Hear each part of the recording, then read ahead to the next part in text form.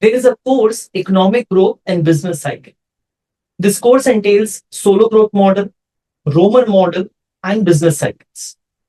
So I've already created a playlist for Solow growth model completely and for the Romer model.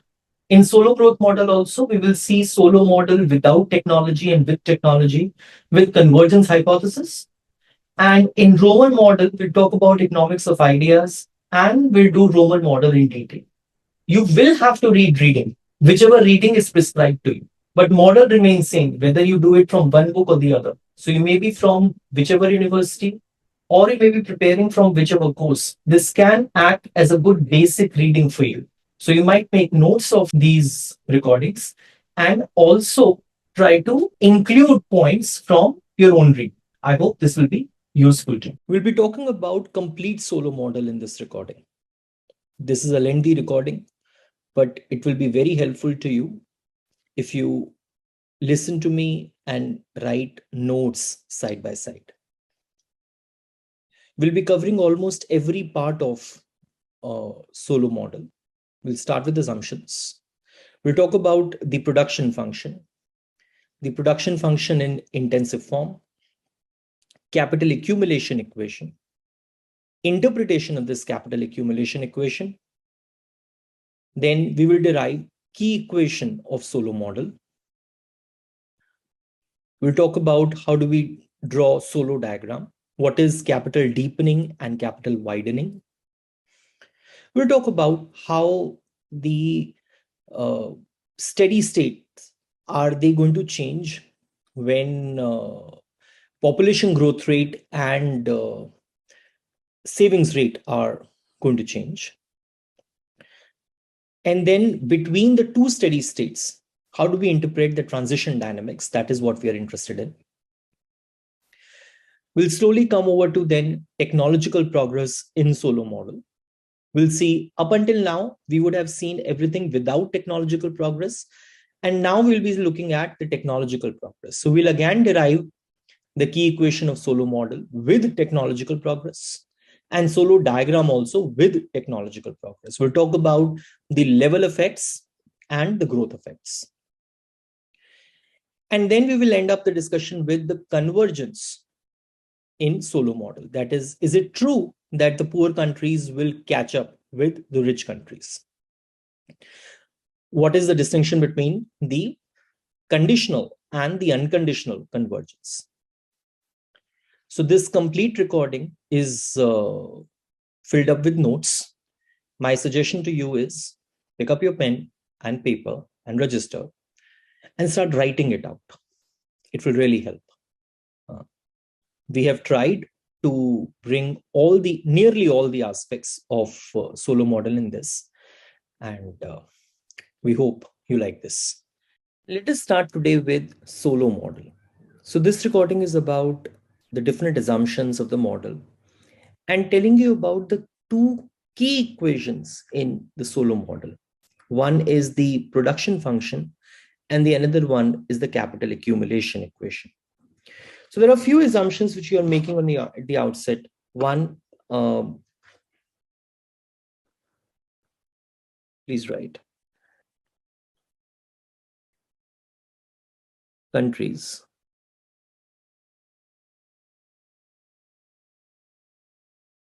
consume only a single homogeneous good.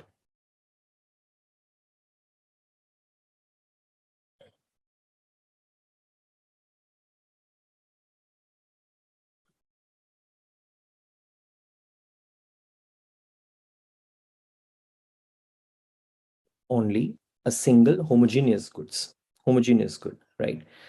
So one of the assumption or one of the implication of this assumption is that there is no international trade in the model, right? Because there is only a single good. One of the country might give you X in order to get X only.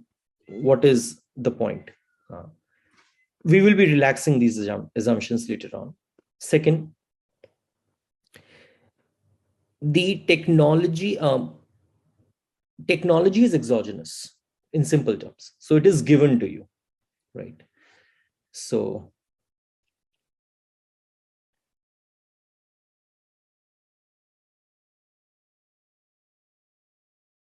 technology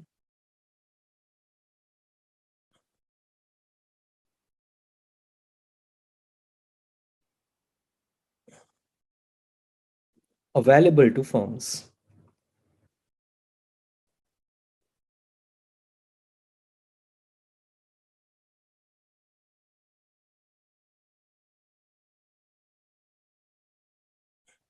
In this simple model,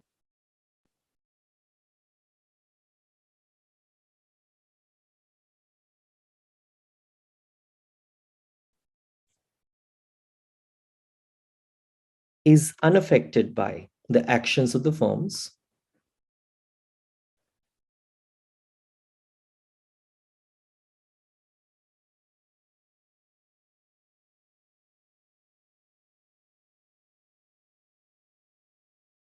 including R&D.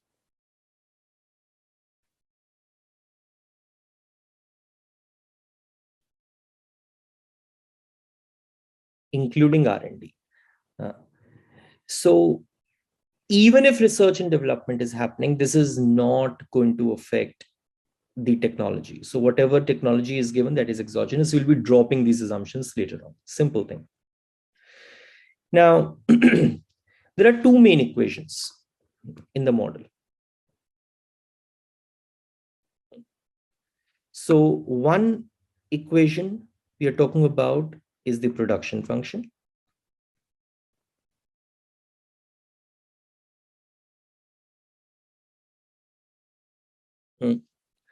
And the another one is the capital accumulation equation. So let me talk about the first equation, which is your production function, right? So we are saying the production function is of the form y is equal to f k l, and let us also assume one form of the production function, which is k to the power alpha, l to the power 1 minus alpha, and alpha is a constant which is lying between 0 to 1. Which is lying between 0 to 1. So what we are assuming is that production function is given by y is equal to f of kl. There are two inputs to the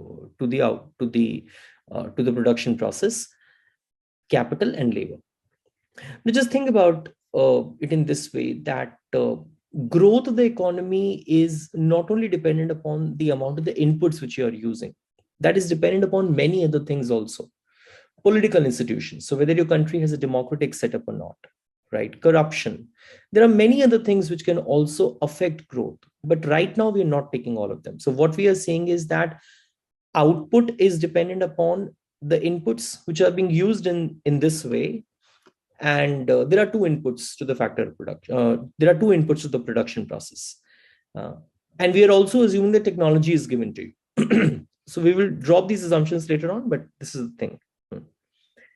Acha, if you look at this production function,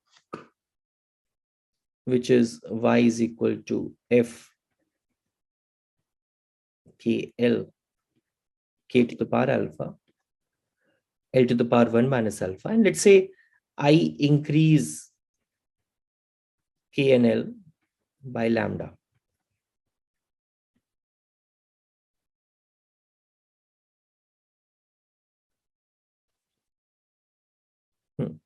K and l by lambda.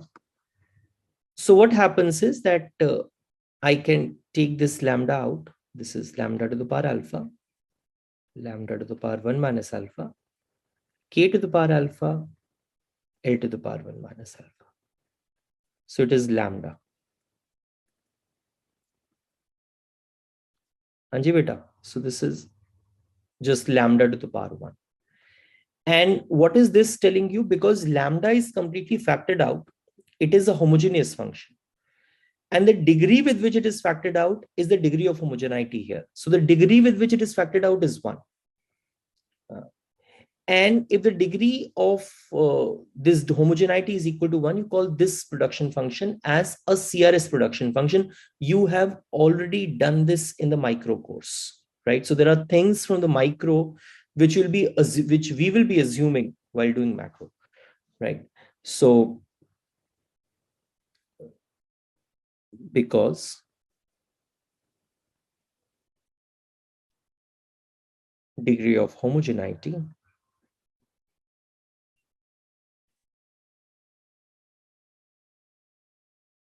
is equal to 1,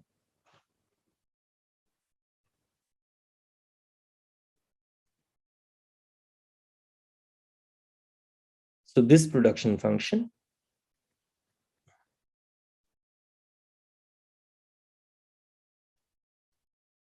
exhibits CRS. So this production function exhibits CRS would mean what? That it is the constant returns to scale production function. So you were using, let's say, 1 unit of labor, 1 unit of capital. They were producing 1 unit of output. You use 2 units of labor and 2 units of capital. They will be producing 2 units of output, right? 3 units of labor, 3 units of capital. They'll be producing 3 units of output. So if doubling the input, your output gets doubled, that is the constant returns to scale. If by doubling of the input, your output more than doubles, that is increasing returns to scale. If by doubling of the input, your output less than doubles, that is decreasing returns to scale, right? So this is the constant returns to scale. Okay. Let us also assume, so these are the assumptions also, that is you're using 2 units of labor and capital. Oh, sorry, you're using 2 inputs, labor and capital. Okay. And then the assumption is, let's say the firms are paying wage rate small w per unit to labor and the rental rate small r to capital.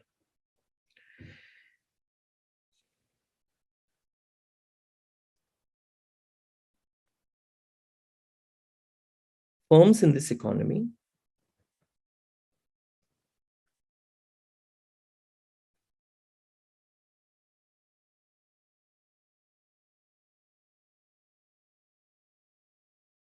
pay workers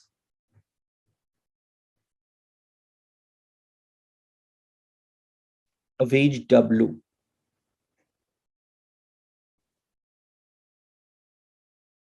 per unit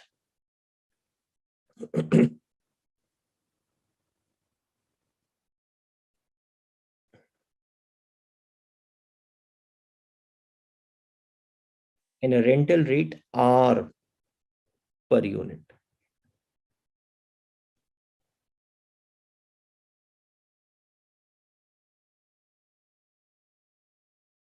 of capital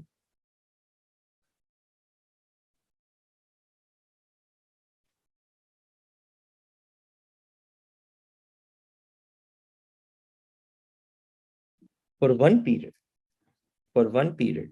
right? And the another assumption is that there is perfect competition in the economy, right? So the firms, they are perfectly competitive producers, and right. So it is. Should I write this? You can have. This is the third assumption. The fourth assumption would be that the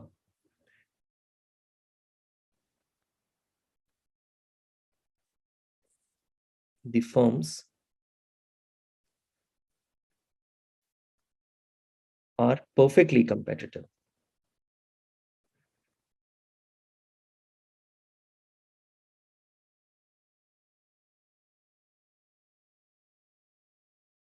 Hmm. And then you have the firms in this economy, they pay the workers W per unit and the rental rate R per unit of capital for one period. Achha. There is an implication for the perfectly competitive firms, that these firms, they are the price takers.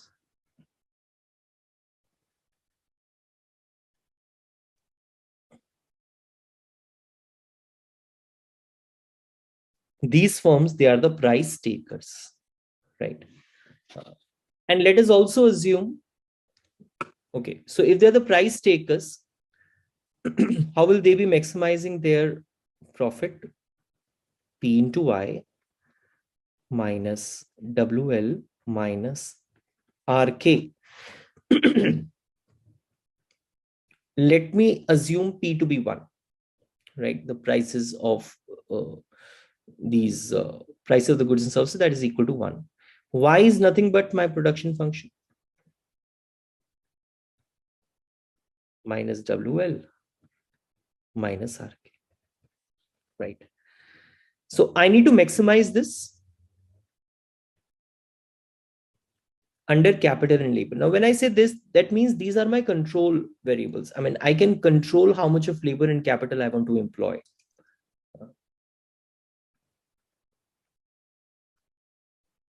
Del pi by del L is del F by del L minus W equals to 0. And then I differentiate this del pi by del K, which is del F by del K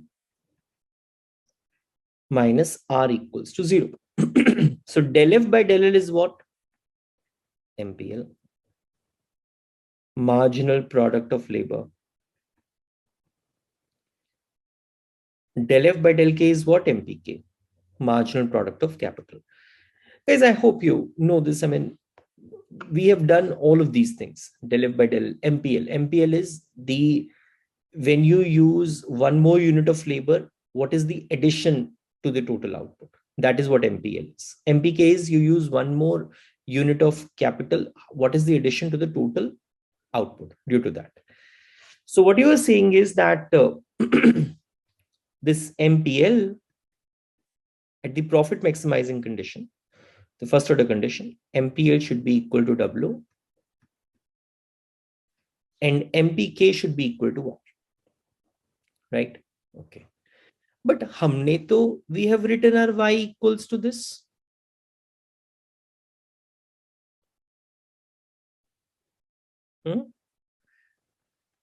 Y or F of KL equals to this. So what is del Y by del L? 1 minus alpha L to the power 1 minus alpha minus 1 K to the power alpha L to the power minus alpha capital K to the power alpha, like this. We can write like this.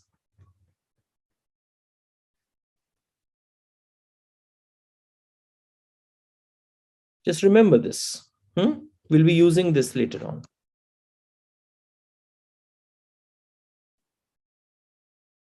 Del Y by del K is going to be what? Alpha K to the power alpha minus 1 L to the power 1 minus alpha. And if I just write this as this,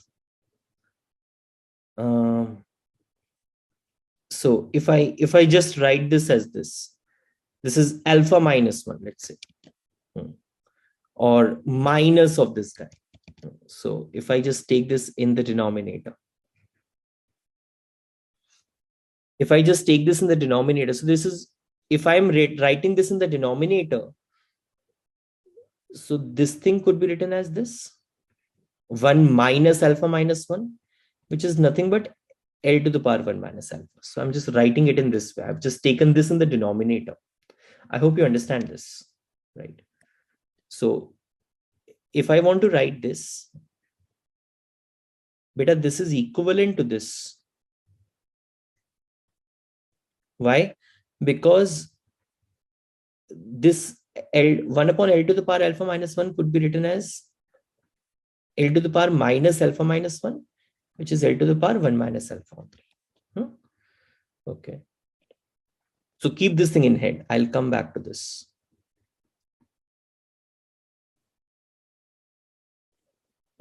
Keep this thing in head. I'll be coming back to this, right? Okay. So if you look at it carefully, what is it that we have said? That firms are going to employ labor up to the point where MPL is equal to W and capital up to the point where MPK is equal to R, right? Okay. Now, this was my MPL. Na? This is my MPL del Y. This was my MPL. Achha, can I write also like this? Just a working. What is going to be y by L. What was y? K to the power alpha, L to the power 1 minus alpha upon L. So what is this? K to the power alpha, L to the power 1 minus alpha minus 1. So what is this? K to the power alpha, L to the power minus alpha. So what is this? K upon L to the power alpha. So you guys can see this. So can I write this thing as 1 minus alpha y by L? I can write it like this. Similarly,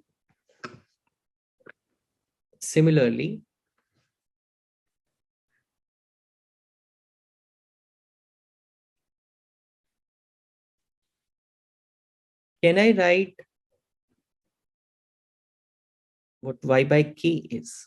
K to the power alpha, L to the power 1 minus alpha upon k. So that is k to the power alpha minus 1, L to the power 1 minus alpha. So I have just told you L to the power 1 minus alpha is equivalent to 1 upon L to the power alpha minus 1. है ना? I've just told you that.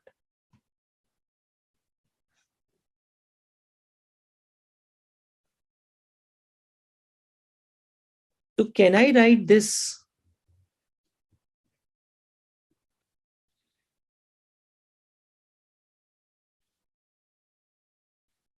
alpha into y by k?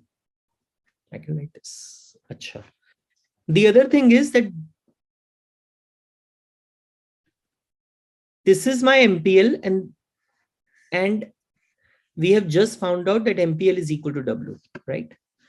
Other thing is that this is what my MPK is, and we have just found out that MPK is equal to R from the first order condition, right?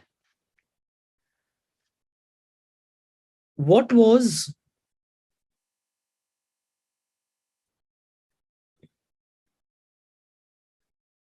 WL plus RK then?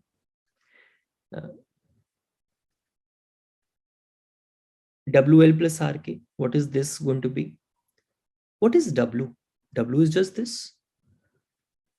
1 minus alpha y by L. This is what W is into L. Plus, what is R? Alpha into y by K into K. So what is left out by?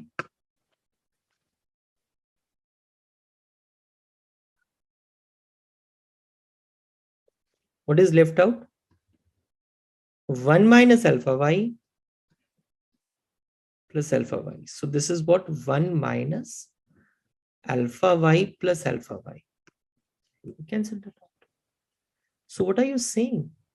You are saying that the total output which is being produced, which is y, it is completely exhausted in giving out wages and giving out rent. This is the wage bill, WL.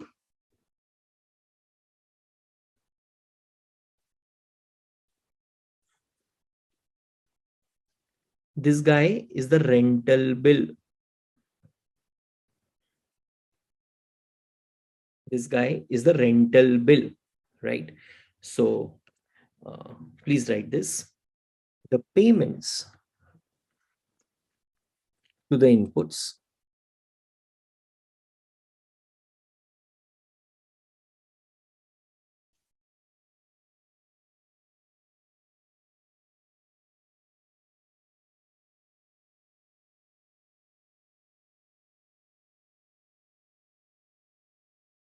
completely exhaust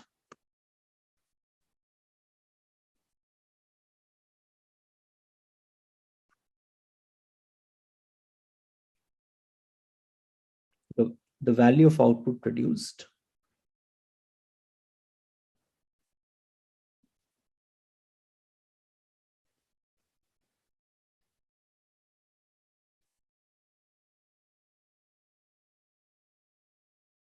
so that there are no economic profits to be earned.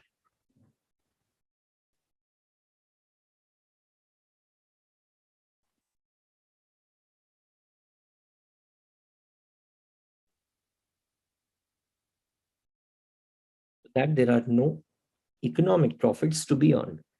So what you were saying, beta, your profits was P into Y minus WL minus RK. But P you have assumed to be 1 minus WL plus RK. Abhi you have said that WL plus RK is nothing but equal to Y. So big profits are 0.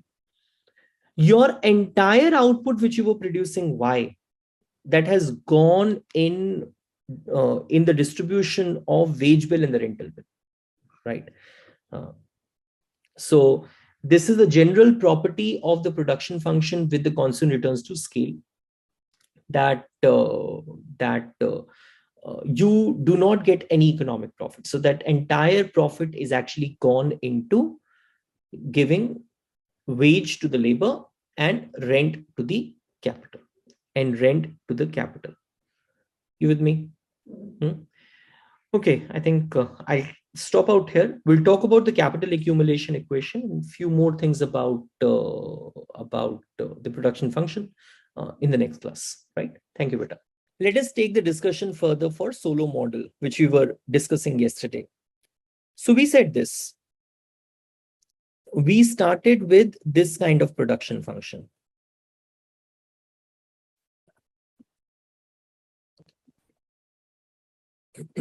Our production function was y equals to k to the power alpha, L to the power 1 minus alpha. And let's say 0 is alpha is less than 1. 0 is less than alpha is less than 1. Alpha is any constant.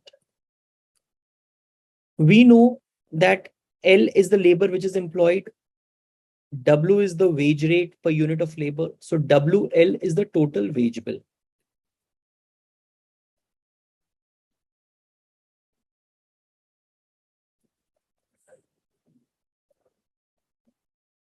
WL upon Y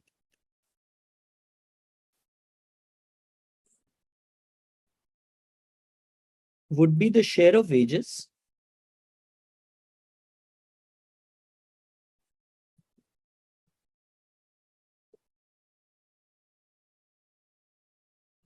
in total output, right? Similarly, K is the capital which is employed. R is the per unit capital.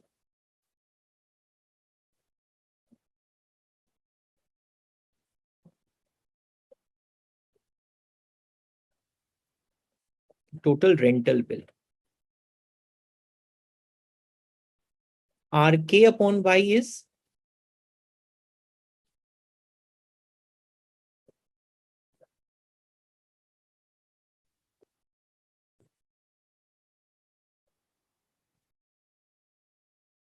share of rent in total output, right?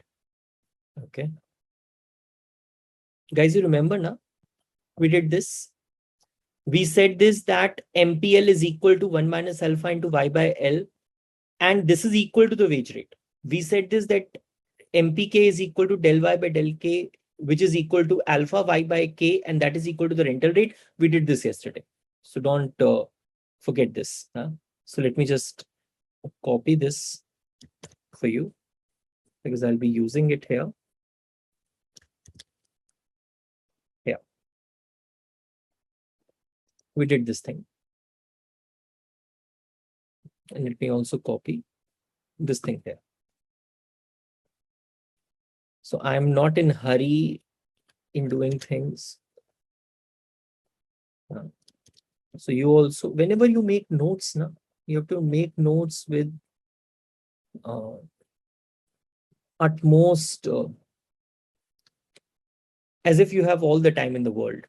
Then you understand, because these lectures are not meant for any kind of entertainment. Jaldi jaldi ho jaye. It is nothing like that. So go slow every time. Anyways, so you said this, that MPL is equal to the wage rate and MPL was equal to this. You also said this. So what is W into L? 1 minus alpha y by L into L. So that is 1 minus alpha into y. And what is W into L by y? Just divided by y.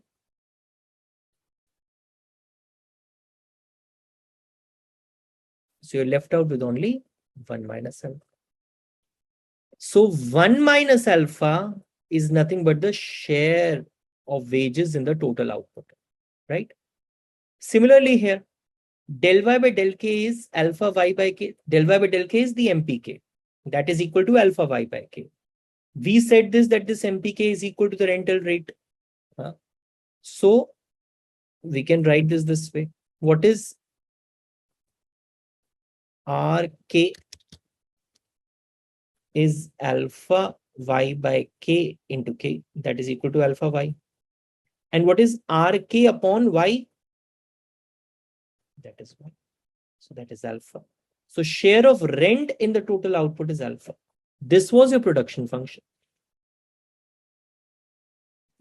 right? This was your production function. And alpha is the share of, you can say, rent in the total output or share of capital in the total output. And 1 minus alpha is the share of wages or share of labor in the total output, right? So what you want to say by this is that the factor shares are constant. This is the factor share.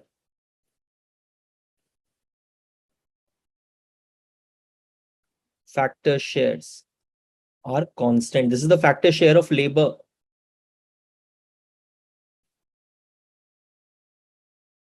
This is the factor share of capital.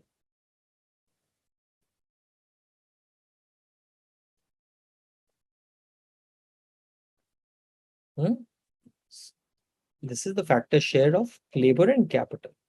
Okay. Now, if I want to convert this production function which I have in the intensive form of the production function, then how I can do that? So intensive form means the per capita output.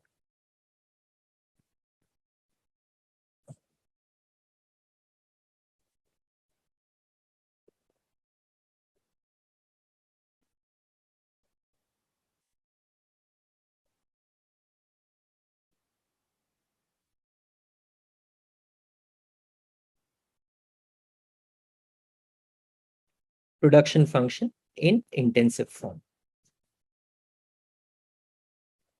Intensive form or in the per capita output form, or output per labor form, output per worker form. These are the different names. Output per worker or output per capita, right? Output per worker, output per capita, like this. So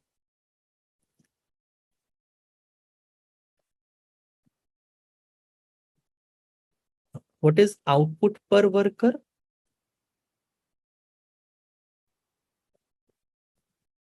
Capital Y by L, and which we denote as small y.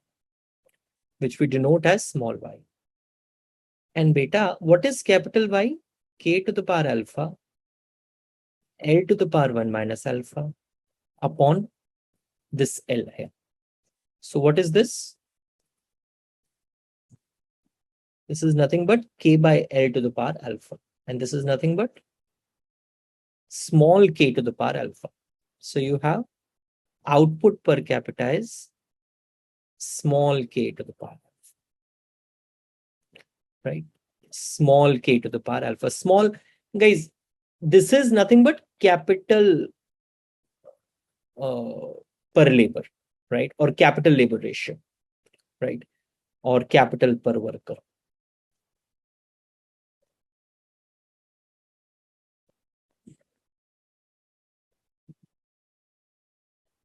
This is capital per worker. This is capital per worker. So this is the production function in the intensive form, right? And you have also assumed that 0 is less than alpha is less than 1. How does it look like? Okay. 1. If small k is 0, then small y is 0 to the power alpha, which is 0. Means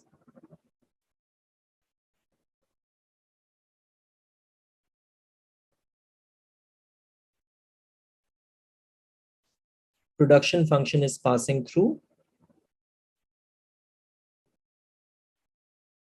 origin, first thing, right? Or you want to write this more technically, intensive form.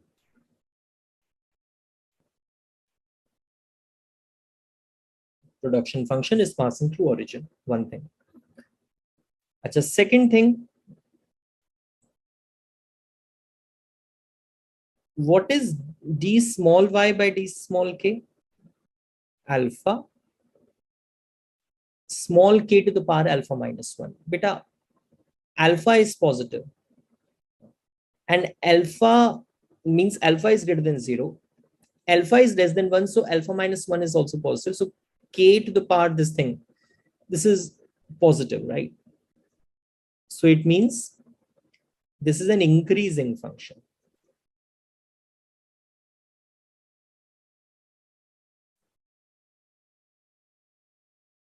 This is an increasing function.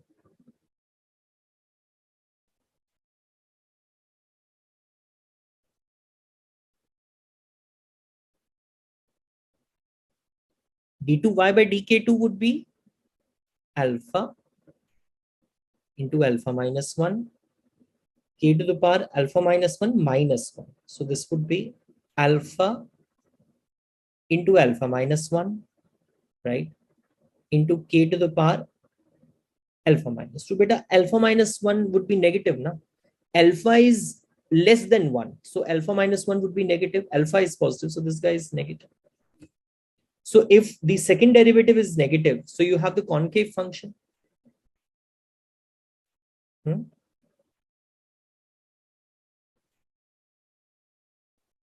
You have the concave function.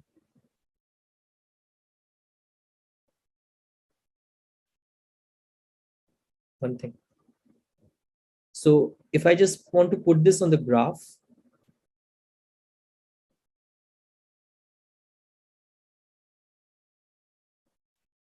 small k here, small y here, leave the function like this.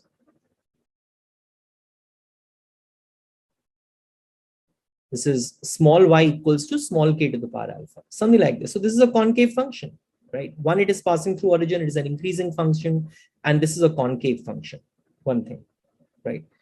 So yes, if you add more capital, so if capital is going to increase, means capital labor ratio is going to increase, means you will be able to produce more output per worker. That is for sure. This is given by d small y by d small k. So beta, if k is going to increase, k by L is going to increase, assuming that there is no change in the labor. Small k is going to increase. Small y is increasing for sure. So that is what is meant by the first one, second one. But the increase in output per worker within every increase in capital per worker, that is going to be diminishing. You've done this, right? In your micro course also you've done this, that the marginal product of inputs is positive, but it is diminishing, right? So diminishing marginal product. So please write, with more capital,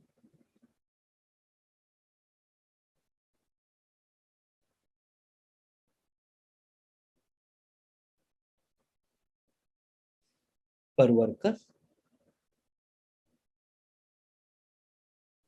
means now every worker has more capital given to him. So he'll be able to produce more output also. Every worker will be able to produce more output.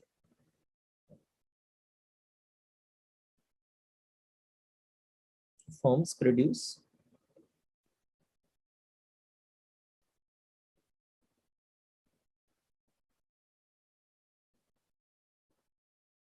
more output per worker.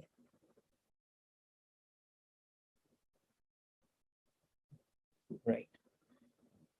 But there are diminishing returns to the capital per worker.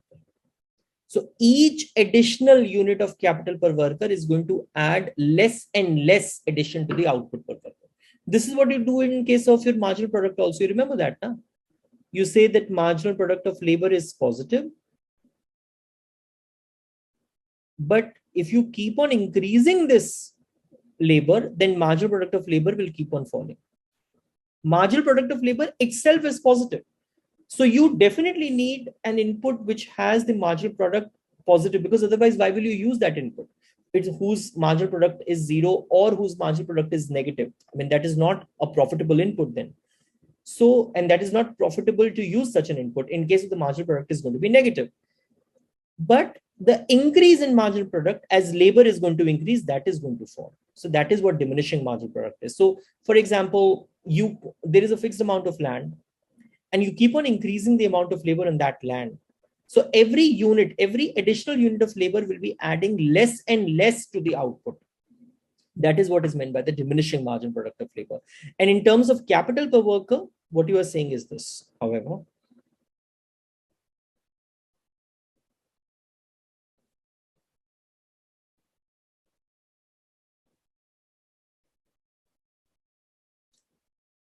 There are diminishing returns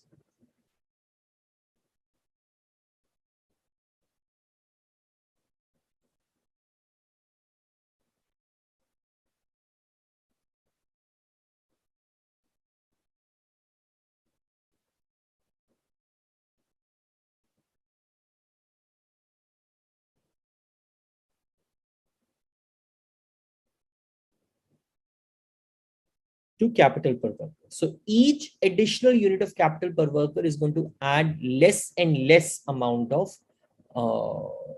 addition to the output per worker. That's an idea. So you have this thing. So I'll talk about the second equation of the Solow model in the next class, which is your capital accumulation equation, right? Sure. Thank you, Vita. So we started with this production function, y equals to k to the power alpha, l to the power 1 minus alpha. 0 is less than alpha is less than 1. And we reached till this production function in the intensive form, right? So we have done this much in the Solow model up until now. Now we are moving on to the another equation of the Solow model, and which is the main equation, the capital accumulation equation.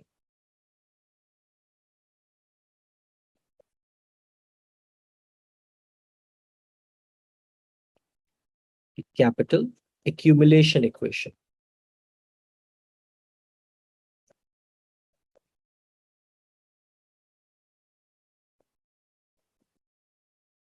Which is, let me write the equation first and then I'll explain.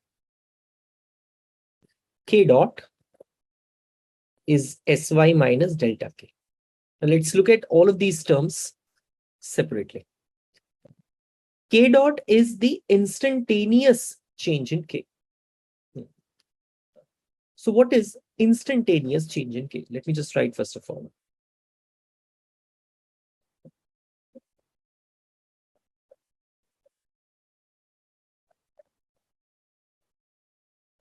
Instantaneous change in K. So instantaneous change in K could be written as like this. The capital in time period t plus 1 minus capital in time period t, right? That is the change in capital. And if I want to find out the growth rate in capital,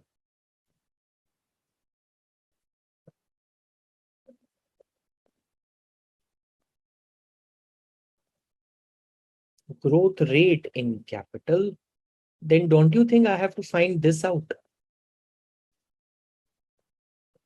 Kt plus 1 minus Kt whole upon Kt.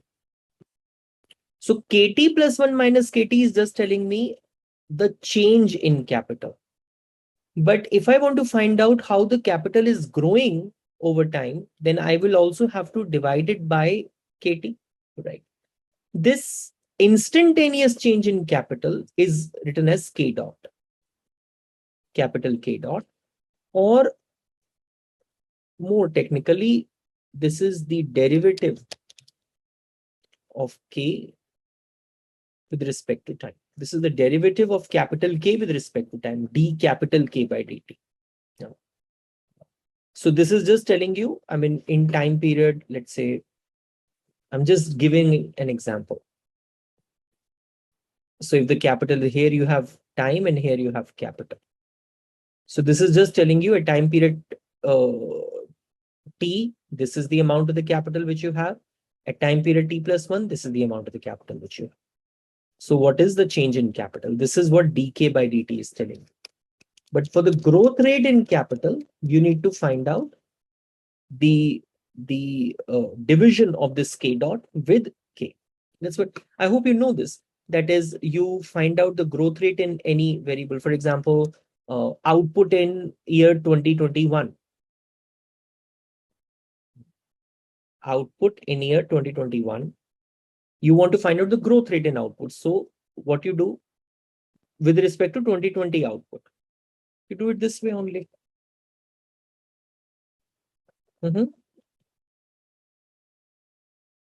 Upon output 2020. This way. You do it this way only. Yeah. Okay.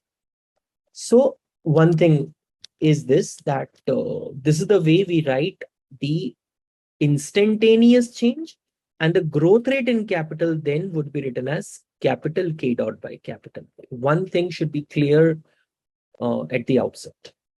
Capital K dot is instantaneous change in K. Capital K dot by capital K is the growth rate in K. Or you say the proportional change in K. Or you say the proportional change in K. Okay.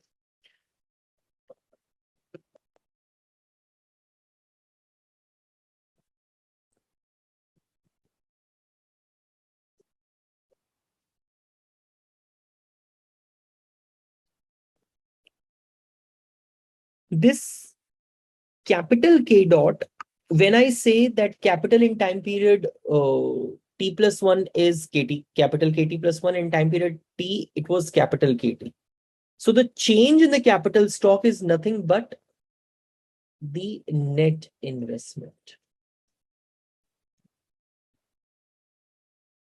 So this capital K dot is what you call as net investment. Net investment. Small sy. So what you are doing is, what you are saying here is this. In the closed economy, all amount is, or whatever amount is saved, that is invested, right? So investment is equal to savings. So whether you write gross savings or you write gross investment, that means one and the same thing. One thing. Okay. What happens in the closed economy? Y is equal to C plus I plus G. This is what you get in the closed economy. So I can also write this as Y minus C minus, okay, Y minus C minus G equals to I. I can write like this. So beta, what is this? This is nothing but your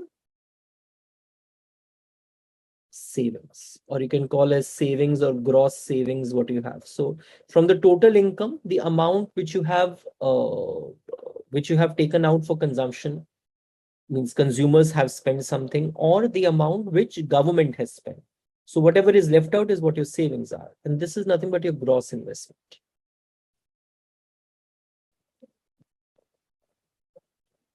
This is nothing but your gross investment. And this guy,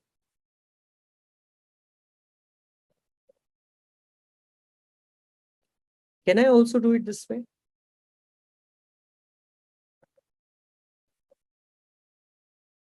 Y minus C minus T is nothing but private savings.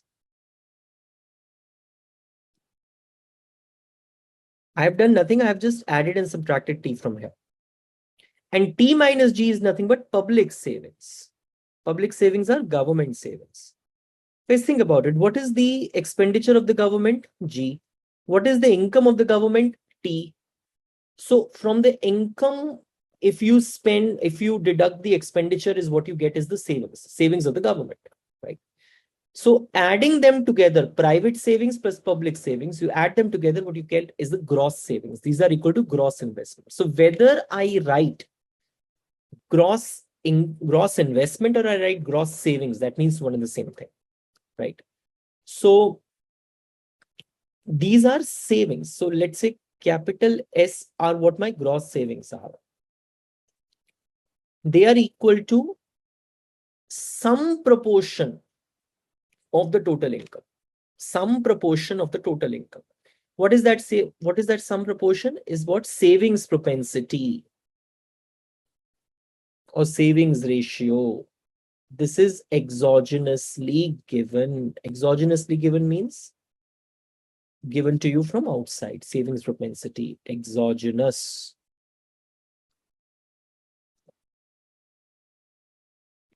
Also, this capital Y is nothing but what? You remember now? We have just done this in the last class. Total income is the total wage income plus total rental income. That's what WL plus RK. One thing. And these gross savings are nothing but equal to investment. Gross savings are nothing but equal to investment. So why I'm writing it here? So these are gross savings, and these gross savings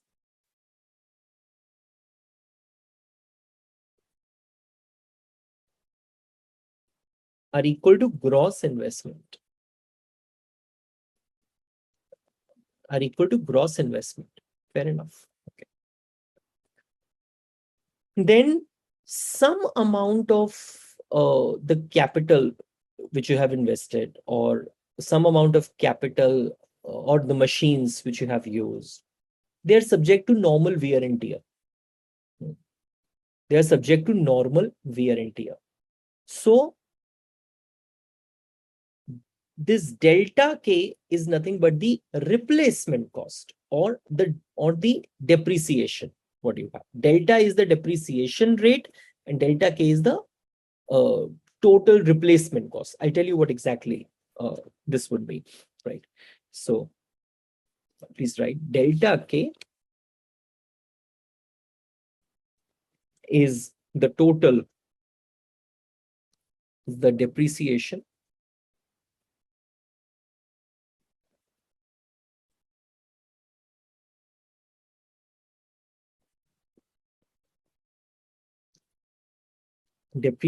of capital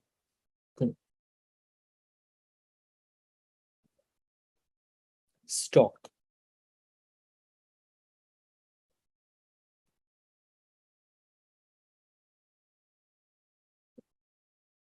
that occurs during production.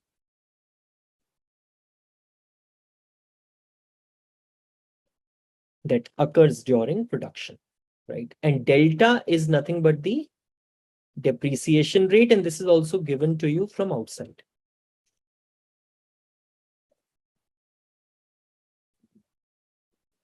So from gross, when you deduct depreciation, what you get is net. So from gross investment, when you deduct depreciation, what you get is net investment, right?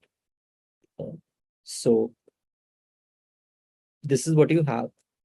K dot is SY minus delta K, right? K dot is SY minus delta K. So if the gross investment is more than what is needed to keep the capital stock unchanged, the total capital in the economy is going to increase. So what is it that I've said?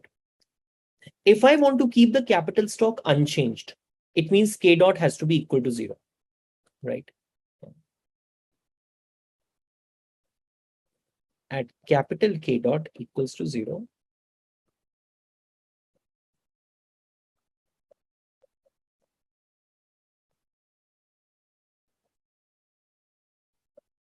capital stock is intact. Capital stock is intact. Capital stock is intact means capital is not changing. Capital is not changing. Why? Because whatever you are investing, that is equal to the replacement capital or replacement cost. So I have invested, let's say, 5 machines. And if I want to keep my capital stock unchanged, I have to replace this capital by 5 machines. So there is no addition to uh, what do you call the capital stock in the economy. But supposedly, if the replacement cost is just 5 machines in the economy, so if you want to keep the capital stock unchanged, you just need 5 more machines. So that is what my depreciation is. That is what my replacement cost is. But I have invested in the economy 10 machines. So the investment, the gross investment, the number of additions of the machines is more than the replacement of the machines. Then the capital stock in the economy is going to increase, right?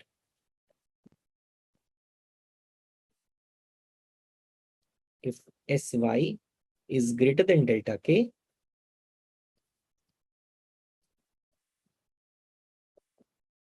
then delta K is greater than 0. If Sy is less than delta K, then delta K is less than 0. Again, understand, this looks very simple, but there is a point here. Supposedly, if you want to keep the capital stock unchanged, you need 5 machines, let us say, in your economy. But the gross investment in the period is just for 2 machines. So you have just invested 2 more machines. While in order to keep the capital stock unchanged, you need 5 machines. So the capital in the economy is going to fall. So their K dot is going to fall. Capital K dot is going to fall. I am very particular about using the words capital and small here, because very soon we're going to convert this equation in the output per worker, where we will be using small y, small k. So be very, very clear about all that. So SY is the gross investment, gross savings. So you're writing gross investment in terms of savings. You are saying the number of machines added in the economy. So how many number of machines added in the economy? Let's say 10. Delta K is the number of machines which need to be added to the economy to keep the capital unchanged. So let's say that is 5 machines. So if you are adding more machines, then what is needed to be added to keep the capital unchanged, then definitely capital K dot is going to increase.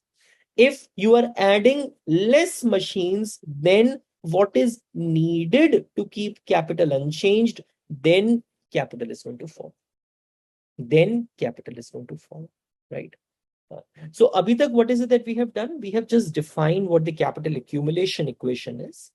And we have talked about what is this instantaneous change in K and what is the growth rate in capital. So what you call as K dot, capital K dot, that is the instantaneous change in K, that is nothing but dk by dt. And what you call as K dot by K is nothing but the growth rate in capital or the proportional change in capital. So I'll be talking about I'll be converting this capital accumulation equation in the capital per worker form, and we'll call that as the key equation of Solow model. And we'll be doing that in the next class, right? Thank you, Beta. Up until now, we have derived we have started with this production function.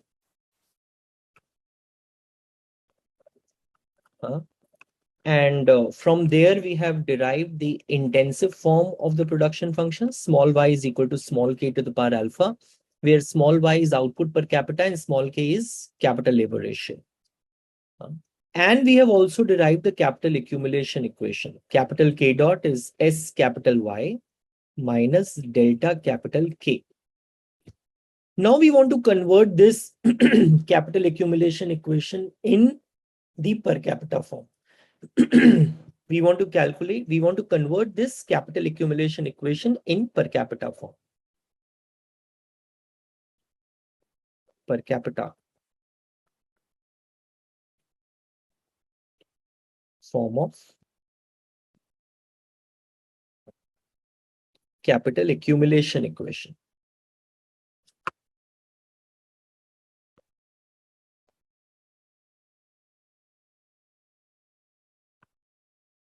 per capita form of capital accumulation equation.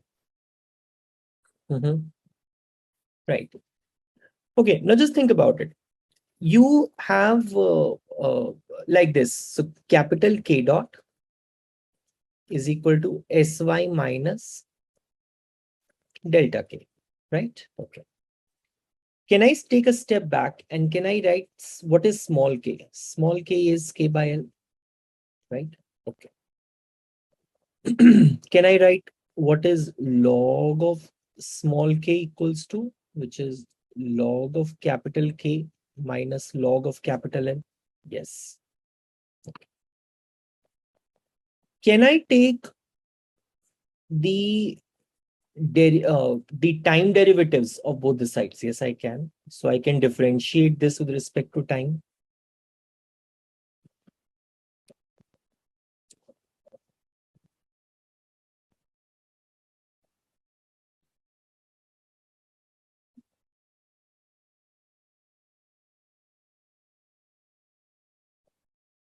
I can do that.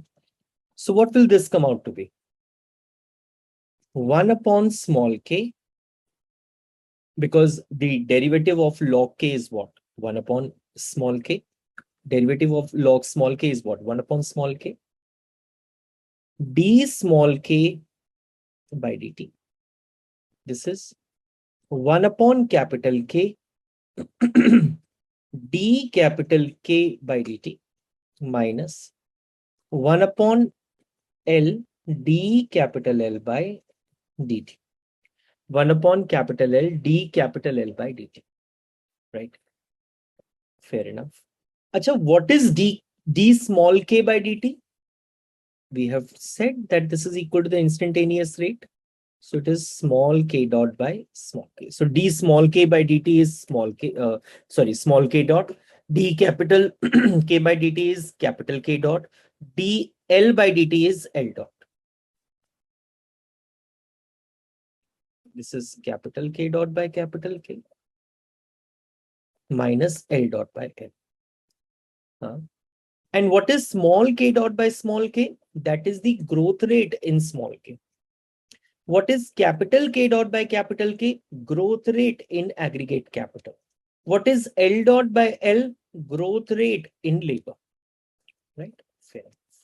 Okay. Now, I want to tell you one thing, that there is an assumption which says that labor force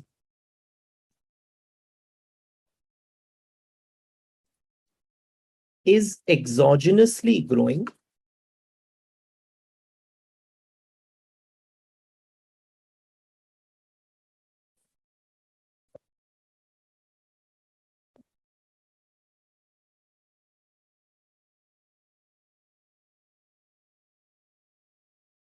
at the rate n. Labor force is exogenously growing at the rate n. This population growth rate or the labor force growth rate is given to you. This is given to you. This is exogenously given to you. And this is also one of the weaknesses of the model, if you just have a look at this. Why? Because the model is not able to distinguish between the population growth rate and the labor force growth rate. So according to the model, in case if the child is born today, that is the addition to the labor force. But once a child actually becomes a labor force, a huge amount of time has passed. But the model is assuming that the population growth rate and the labor force growth rate, that means one and the same thing. One. And the other thing is, there are only two factors which are affecting the output. What? Capital and labor. Out of that, you have assumed one of the factors, growth rate, is as given to you. So everything is now dependent upon how capital is growing over time. So that is also one of the weakness.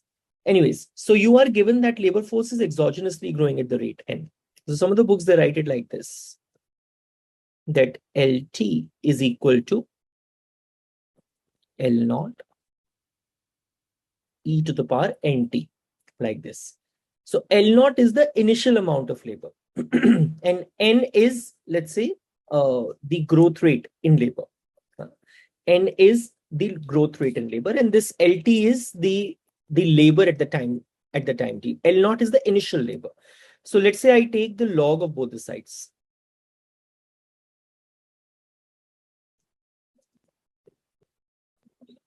Plus log of e to the power nt.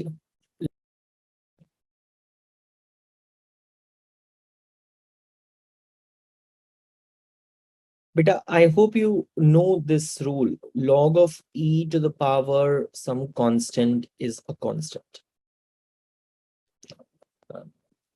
You take the time derivatives.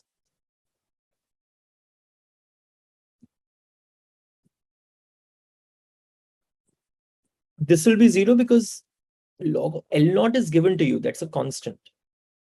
Plus you differentiate this nt with respect to t, which is coming out to be n only. What is log of capital L by dt? You take the time derivatives.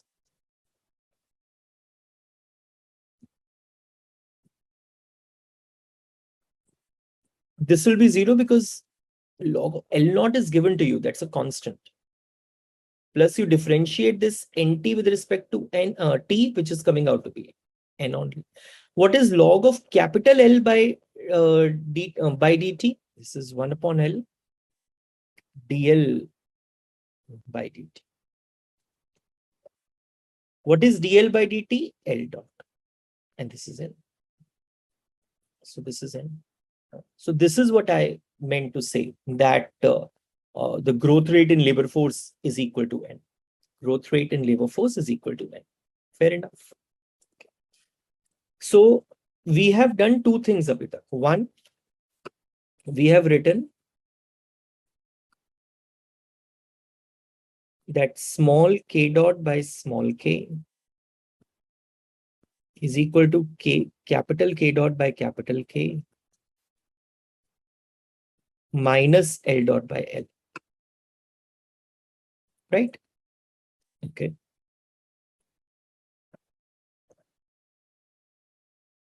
And this is capital K dot by capital K. And what is L dot by L? N. What is L dot by L? N. Okay. What is small k dot by small k? And what is capital K dot? You have written. What is your capital accumulation equation, which was what? Sy minus delta K whole upon K, right? Minus, I can write like this. Fair enough. So let me write in a proper way here.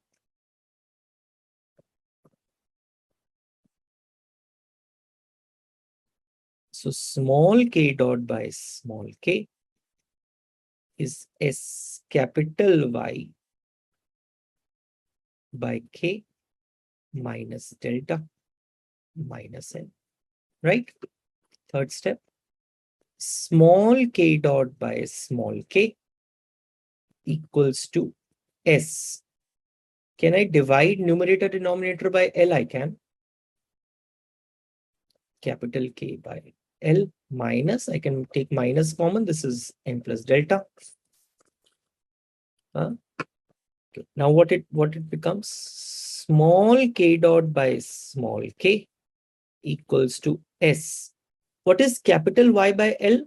That is small y. Output per labor is small y. Upon what is capital K by L? Small k minus N plus delta, right? Then I can write k dot as small k dot as so this thing will become what? Sy minus N plus delta small k. And beta, what is small y? You have just written small y is the production function in the intensive form. What is that?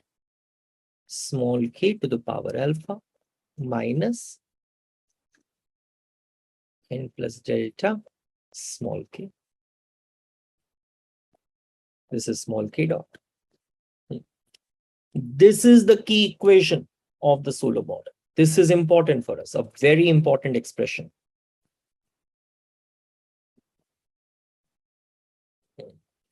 This guy is the key equation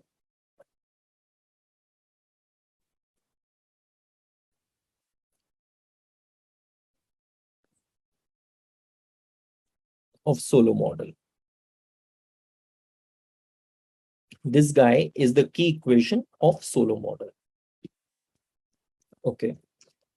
How do we interpret this? So let me write the two expressions which we have derived.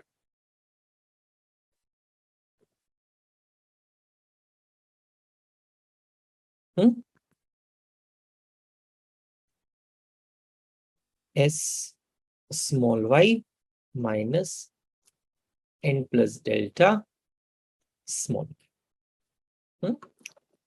So let us just compare.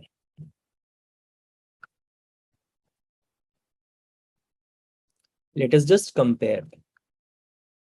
So you have one, the capital accumulation equation, and this is now capital accumulation per worker equation. This is the key equation of the Solow model. So here, what is capital K dot telling you? Net investment. Here, small k dot is telling you net investment per worker.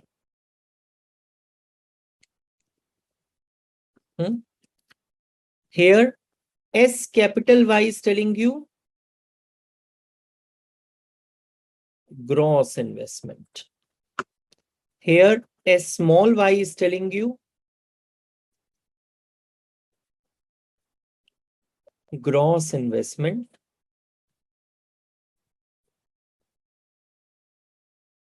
per worker, right? Here, delta K is telling you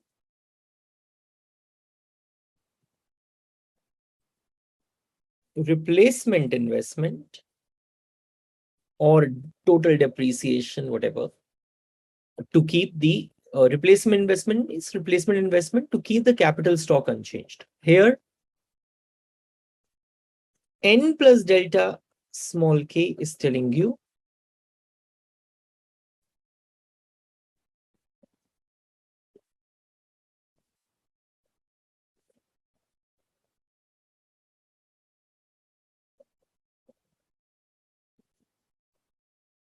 replacement investment per worker. But there is one addition here. What is delta K? That is delta K. So what is delta K telling you? See, in every year, there are n new workers which are also added. So, sorry, the new thing is this nk. I'm so sorry. Because delta small k is fine. Just say delta capital K is your depreciation. Delta small k is depreciation per worker. What is nk? That's an addition. Nk is telling you, see, there are n new workers which are added every year in the economy. So you have to equip these n new workers with the same number of machines so that the investment per worker, it remains constant, right? Or the net investment per worker, it remains constant. So for example, in this class, there are, let's say, 10 people and everyone has 5 units of capital. And there are 5 new people also come into this class. So if you want that everyone should have now 5 units per of capital each, then those 5 new workers which have just come into the class, those also should be equipped with 5 units of capital. No? So for every n worker, there are workers which are being added. For every worker, there are n new workers which are being added. So you have to equip these n new workers also with the same amount of capital per worker. With the same amount of capital per worker. So please write this. In each period,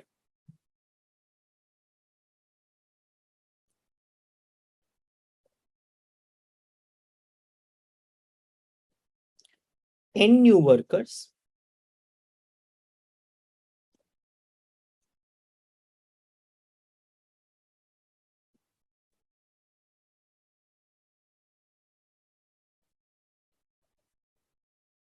would be added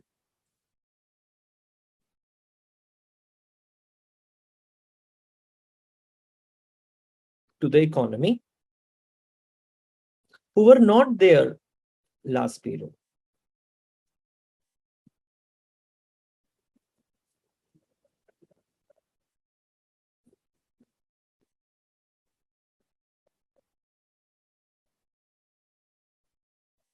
Who were not there last period, right? So these new workers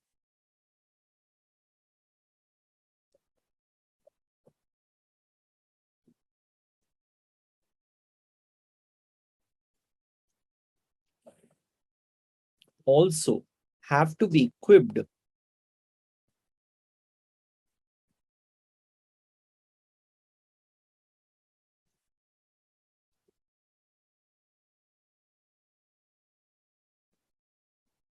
with the same amount of capital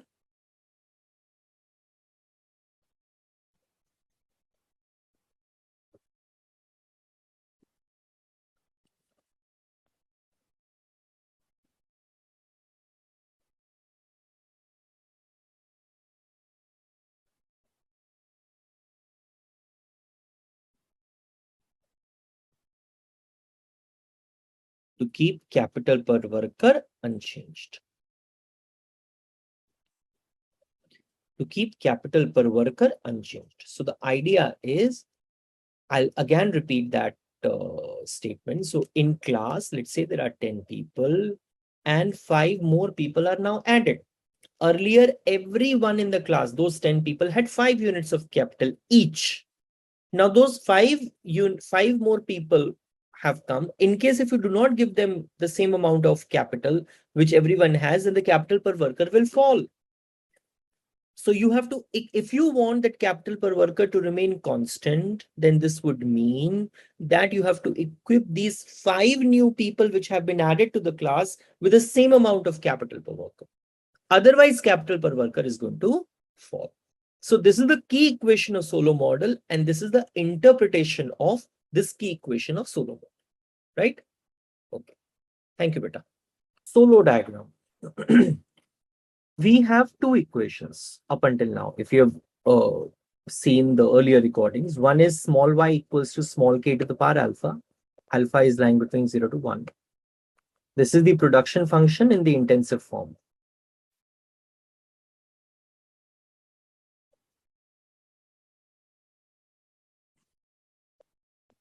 In intensive form.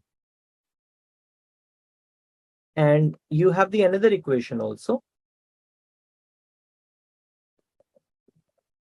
This is the first equation. And you have the another equation, which is k dot equals to s small y minus n plus delta small k. Small k dot equals to s small y minus n plus delta small k. So this is the key equation.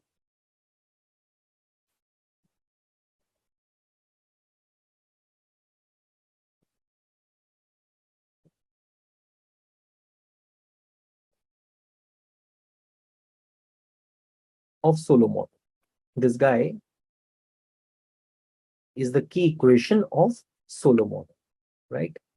Acha, then before I just draw this, what are the parameters, what are the exogenous variables, and what are the endogenous variables?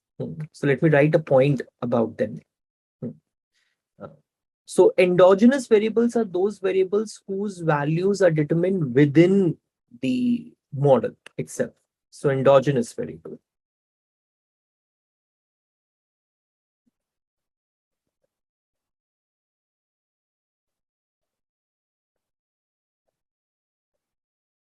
Endogenous variables, right? They are those variables whose values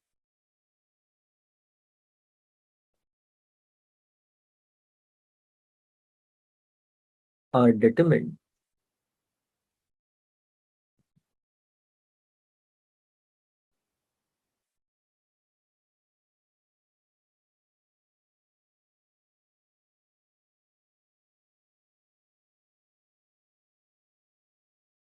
within the model, whose values are determined within the model, right? So, for example, in this case, small k, small y, these are endogenous variables, right? And parameters,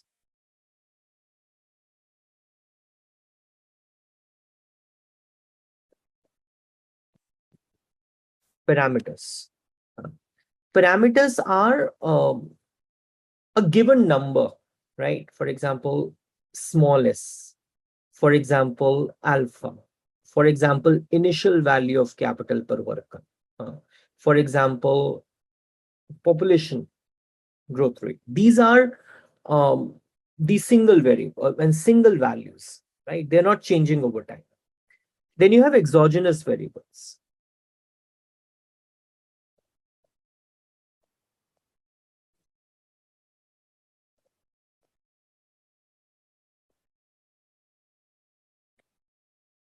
Exogenous variables. They can vary over time, but their values are determined outside the system. So for parameters also, the values are determined outside the system. For exogenous variables also, the values are determined outside the system. But in case of parameters, they are given. Exogenous variables, they can also increase over time, right? So they may vary over time.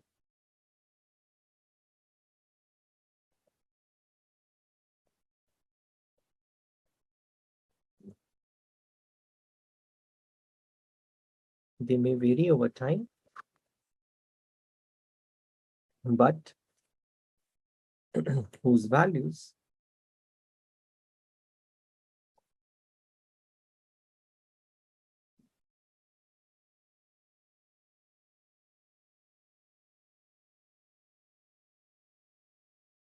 are determined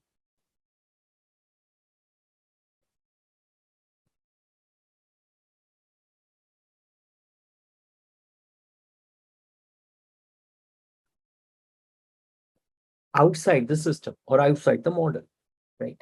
So for example, capital N. For example, capital N.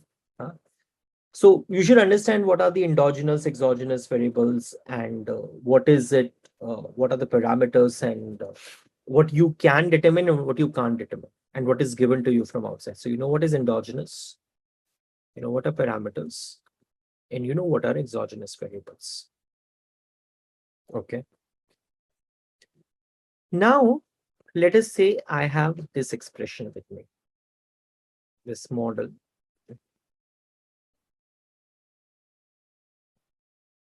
With me.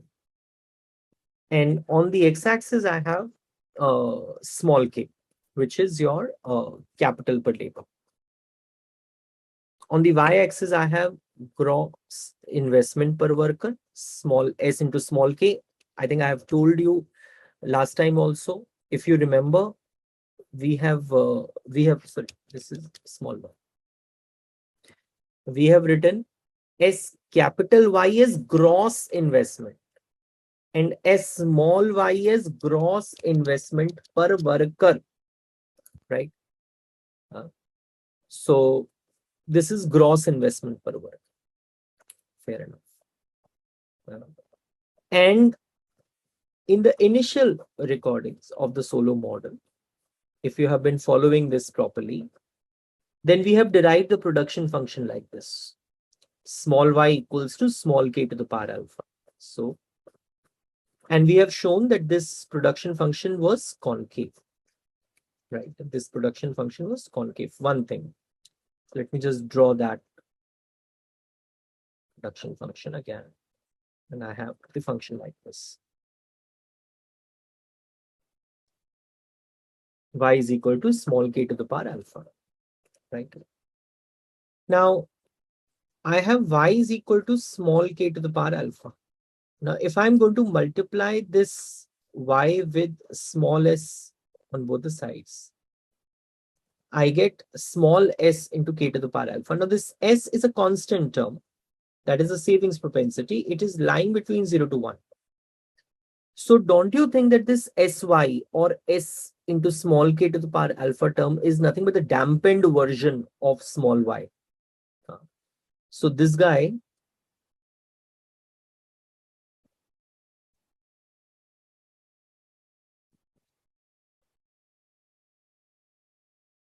S small y is S small k to the power alpha. So S small k to the power alpha is the gross investment per worker, and this is a dampened version of y equals to k, small y equals to k to the power alpha curve. S small y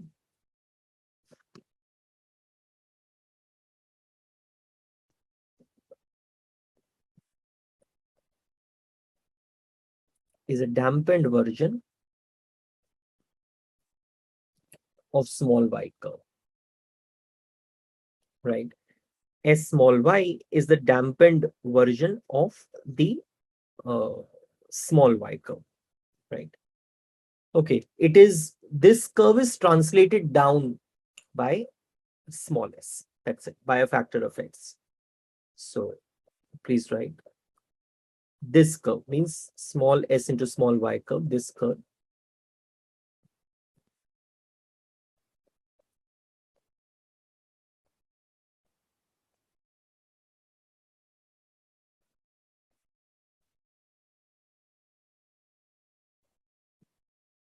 is translated down by small s, right?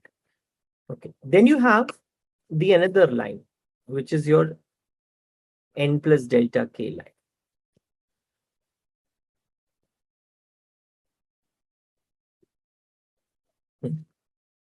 N plus delta k line. This is the amount of investment per worker which is required to keep the capital per worker unchanged. We have talked about this, right? This is your replacement level of investment per worker, which is required to keep the capital per worker unchanged. And please write n plus delta k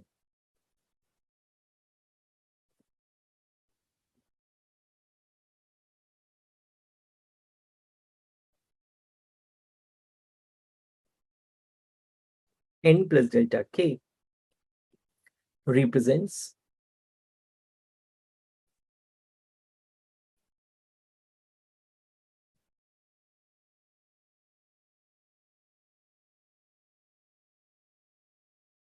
the amount of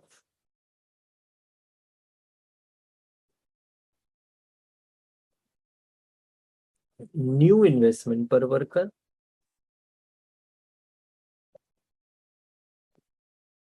right? Amount of new investment per worker required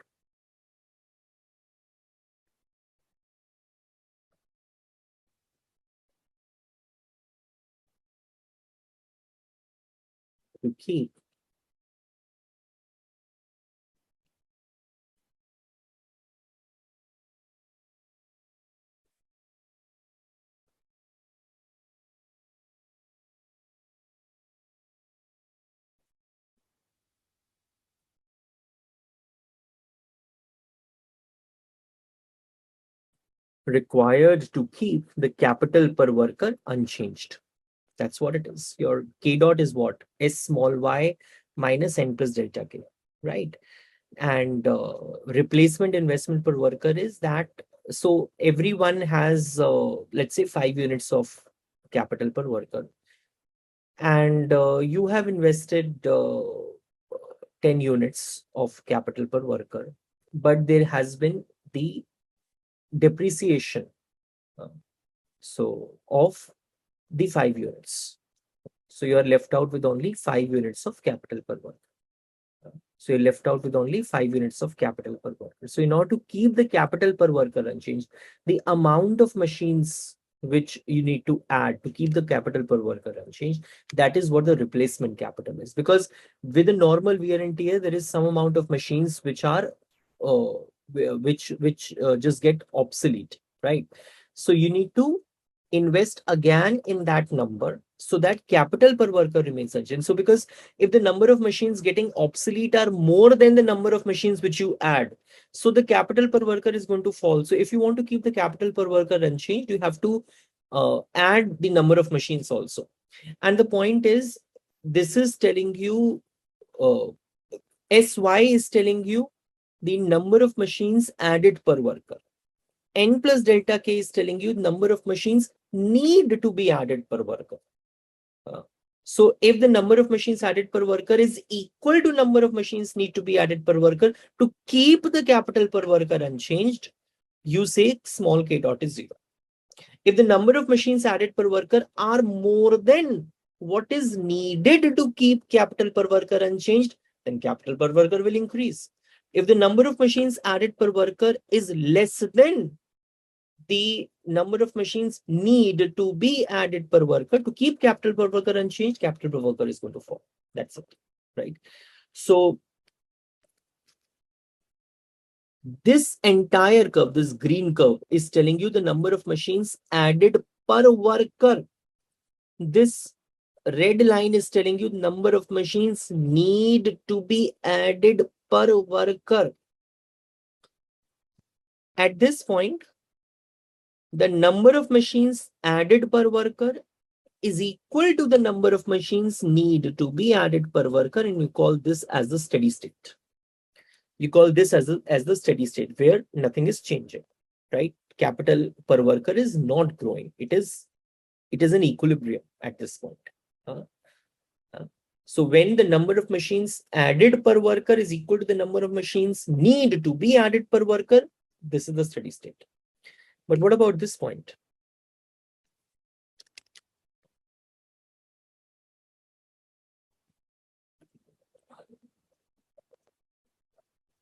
Cannot. Here, number of machines added per worker is more than the number of machines need to be added per worker. So the capital per worker is going to increase. And it is going to increase till when? Till the steady state is reached. Similarly, here.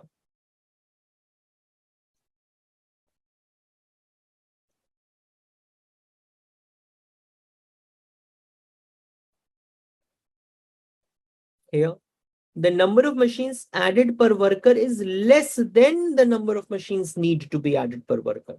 So the capital per worker is going to fall. When capital per worker is going to fall, it is going to fall till when? Till the steady state is reached. That is at this point. So this is the steady state. This guy is the steady state. Although I'm not telling you about the stability, but if you look at it, this is a stable equilibrium. You start from anywhere, you are moving towards an equilibrium point. So this is a stable equilibrium.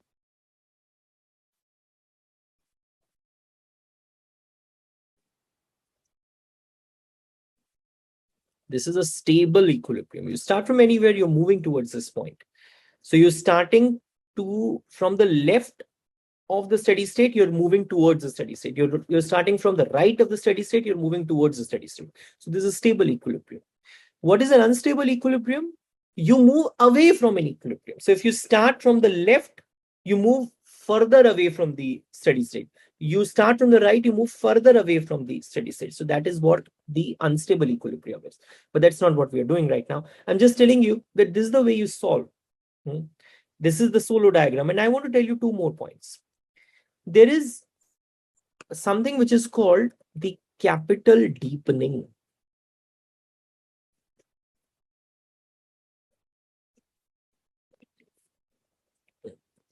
There is something which is called capital deepening and something which is called capital widening.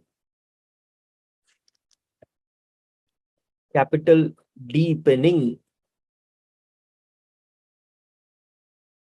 Right? Capital deepening. Okay. When the amount of capital per worker, amount of machines you're adding per worker is more than the amount of machines need to be added per worker, then capital per worker is increasing. So when this change is positive, you say that the capital is deepening. So every labor now has more amount of capital with him. When every labor has more amount of capital with him, when this change means when the number of machines you add per worker is more than the number of machines you needed to add per worker, then every worker has more amount of machines with them. This change, this difference between the number of machines added and the number of machines need to be added, when this change is positive,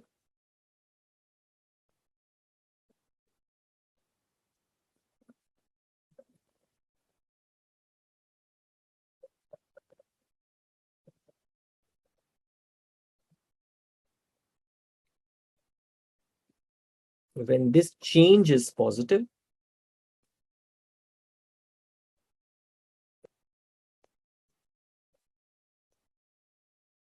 an economy is increasing.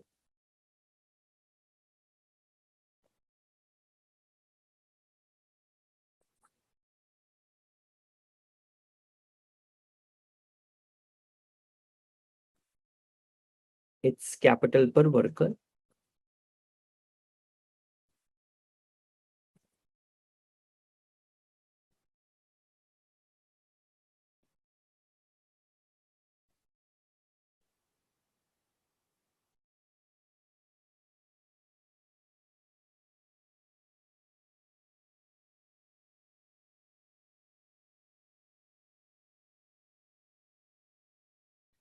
we say that capital deepening is occurring. We say that capital deepening is occurring, right? Okay. Achha, there can also be the case that capital is increasing, but labor force is also increasing. Capital is increasing, but labor force is also increasing. And when with an increase in the capital, your labor force also increases. Then what happens is that there is no increase in the capital per worker. And that is what is called the capital widening. When every labor has more machines with him, that is capital deepening. Capital widening is that yes, capital is increasing, but at the same time, labor force is also increasing. So the number of machines per worker is not increasing, but the capital is increasing. So capital widening is this.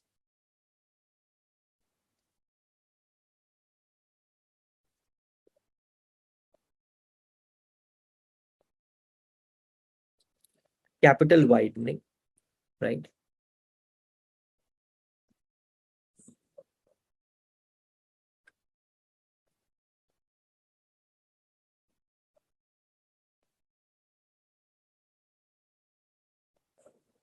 When the stock of capital is increasing,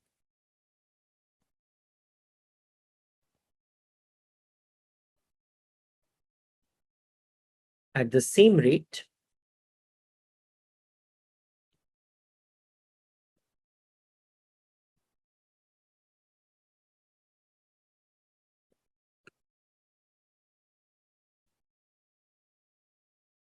as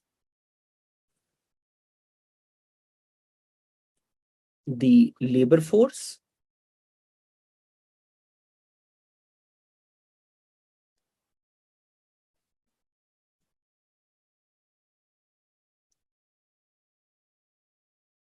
and the depreciation rate. And the depreciation rate, right? So this is what capital deepening and capital widening is. Capital deepening and capital widening is. So when you move from K naught to K star, right? Here in this diagram, this is the capital deepening case. That is, every individual has more amount of capital per worker. Every individual has more capital with him. That is the capital deepening case. So, beta, this is what I wanted to do in this class, right? Thank you, beta. Comparative statics in Solow diagram. Before I start, I just want to say sorry. I mean, I was not able to make videos since last 3-4 days. There is some problem in my eye. I hope it will be fine soon. So I'll try to complete it. Comparative statics in Solow diagram. So we have seen how do we draw Solow diagram in the last class, right? And how do we interpret this green curve showing the number of machines added per year per worker, and this red curve is showing you the number of machines need to be added per worker per year to keep capital per worker unchanged. Now let us look at comparative statics. Means that you are changing some of the parameters. Let's say you change the savings rate. or you change the population growth rate, right? Then what happens? So the first case 1,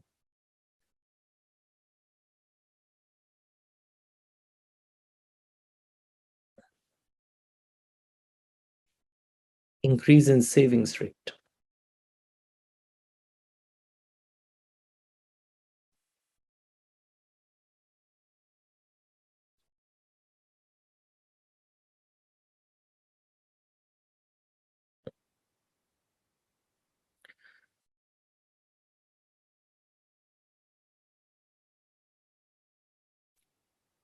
So we'll draw the initial Solow diagram first. So you have capital per worker here, and you have investment per worker, or replacement investment per worker, gross investment per worker, like this thing here. So you have the green curve,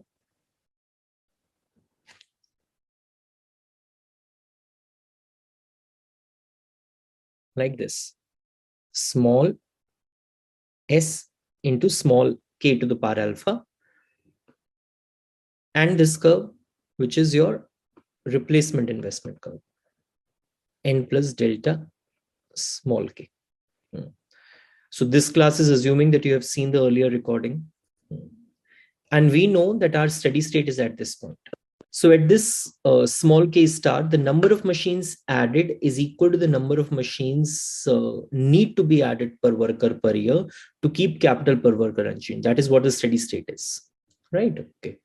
Now we are saying that savings rate is going to increase. So this small s is coming only in this curve, this green curve. It is not coming here or anywhere. So what will happen is that this savings curve will be, because of the increase in savings, the savings curve will shift upwards, right? Savings rate has increased. So savings curve will shift upwards from this point to this point, right? So the new steady state is this now. New steady state is this now. So let me call this as K naught star. This one is small K1 star. Acha, now just have a look at this.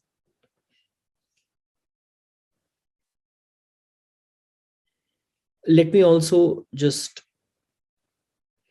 point this out. These are point A and B at which the number of machines added per worker is equal to the number of machines need to be added per worker. Okay. Now you just look at the initial steady state. At initial steady state, but new savings rate. Listen to me carefully. At initial steady state, but new savings rate. This point. Steady state is initial, cannot start, but new savings rate. This is telling you what? This point is telling you what? This is the point in the green curve, number of machines added per worker per year. This point is telling you what? This red line is telling you what? Number of machines need to be added per worker per year. So what is happening? You are adding more machines per worker per year than what you need to add per worker per year to keep capital per worker unchanged. So what will happen? Every worker will have now more capital with it. So the capital per worker is increasing. And it is increasing till when? It is increasing till new steady state is reached. So at the initial steady state, and the new savings rate, the number of machines you are adding per worker per year is more than the number of machines you need to add per worker per year to keep capital per worker unchanged. So what will happen? Every worker will now have more machines with him. So capital per worker is going to increase, and it will increase till when? It will increase till new steady state is reached. That is the point. So what is the second one? Case 2.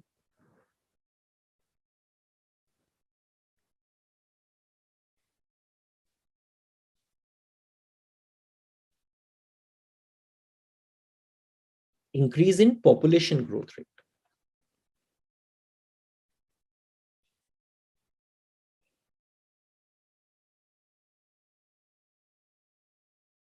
Increase in population growth rate. Right? Okay.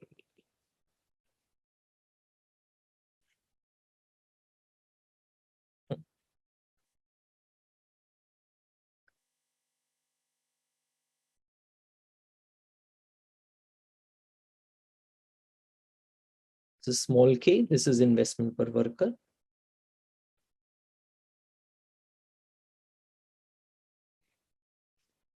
And here you have this guy, small s into small k to the power alpha. This is telling you, this curve is telling you the number of machines you're adding per worker per year. This is telling you,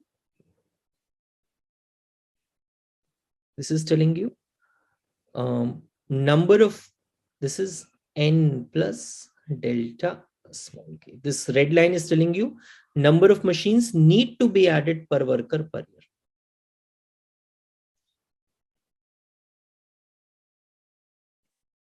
This is the initial steady state.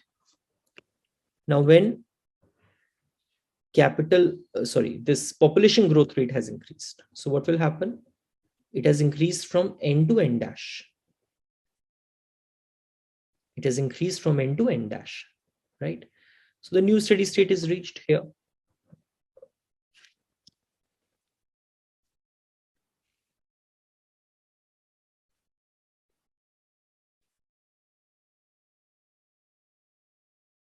Okay, now listen to me carefully. At the initial steady state in the new population growth rate, beta, these are your two steady states now. This one and this one. This is the old steady state or original steady state. This is the new steady state. So at the initial steady state capital per worker and the new population growth rate here, what is happening? Here you are adding less number of machines per worker per year than what you need to add per worker per year. So now every worker will have less machines available with him. So capital per worker is going to fall, and it will fall till when? It will fall till new steady state is reached. Given stop. It will fall till new steady state is reached. Right? Okay. Achha, then I would want you to just have a look at this. So please write steady state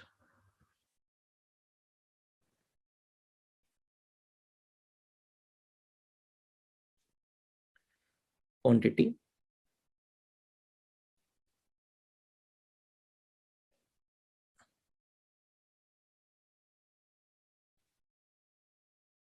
of capital per worker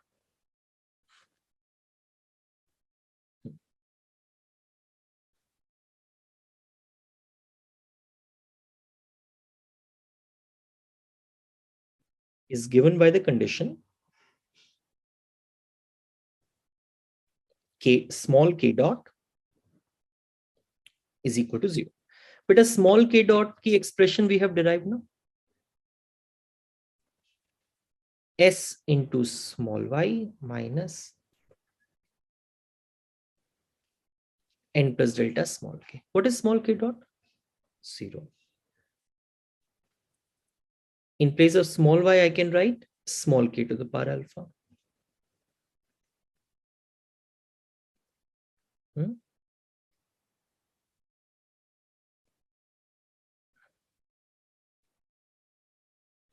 Like this, right? Okay. Now, can I write it this way? S upon n plus delta k upon k to the power alpha.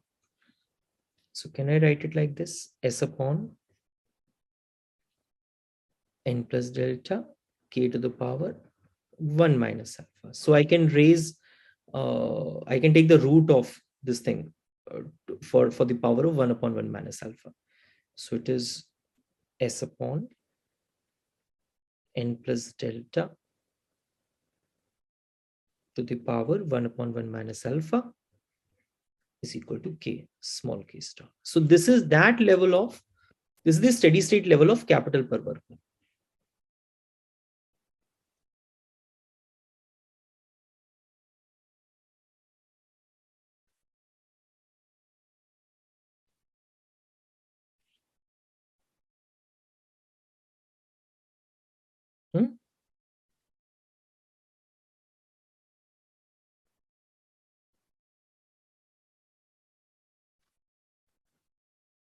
steady state level of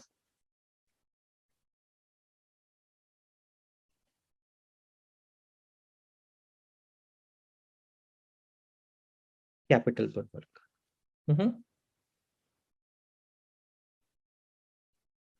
And what is the steady state level of output per worker?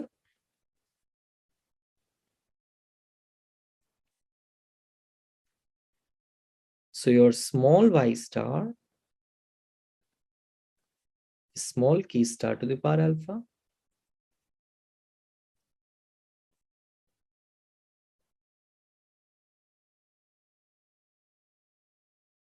alpha upon to the power alpha upon alpha minus alpha upon 1 minus alpha. So this is steady state level of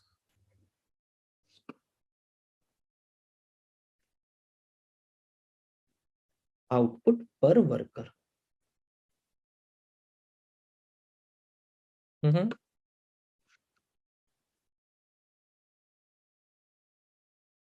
This is the steady state level of output per worker. So you have the steady state level of capital per worker, and you have the steady state level of output per worker. So what is it that you did in this class? You found out the steady state level of capital per worker and output per worker, and you also looked at two comparative statics, that is through Solow diagram, increase in savings rate and increase in population growth rate, right? Thank you, Beta. Let us look at transition dynamics in Solow model. We have seen that at the steady state, capital per worker is not growing. That is what the meaning of steady state is, that capital per worker is not growing. So here at this point, this is what my steady state level of capital per worker.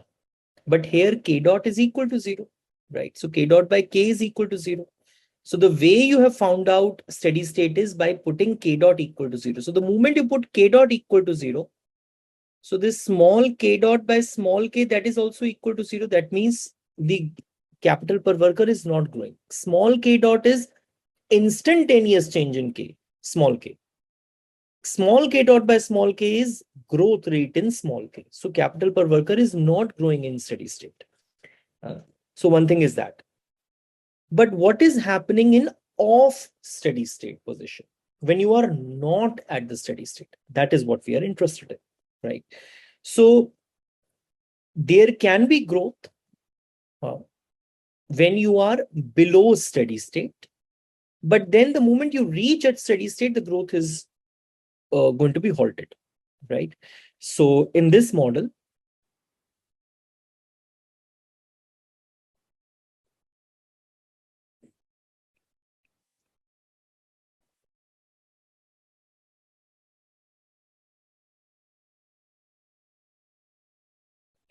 economies may grow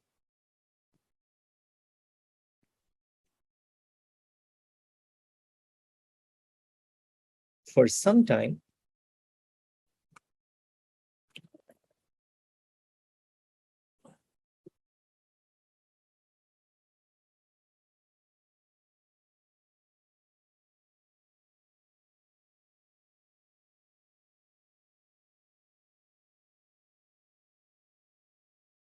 but they can't grow forever, right? So if there is an economy which has still not reached its steady state, it will be experiencing growth. So while transiting towards steady state, it will experience growth, right? But the moment it reaches steady state, then the growth is halted. But that is what we are interested in. What is happening when economy is not at steady state? That is what we are interested in, right? So an economy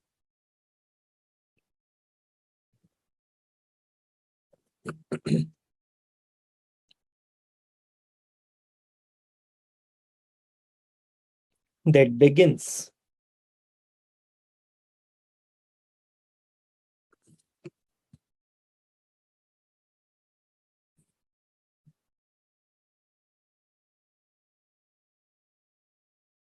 with a stock of capital per worker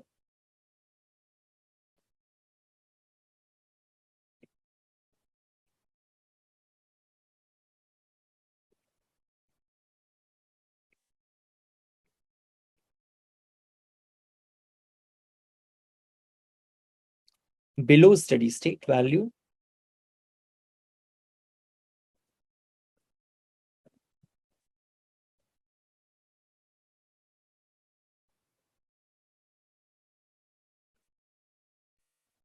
will experience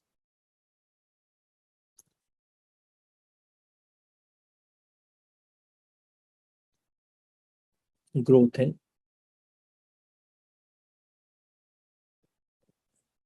small k and small y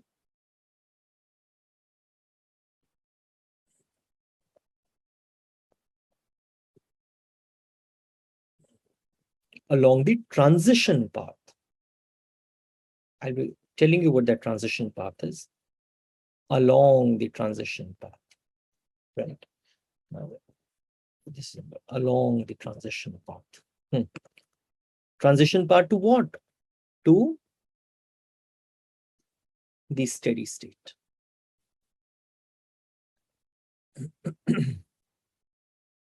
To the steady state, right? So the further away you are from the steady state, more growth you will experience. Closer and closer you are going to reach towards the steady state, growth will be lower. And the growth is going to completely halt. It will be stopped the moment you reach steady state.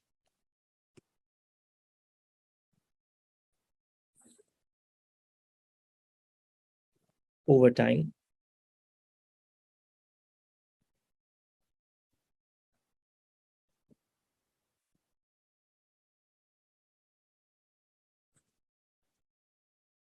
growth slows down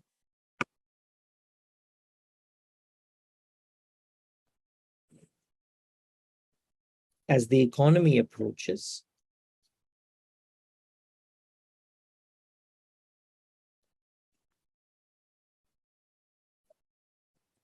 its steady state.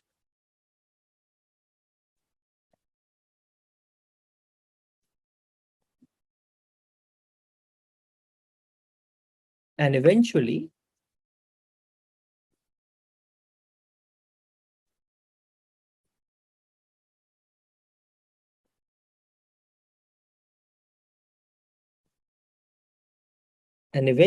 growth stops altogether. So we'll go back to our key equation of Solow model.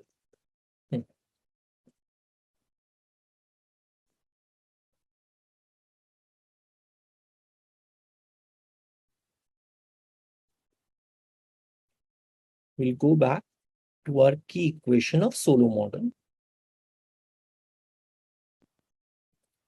which is what?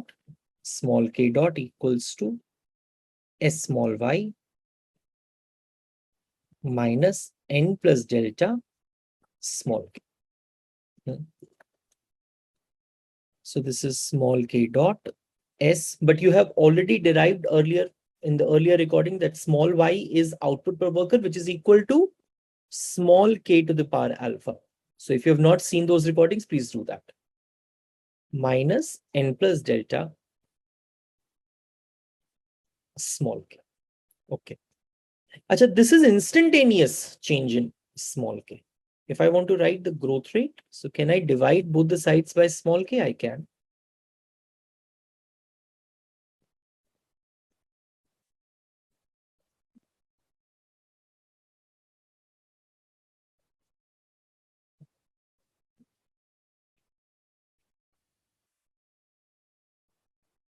Small k dot upon small k is S into small k to the power alpha minus 1 minus n plus delta. This small k will get cancelled out. This small k will get cancelled out, right? So this is what we have. So this is the growth rate in capital per worker. This, so I'll just write it somewhere. This small k dot by small k is nothing but the growth rate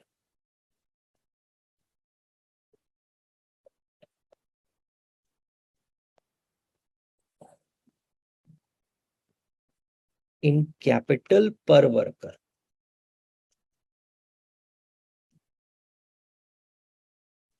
Acha, the way capital per worker is going to grow, it will have the proportional change on the output per worker also. Why? Because I hope you remember this, that small y is equal to small k to the power alpha, right? I can take log of both the sides. So it is log small y equals to alpha log small k. I can do it this way. I can take the time log derivatives. D log small y upon dt equals to alpha d log small k upon dt.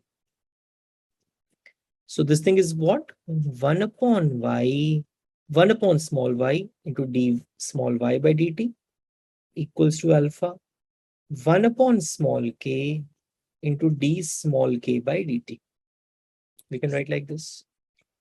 So what is d small y by dt? Small y dot upon small y. So alpha. What is so d small k by dt? Small k dot by small k. So what I'm trying to say is that whatever is happening in growth rate of capital, that is proportionally affecting the output per capita also. This is also you need to understand this. So what is the meaning of this point? This point means can I just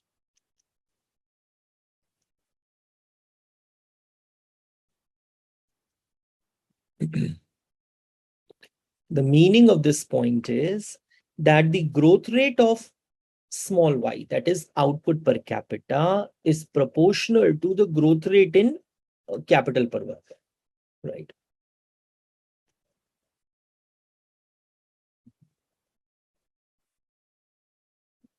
Growth rate in small y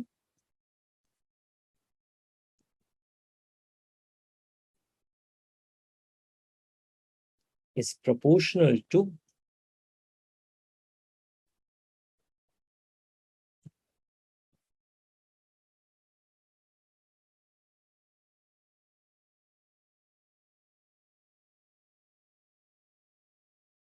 the growth rate of small k, right?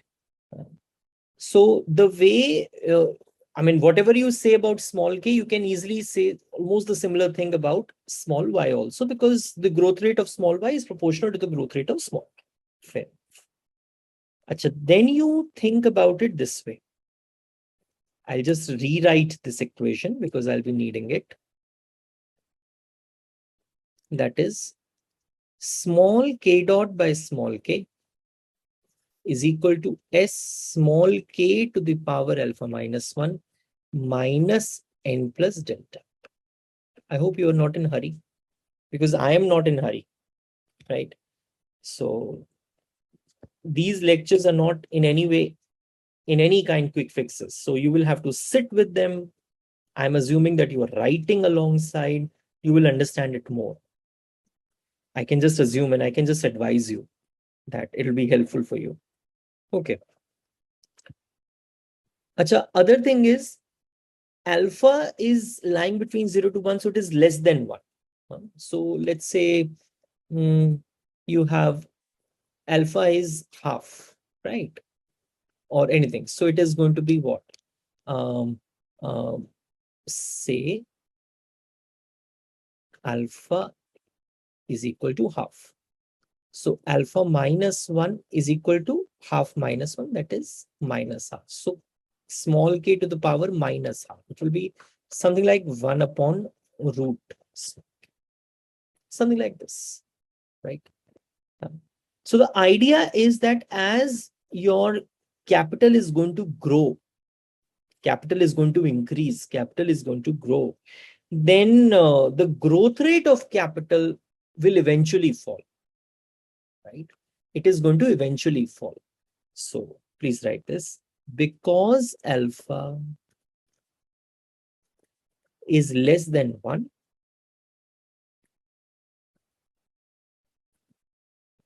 right? As k rises, as small k rises. So be very particular in Solow model whether you are saying small k or you're saying capital K. That is important for us. small k, as small k rises,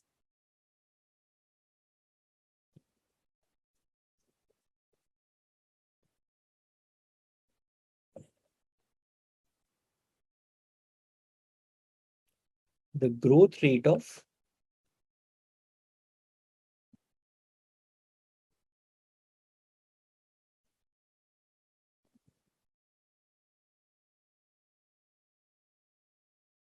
small k gradually declines, right?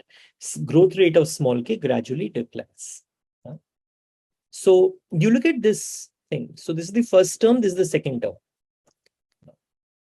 As your small k is going to increase, this term is going to grow, is going to fall, right? As your small k is increasing, s is given to you from outside. So you have the first term is s into k to the power alpha minus 1.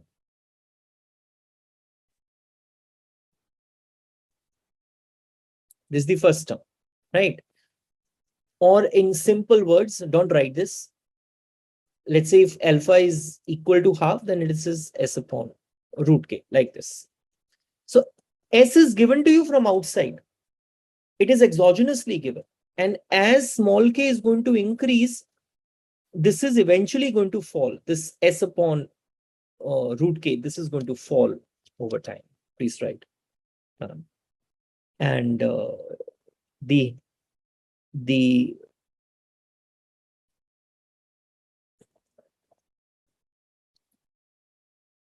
higher the level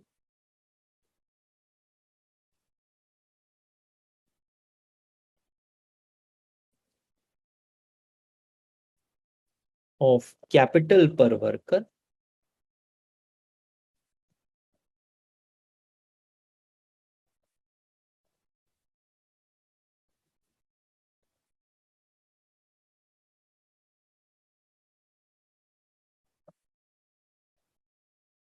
point.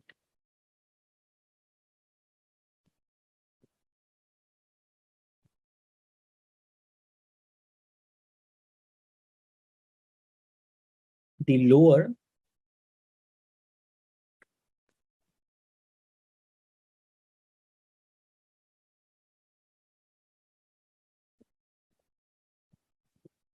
is the average product of capital.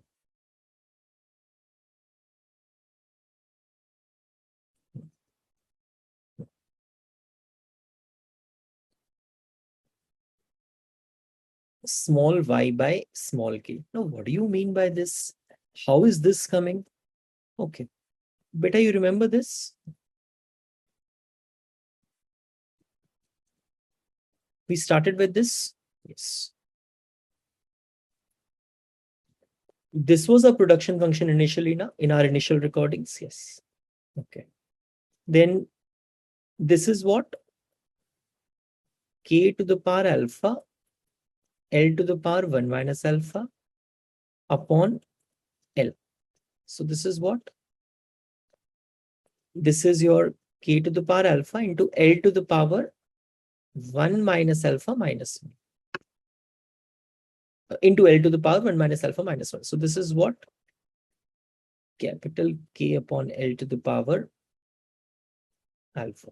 So that is small k to the power alpha, right? This guy is small k to the power alpha. So this is what? Small y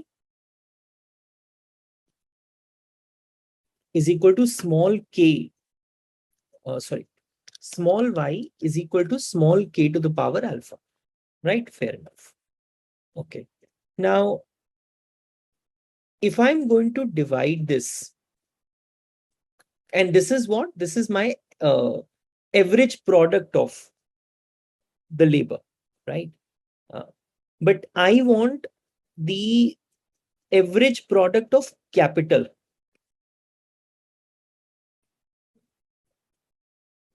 So average product of capital. So that is k to the power alpha, L to the power alpha, into L to the power 1 minus alpha upon this. So this is going to be what? K to the power alpha minus 1 into L to the power 1 minus alpha. So I can write this as K to the power alpha minus 1 upon L to the power alpha minus 1. So this is capital K by L to the power alpha minus 1. So this is going to be small k to the power alpha minus 1. This is going to be like this, right? Small k to the power alpha minus 1. Fair enough.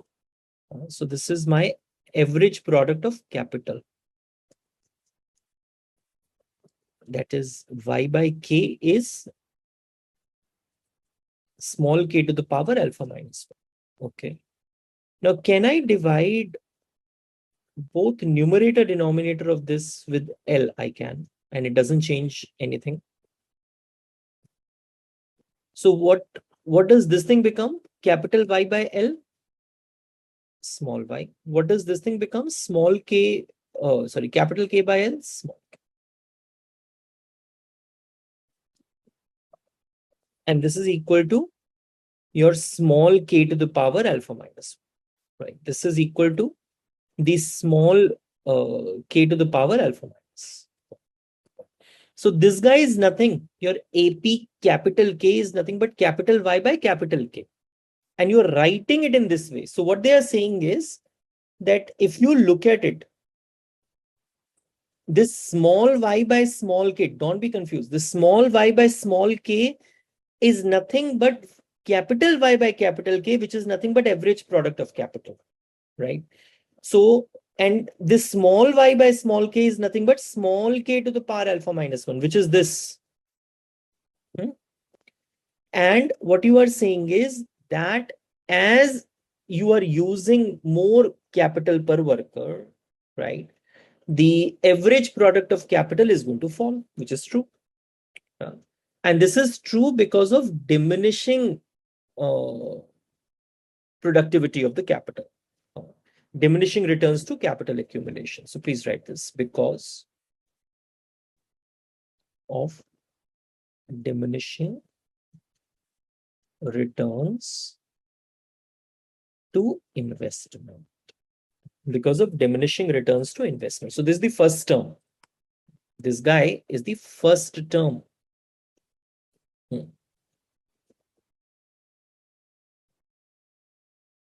And then you have the second term.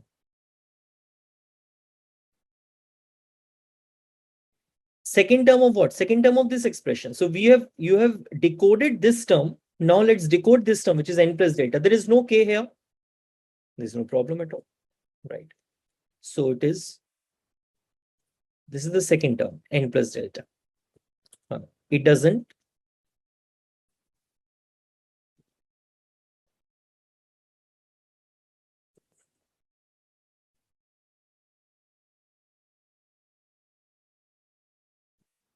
it does not depend upon small k. It does not depend upon small k. Now comes your diagram. Just have a look at this.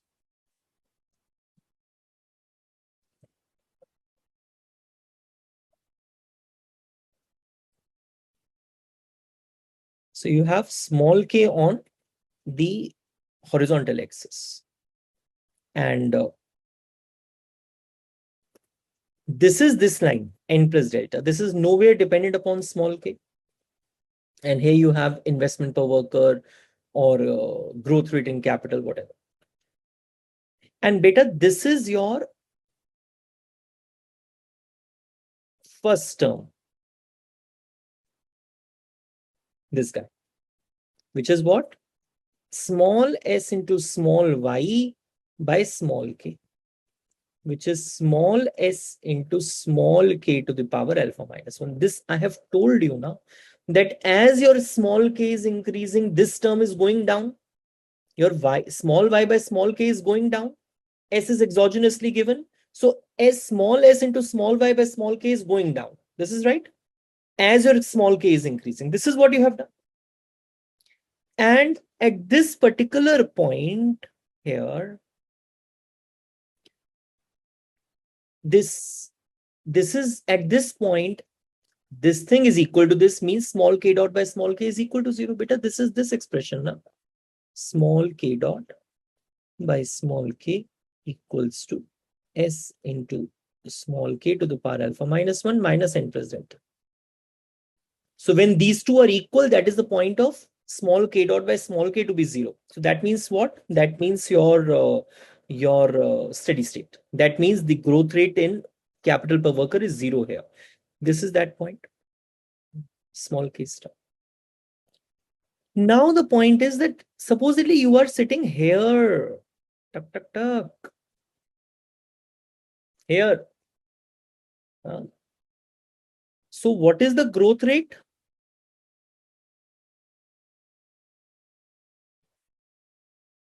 Here. The growth rate is small k dot by small k. Is this growth rate more? Or is this growth rate more? You can say this is the growth rate at when capital per worker is K1.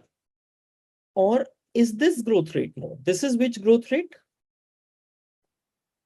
Small k dot by small k, let's say 2.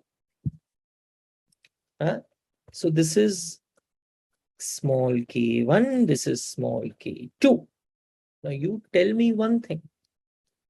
Further away you are from the steady state, more you are growing. The nearer you are going towards steady state, the less you are growing, right? And the moment you reach towards steady state, growth is halted. Is that right? So, right. So the difference between the two lines is nothing but the growth rate. That's what it is. This is, you have drawn, this is the first term, this is the second term. The difference between the two lines is nothing but the growth rate in capital per worker. So the further, please write this line, the further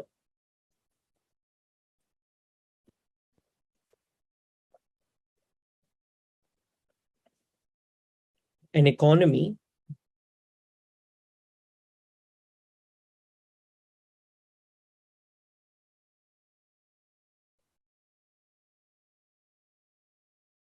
is below the steady state value of small k,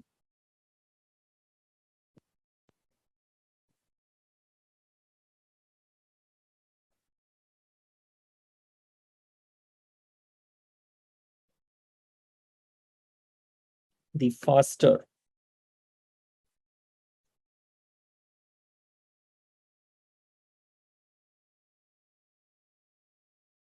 the economy grows. The faster economy grows. You with me? So the growth rate in capital per worker at K1 is more than the growth rate in capital per worker at K2, at small K2, right? So the further you are away from the steady state, the faster you are going. The nearer you are to the steady state, the lower you are going. You with me? The further an economy is below its steady state value, the faster it grows. And the further economy is above the steady state value, the faster it declines, right? So for example, you are here. So here the growth rate in decline, because now you will be moving towards it. So here you are moving towards the steady state. From here, you'll be moving towards the steady state from the right hand side. So there is the fall in the growth rate here. There's a fall in the growth rate here. So the further you are above the steady state, the faster is going to be the decline. Also,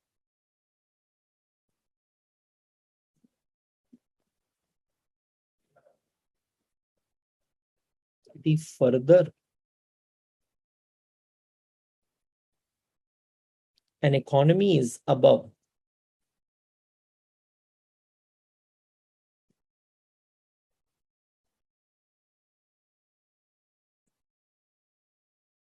its steady state value of small k,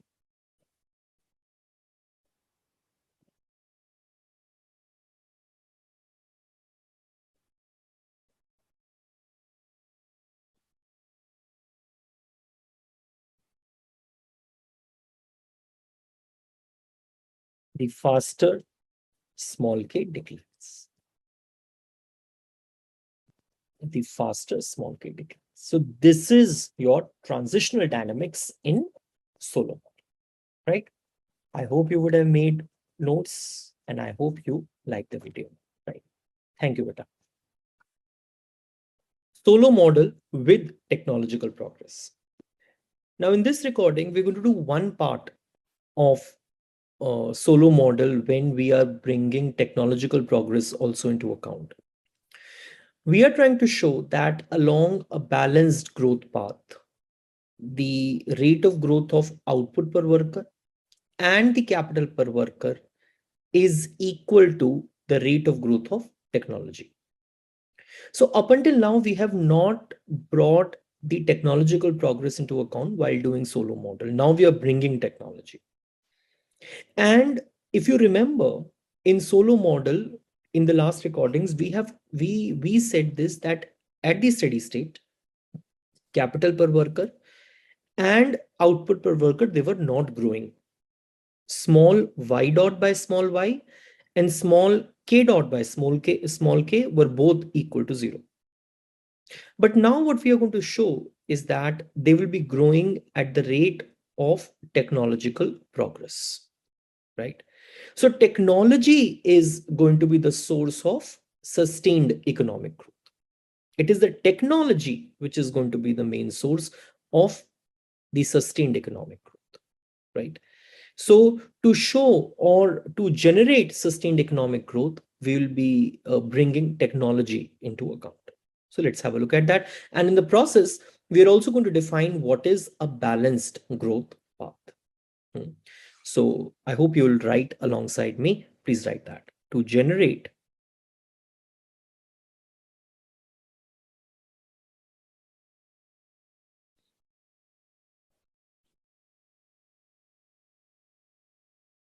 sustained economic growth,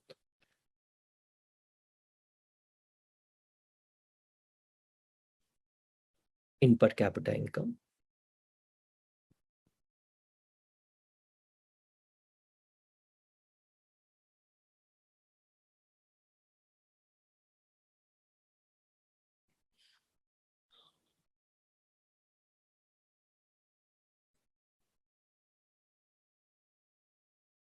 we must assume technological progress.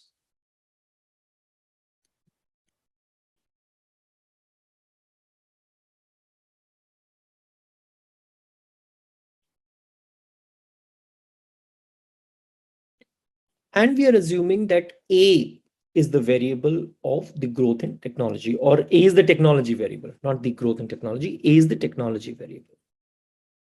So the growth in A is what the technological progress is. So A is the technology variable.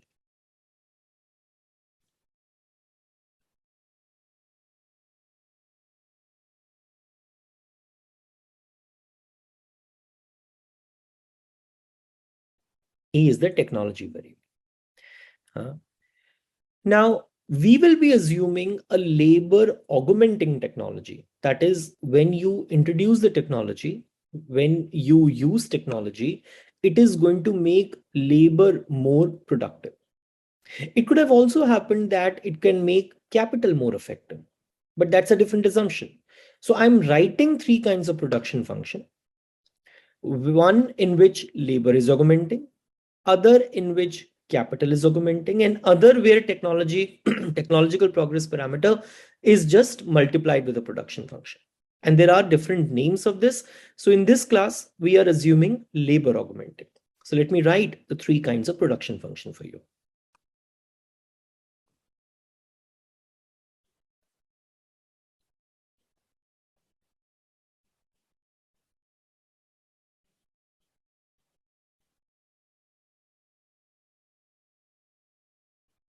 One is labor augmenting, and which you call as Harrod neutral.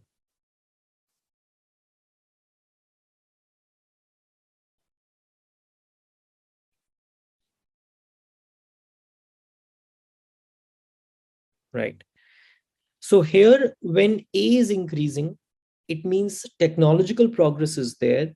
And due to that technological progress, the labor is becoming more effective. The productivity of labor is increasing.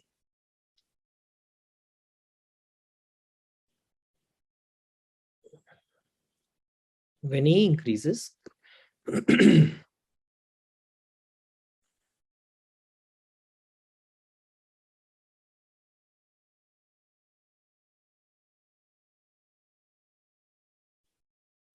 technological progress occurs.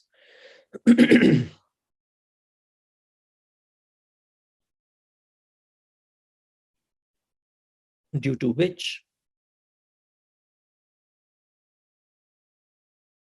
a unit of labor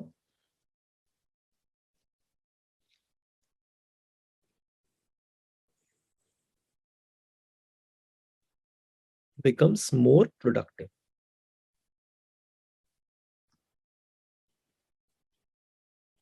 Due to which unit of labor becomes more productive. So the kind of the production function which we are going to assume is this.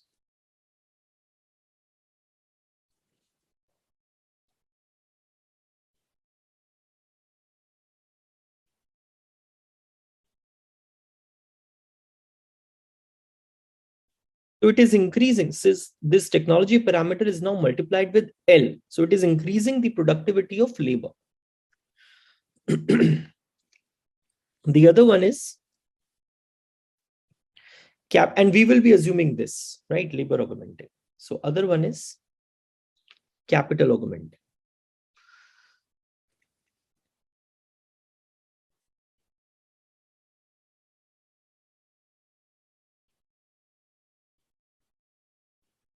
Capital augmenting, and this you call as Solow neutral.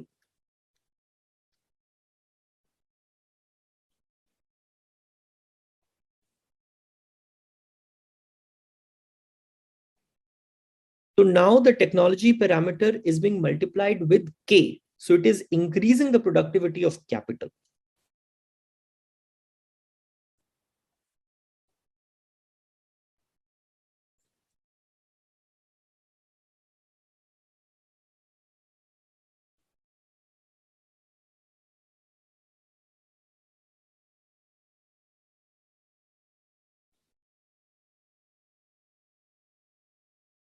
Third one is Hicks neutral.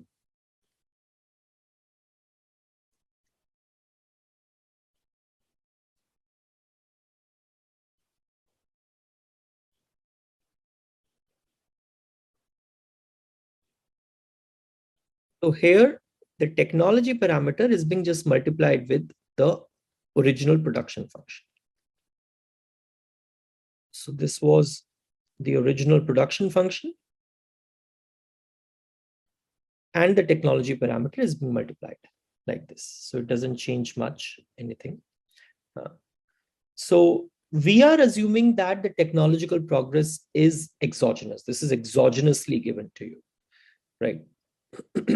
So we are not worried about what is driving this technological progress. That is not what we are interested in. So this is exogenously given to you.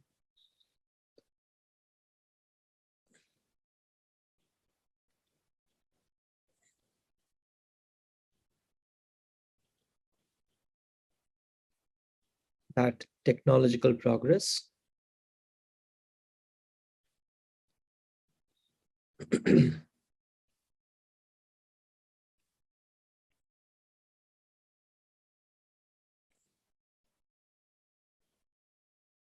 is exogenously given. So technology parameter is A, and A dot by A would be the growth in the technology. So that is what we are assuming, that this is exogenously given to you as G. This is exogenously given to you as G. Suppose A naught is the initial level of technology, right? This is the technological progress, sorry, this is the level of technology after T periods. When technology is growing at the rate of T, A naught is the initial level of technology. technology is growing at the rate of G for T periods. So the resultant level of technology after T periods is 80. So if you take time log derivatives, so first of all, take log of both the sides.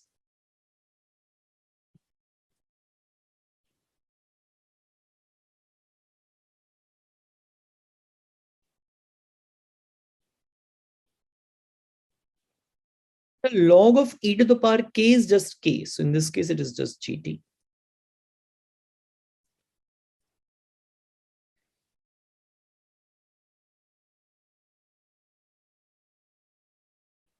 D log of, and then differentiate this with respect to t.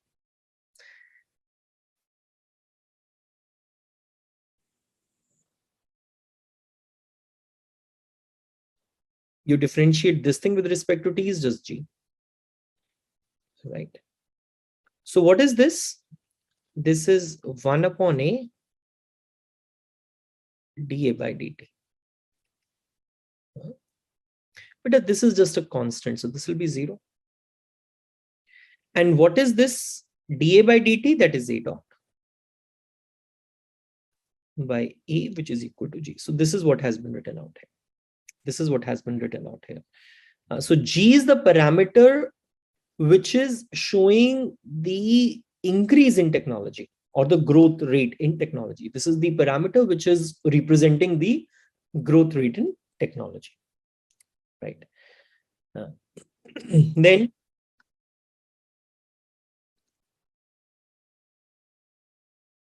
y is equal to a to the power alpha al to the power 1 minus alpha is given to you, right? So let's say I divide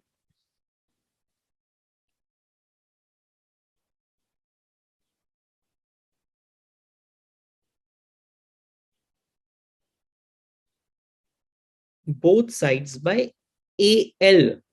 Al is the effective labor.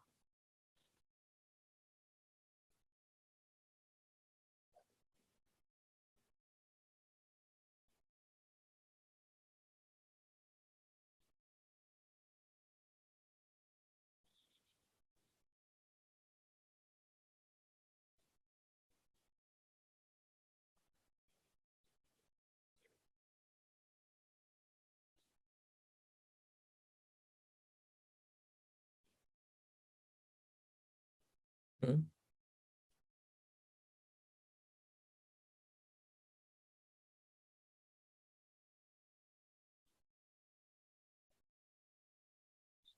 ऐसे लिख सकते हैं, we can write like this.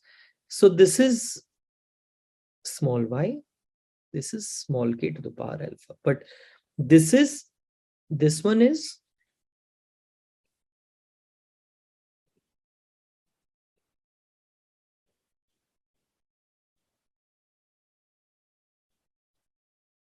output per effective labor.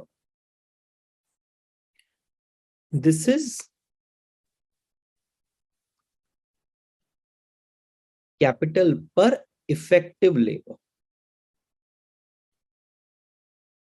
Okay. Achha, there are some books which write it this way. They say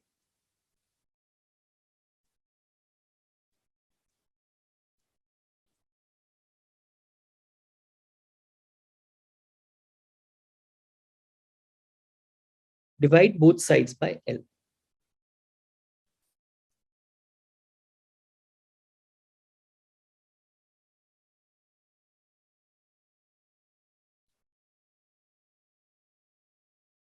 We've written like this. So it becomes what? A to the power 1 minus alpha, k to the power alpha, L to the power 1 minus alpha minus 1. So it becomes A to the power 1 minus alpha, k to the power alpha, L to the power 1 minus L to the power minus alpha. So beta, this k to the power alpha into L to the power minus alpha is what? K by L to the power alpha.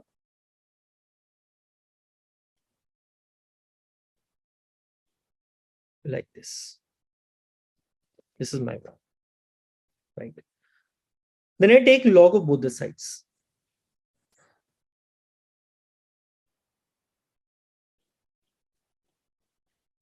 Alpha log of k plus 1 minus alpha log of a. I take time log derivatives.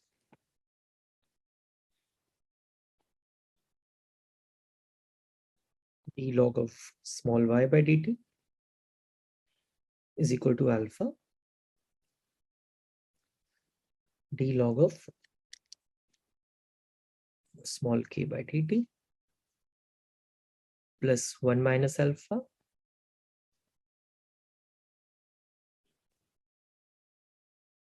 d log of small a by dt. Beta, what would this be? 1 by small y d small y by dt alpha 1 by small k d small k by dt plus 1 minus alpha 1 upon capital A d capital A by dt. So this thing becomes what? 1 upon small y into y dot. D small y by dt is what? Y dot.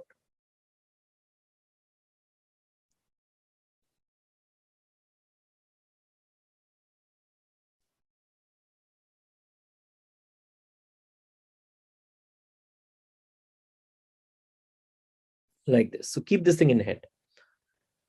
Keep this thing in head. This is an important expression for us. We'll be coming back to this.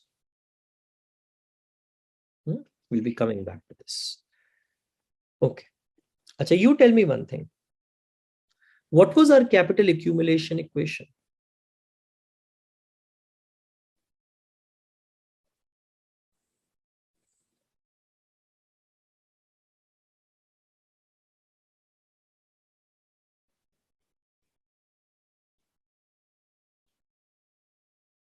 Right.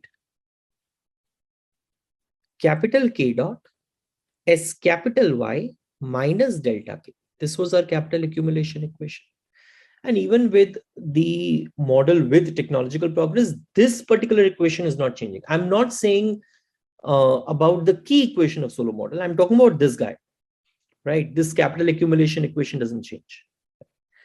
So if I divide both the sides by capital K, it becomes capital K dot by capital K S capital Y by capital K minus delta. It is like this, right? So what is capital K dot by capital K? That is the growth rate in capital K.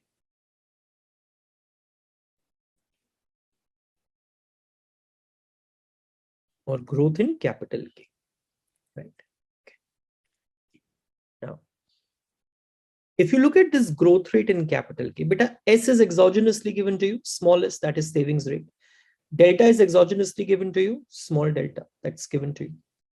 So if you want that the your growth rate of capital K to be constant, then you would want Y, capital Y by K to grow at the constant rate. That's what you want. So growth rate, because beta small s is exogenously given to you, delta is exogenously given to you. They are not changing. So if you do not want that the growth rate in capital K do not change, then this would definitely mean that growth rate of capital K will not change only when capital Y by K is not changing, right? That is capital Y by K is constant.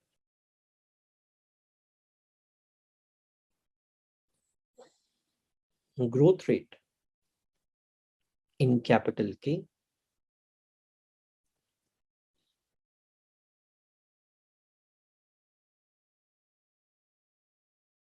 will be constant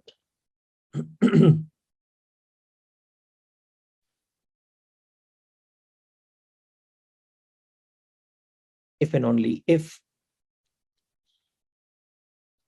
capital Y by K is constant.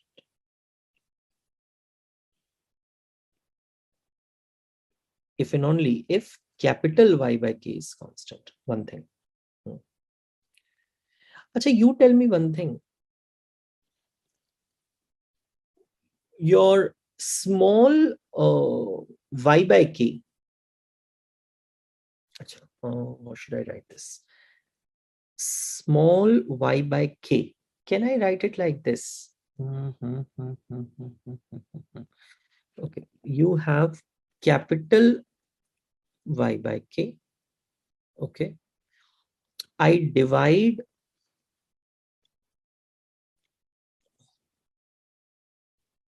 numerator and denominator by L. So this thing will become what? Capital Y by L upon capital K by L. But what is this?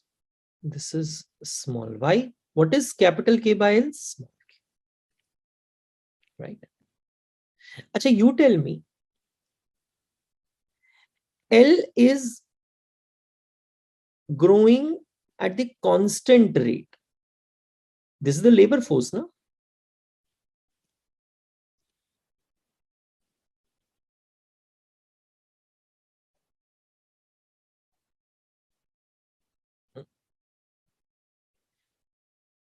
And if capital Y by K is constant, capital Y by capital K is constant, and L is given to you, you have assumed it, that L is growing at the constant rate, then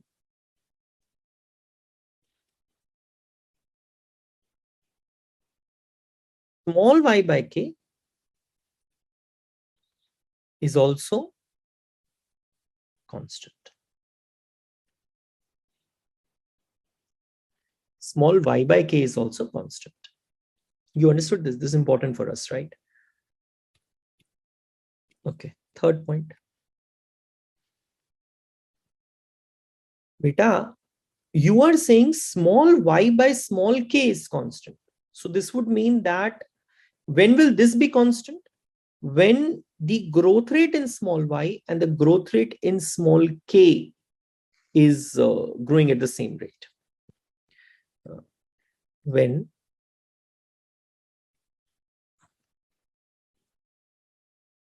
small y and small k, small y by small k is constant.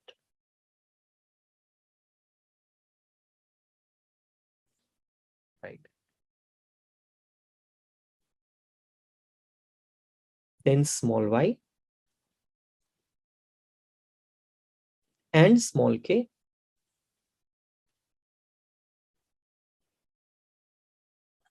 are growing at the same rate.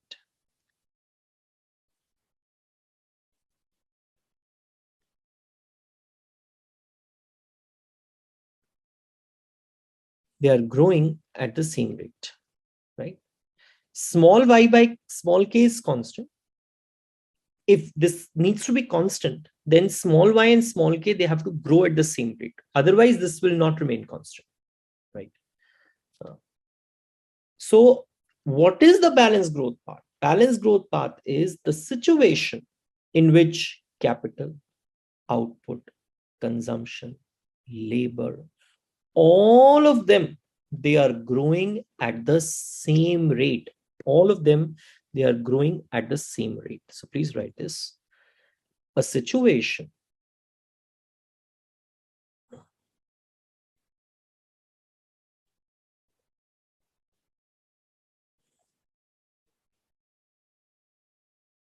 in which capital, output,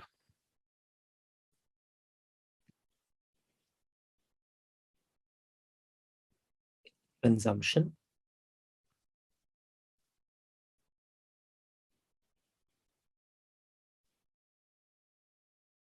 and population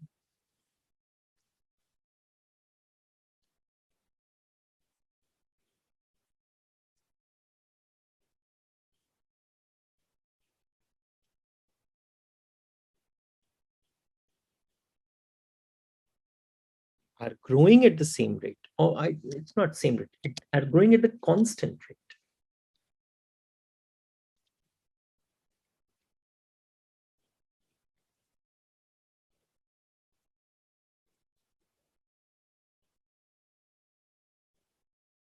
Is called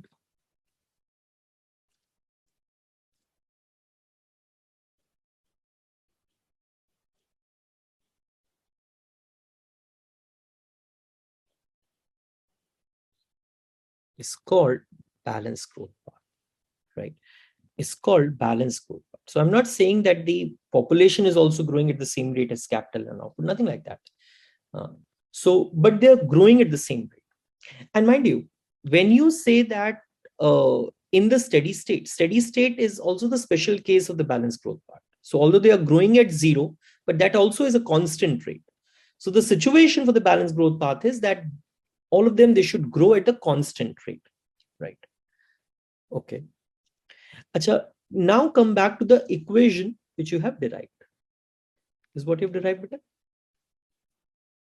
You've derived this, na? Small y dot by small y is equal to alpha small k dot by small k plus 1 minus alpha capital A dot by capital A. What is this small y dot by small y? Growth rate in output per worker. What is this small k dot by small k? Growth rate in capital per worker. What is this capital A dot by capital A? Growth rate in technology, which you have assumed it to be G. We have assumed this away. But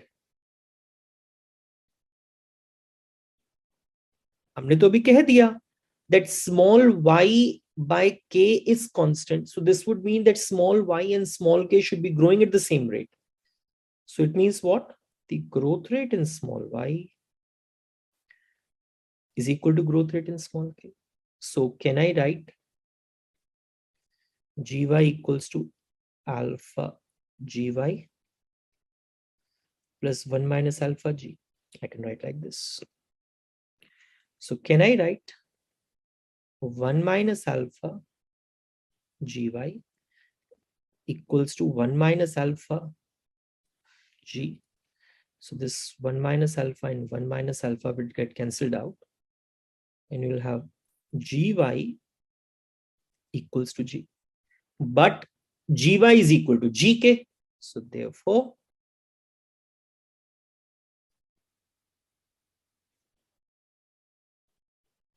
gy is equal to gk is equal to this thing. So this is an extremely important result, because what is this result telling you? That the output per worker and capital per worker, they are growing at the rate of the growth in technology, right? Thus, and this is happening along the balanced growth path. Thus,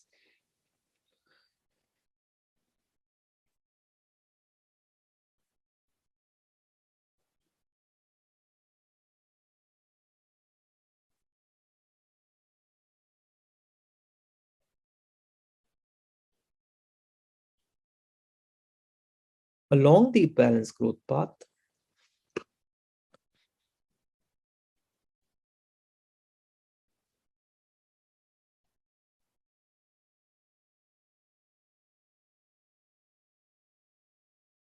output per worker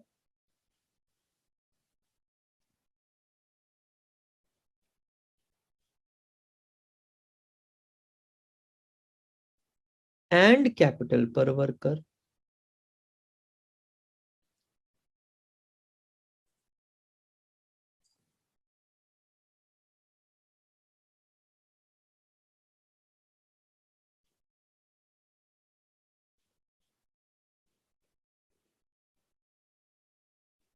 are growing at the constant rate.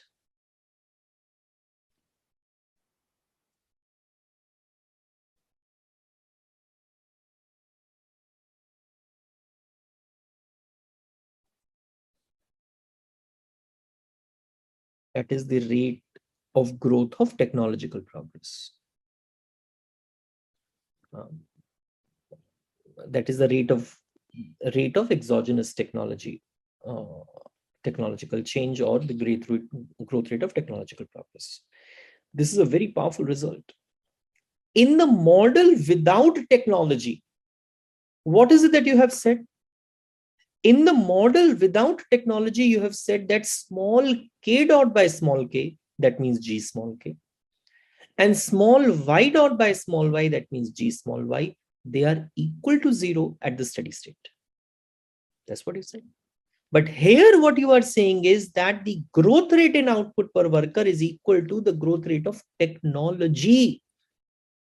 So it means that the technology is the source of sustained economic growth. That's an idea. Technology is the source of sustained economic growth. So this is what I want to do in the first part of your Solow model with technological progress. So we'll take the discussion further in the next class. Thank you, Beta. Solow model with technology. This is part 2 in this series. So I hope you remember that we have written this kind of production function, right? K to the power alpha, AL to the power 1 minus alpha, right? K to the power alpha, AL to the power 1 minus alpha, where alpha is lying between 0 to 1. So if I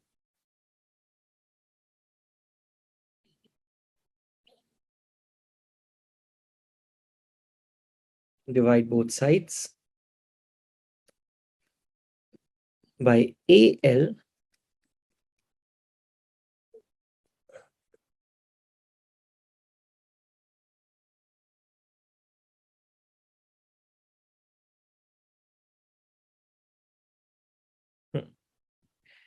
we will be getting this guy.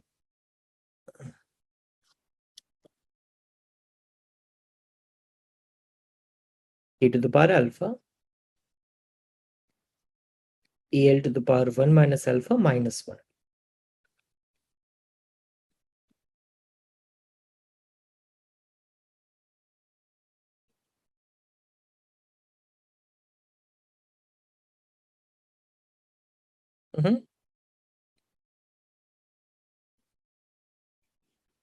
This is capital Pi by AL. So let us call this as Y curl, and this guy is small k curl to the power alpha, right? K curl to the power alpha. K curl is nothing but the capital per effective labor. Or you can also write the ratio of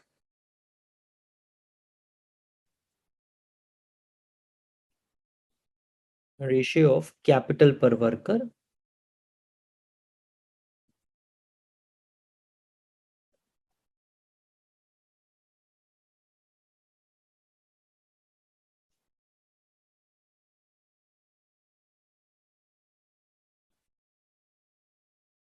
to technology, right? Ratio of capital per worker to technology. Okay. And this is your output technology ratio. Y curl is called output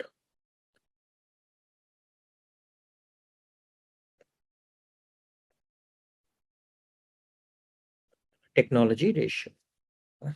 So our K curl is capital K by L. So I can write log of K curl as log of capital K minus log of L. That is log of capital K minus log of A minus log of L.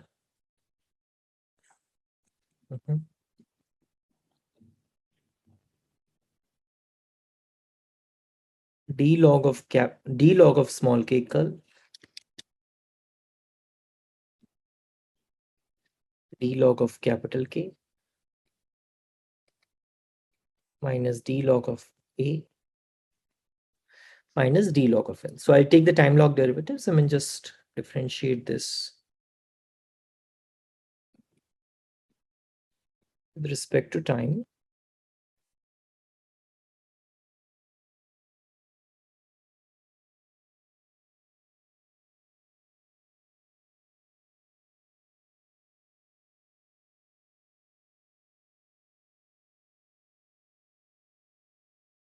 Okay, beta.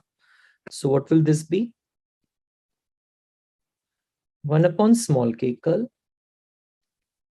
d small k curl by dt equals to 1 upon capital K d capital K by dt minus 1 upon dA dA by dt minus 1 upon L dL by dt. What is this? D small k curl by dt is what? K curl dot upon k curl upon small k curl. This is capital K dot by capital K minus A dot by A minus L dot by L, like this.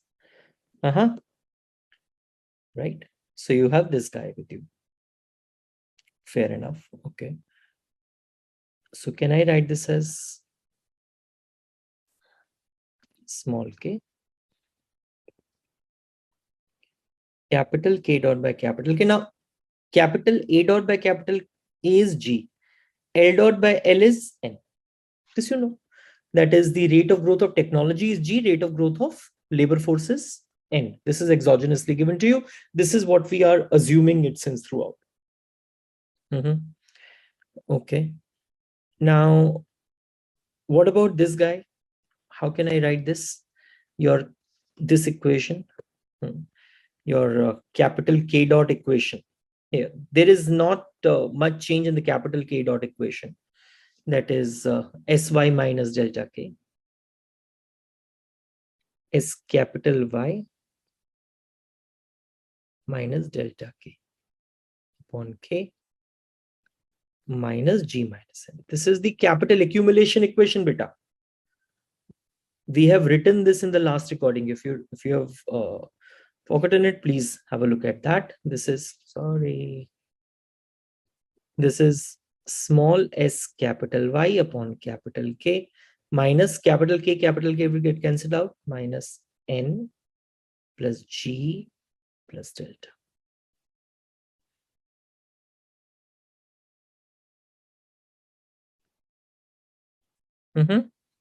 Like this. Okay. Okay. Now, can I divide both the sides by L? I can.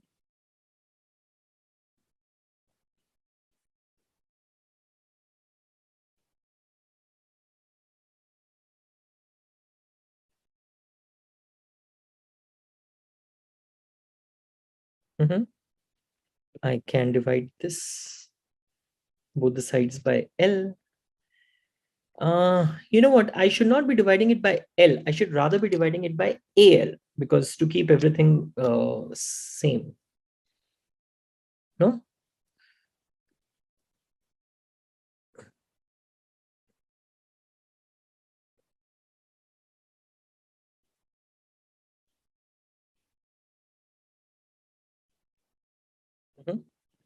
So you have what?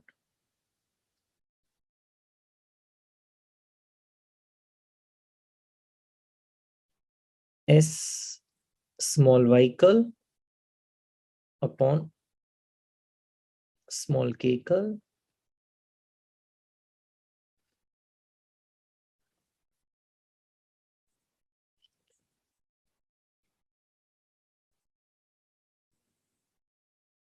small k curl dot upon small k curl. Can I?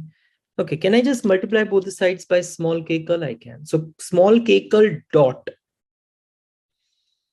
is equal to S into small y curl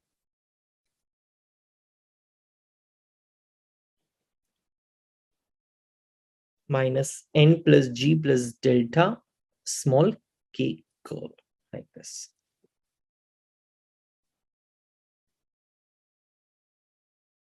Right. So this is almost same as the key equation of your Solow model without technological progress, but you have written the key equation of Solow model with technological progress also.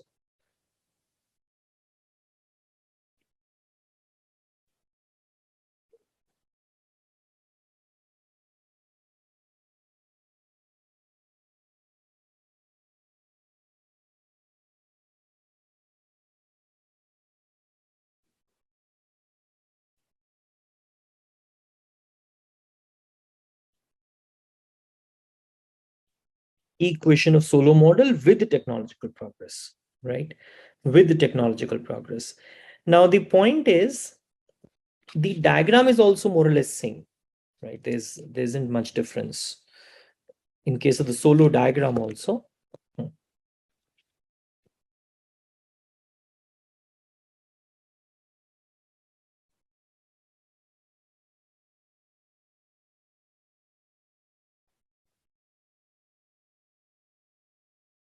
Small k curl, and here you have your investment per worker, this thing. So you remember it better. Your production function in the intensive form is small y curl, small k curl to the power alpha, right? And your this guy, this is s small y curl minus n plus delta plus g small k curl. So you draw this function.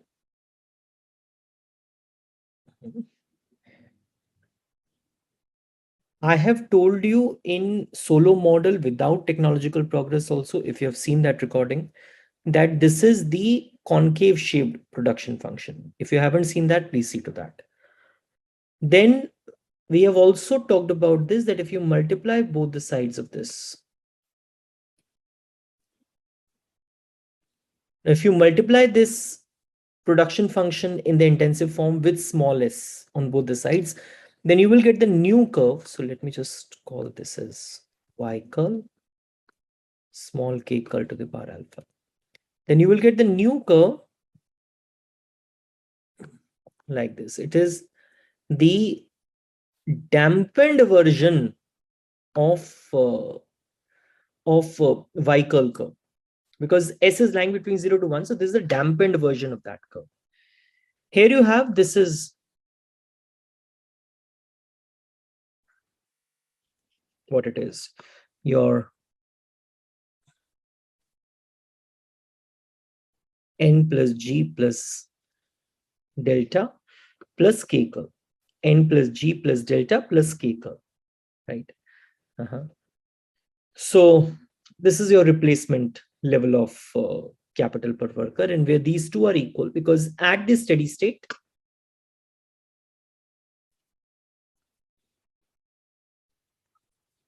k curl dot is equal to 0. That means s k curl to the power alpha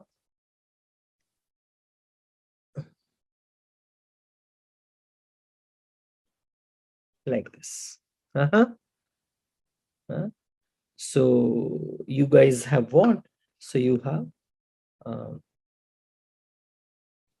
s upon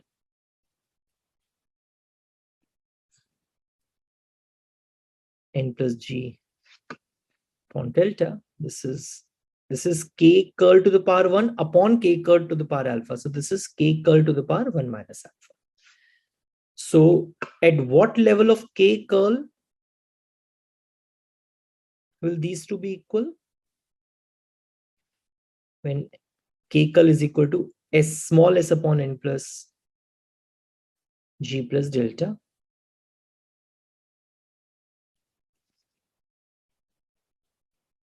to the power 1 upon 1 minus alpha.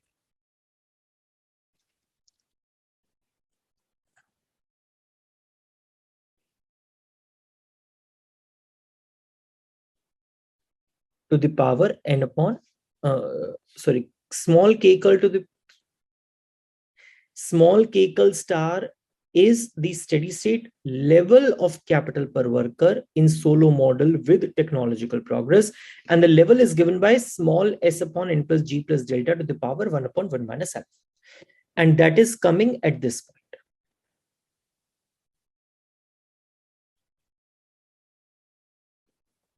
K curl star. That is coming at this thing.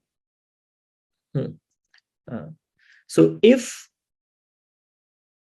let's say, economies start at the capital technology ratio, which is less than small k curl star,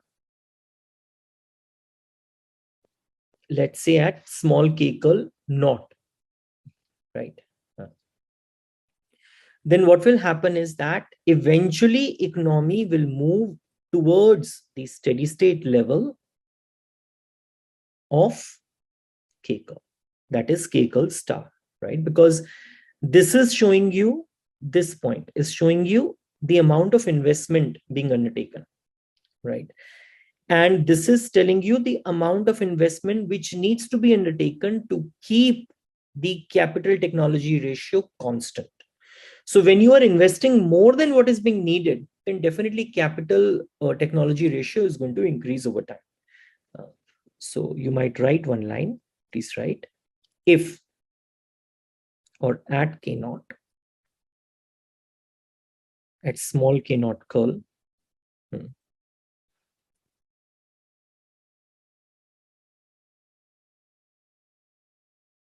the investment being undertaken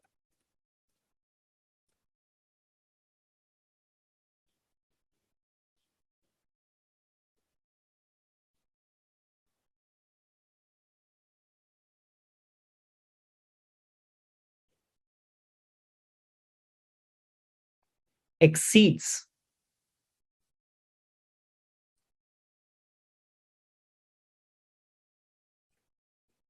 the amount needed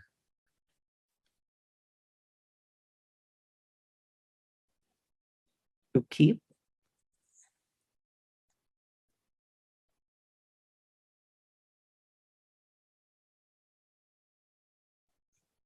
the capital technology ratio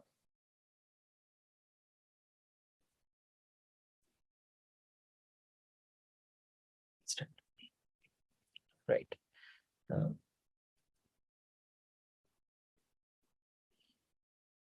So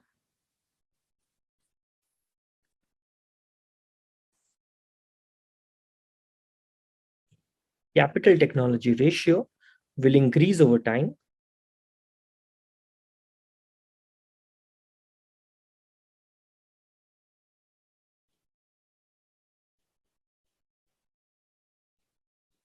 till steady state is reached. And where is steady state reached?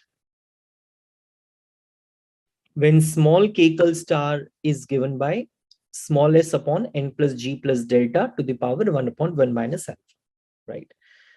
And at point of small k curl star, the economy is growing at the balanced growth path. So we have talked about the balanced growth path in the last recording, right? Economy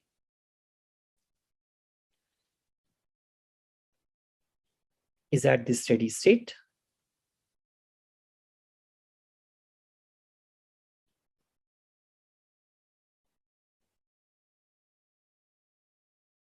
and grows along the balanced growth path. And this is growing along the balanced growth path. You with me, beta? Right? So this is what I wanted to do in this recording. Thank you, beta. Solow model with technological progress. This is part 3 in this series. Here, now we are going to see comparative statics. Means we're going to assume supposedly the savings rate is going to increase. How this is going to affect the steady state in technological progress, one.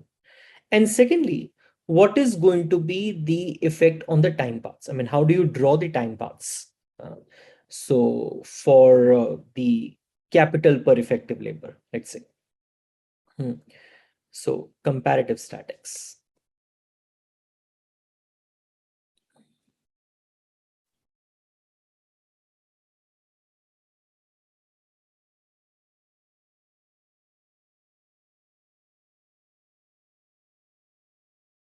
Comparative statics, right? So what we are saying is that we are going to see how the steady state level is going to be changed. How the steady state level is going to be changed in Solow model with technology when savings rate is going to change. And we will be also finding out the time paths for the variables. But this is your S small k curl alpha, right? And this guy is your n plus g plus delta k curl.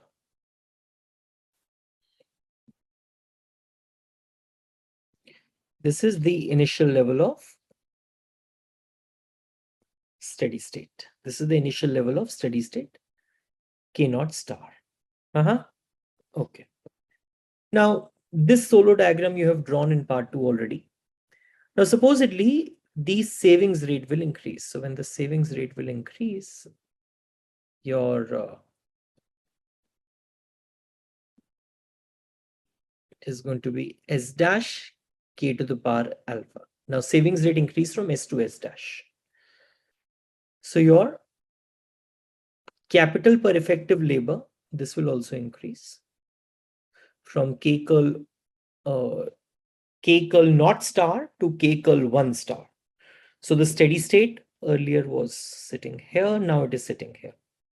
So at the old steady state and the new savings rate, which is given by the green line, at the old steady state level of capital per effective labor and the new savings rate, the number of machines added is more than the number of machines need to be added. So naturally, the capital per worker is going to increase, and this is going to increase till new steady state is reached. So there isn't much difference as far as this guy is concerned.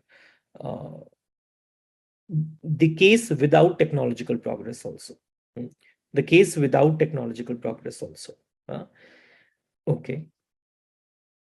Now, can we write our expression which we derived yesterday? You remember we derived this thing yesterday? K small k curl dot is equal to S y small k curl minus n plus delta plus g small k. This was the key equation of Solow model with technological progress. This was the key equation of Solow model with technological progress. Now, can I divide both the sides by k curl? I can. S small y curl upon small k curl minus n plus g plus delta. Fair enough. Okay, now you tell me one thing. Your y curl was k curl to the power alpha. This also you have derived in the first part of technological progress, in which you wrote that this is the production function in the intensive form where k curl is the effective labor. Fair enough. So if I write y curl by k curl, this is going to be k curl to the power alpha upon k curl. That is k curl to the power alpha minus. That is k curl to the power alpha minus. Right? Okay. Now, can I write this expression as this guy? Okay. So basically, I have k curl by K curl dot by K curl is equal to S, small s, K curl to the power alpha minus 1 minus N plus G plus delta, minus N plus G plus delta, right? Minus N plus G plus delta. Fair enough. Now what I'll do is just have a look at this.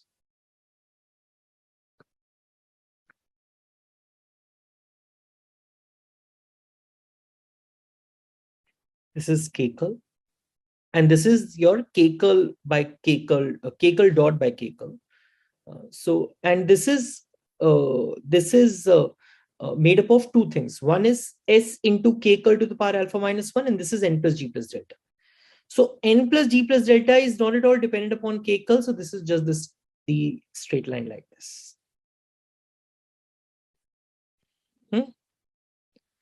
Now, as K curl is going to increase, and since alpha is lying between 0 to 1, this guy is going to fall. No?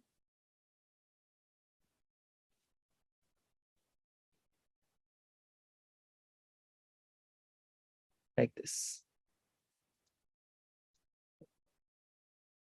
This guy is going to fall.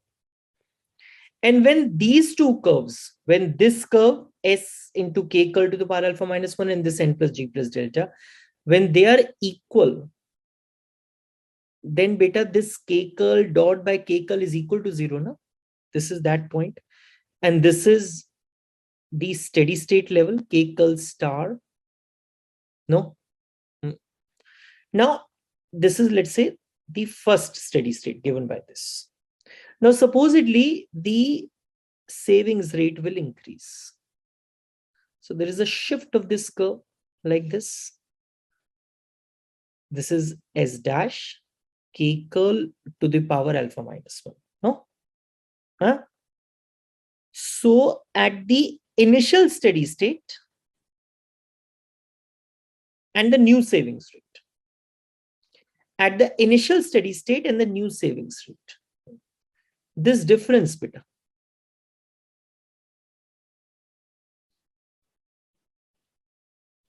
This difference is nothing but K curl dot by K. When I say K, I mean small K curl dot by small K curl. That is the growth. That is growth.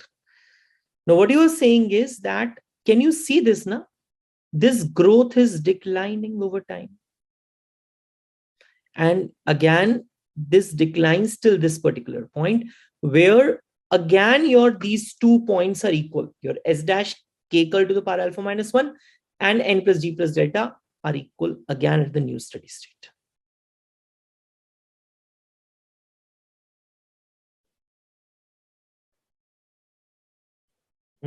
K curl star. So you guys could see this. At the initial steady state level of capital per effective labor and the new savings rate, the growth rate temporarily increases. But then again, it falls till the new steady state is reached. So at the steady state, again, there is no growth. That is first point. That is first point. So keep this thing in head. Please write this. The increase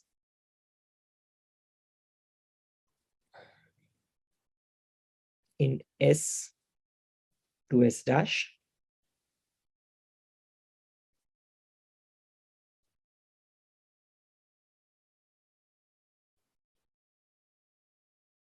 raises the growth rate temporarily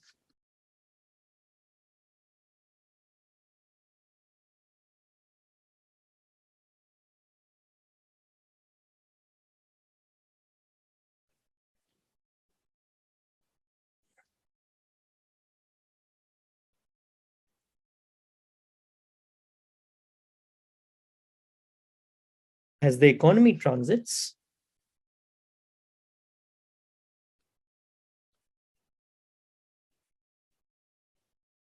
to the new steady state,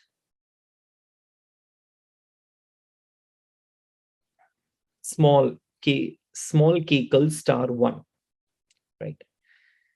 बेटा जो G है, that G was the growth rate in technology. That is constant. One thing.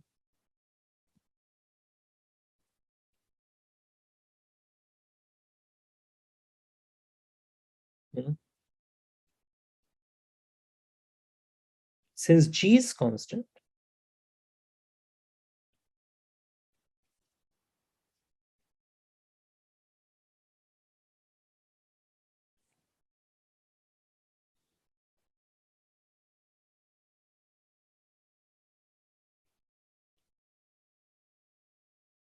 faster growth in K curve, in small K curve,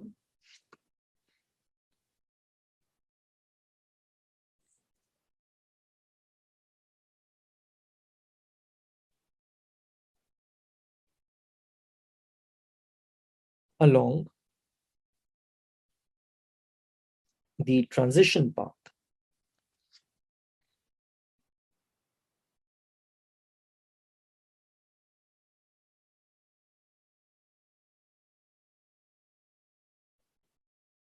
Implies, let me just write that and then I'll explain. Implies that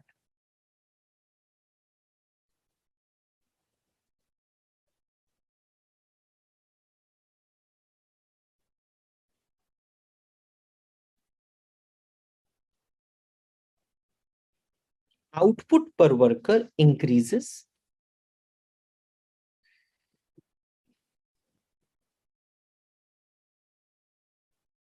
more rapidly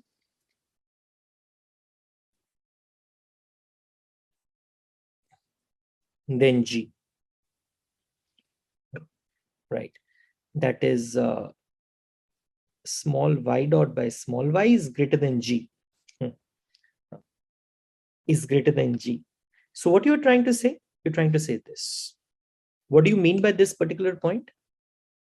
You mean this, beta.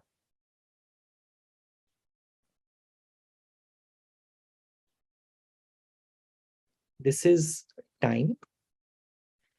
This is small y dot by small y. This you know that this is the growth rate in output per worker. Acha, you did this thing yesterday, na? Growth rate in capital per worker, growth rate in output per worker in the model with technological progress. They are growing at the rate of G, right? They're growing at the rate of G in the steady state. In the steady state.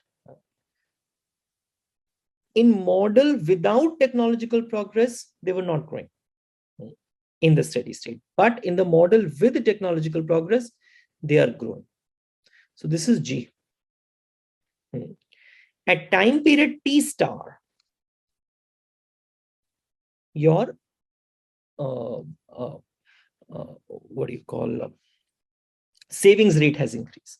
So suddenly the output per worker has increased. Suddenly output per worker has increased. But then again, the growth rate has started falling, falling, falling, falling, falling, falling, falling. Till it again comes back at G. Till it again comes back at G. That's an idea. Till it again comes back at G. You with me? So it does not have a growth effect. It does not have the growth effect. So the policy change. What do you mean by policy change? Policy change here means increase in investment rate, increase in the savings rate. This increases the growth rate, but it increases the growth rate only temporarily, because that growth rate again comes back to G over the period of time, right? So write this line, note that. Policy changes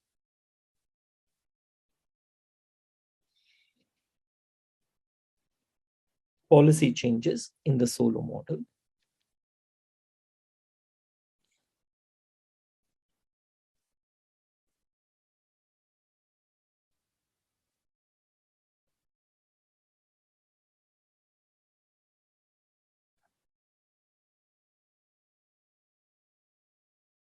increases growth rate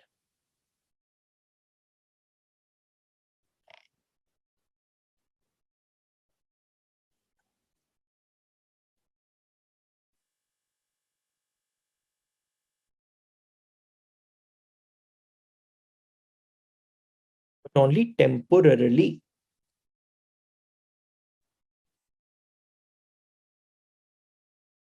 Along the transition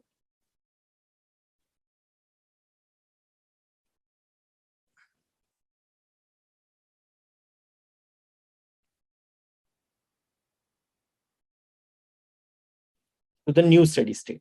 So it means what? That the policy changes have no growth effects. That's an important line for us. It can come as a question. That is, policy changes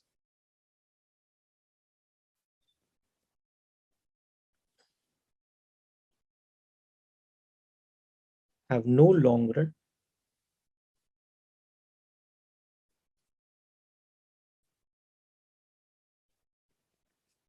policy changes have no long run growth effects. But the second point is that the policy changes can have the level effect. Policy changes can have the level effect. So please write policy changes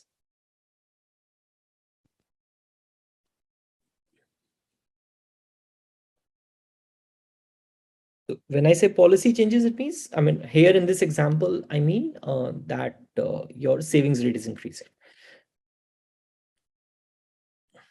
Can have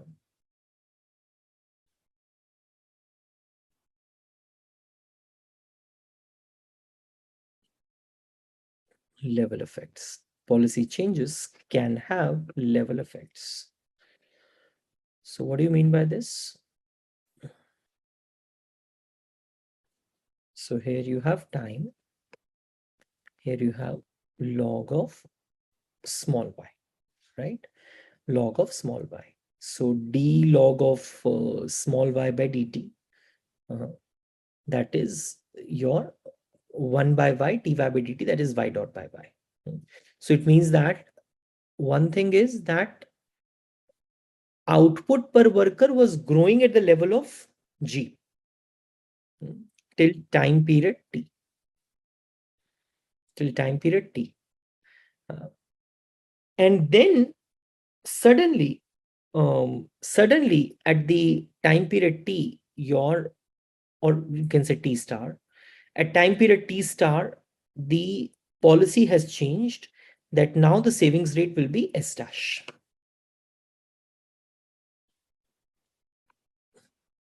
So it will increase and then again it will come back to G. And then again it will come back to G. So you can see this beta.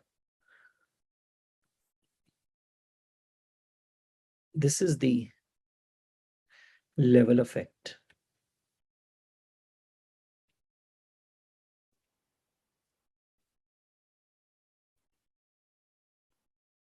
This guy is the level effect. So at the time of the policy change, output per worker started growing more rapidly. And then again, growth fell and it again started growing at G. But now the level has increased. Although the growth has again, so it was growing at G here, it is growing at G here. But in between, it was growing at greater than G. But the level has increased now, right? So it started growing at G, it again started growing at more than G, but then again it again started growing at G. Yahi cheez to kari. I mean, this is what you did here also. It was growing at G, it was growing at greater than G, and then again it started growing at G. That's what you did. So here also, it is growing at G, greater than G, and again going back at G.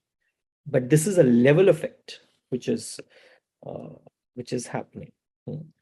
This is the level effect. So the permanent policy change can permanently raise or reduce the level of per capita output. That is an idea in this.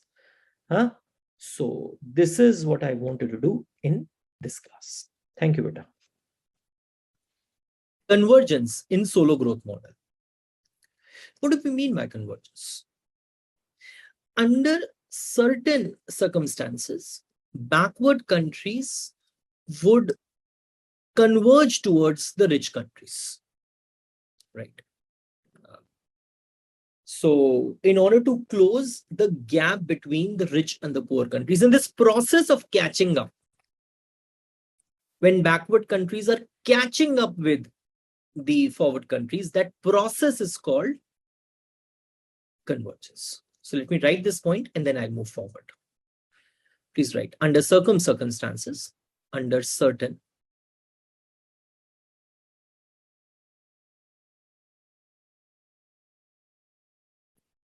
circumstances,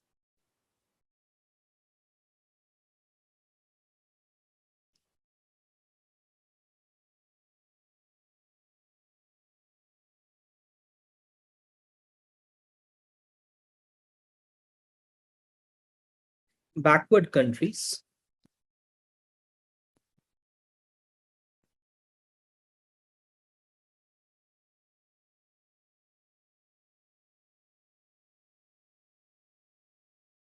would tend to grow faster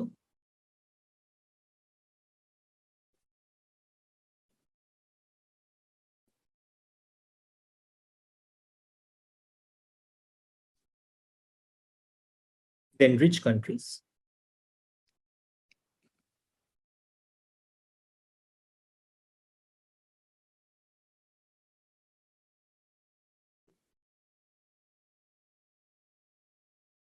in order to close the gap.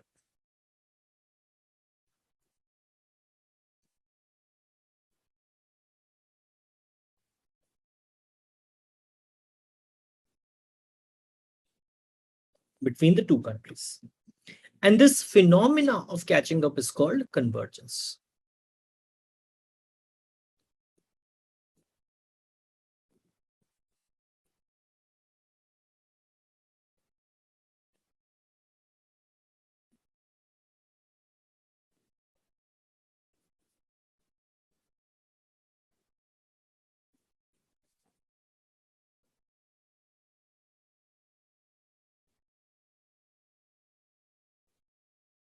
This phenomena of catching up is called convergence, right? So what is the second point? So Solow growth model, I mean, we are making two assumptions about the convergence. One, we have two identical countries. So when we say two identical countries, means all the parameters are same. They have same total factor productivity growth. They have same labor force growth. They have same savings rate. So the initial assumptions, initial conditions are same, right? That is, we have two countries, so assumptions.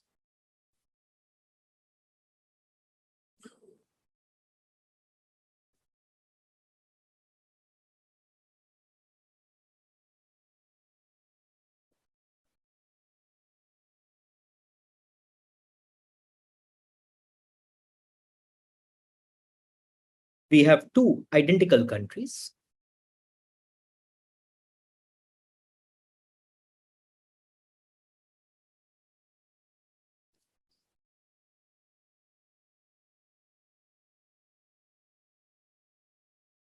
Same total factor productivity growth.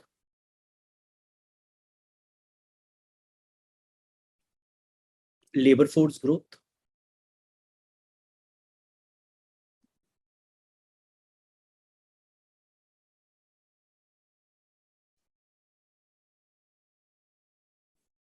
Savings rate, right?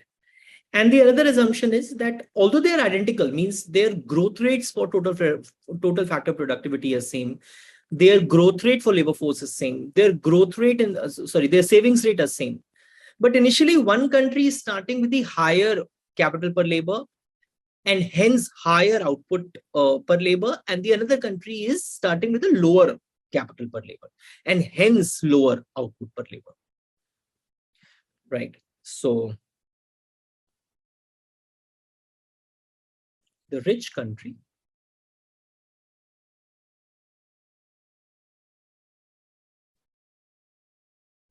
has initially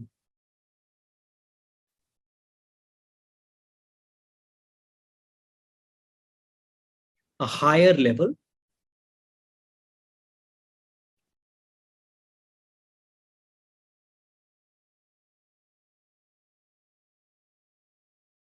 higher level of capital per worker.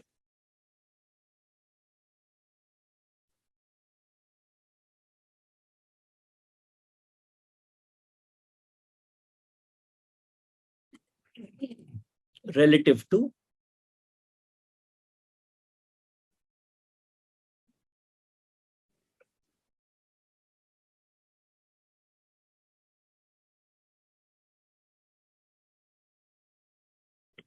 the poor country.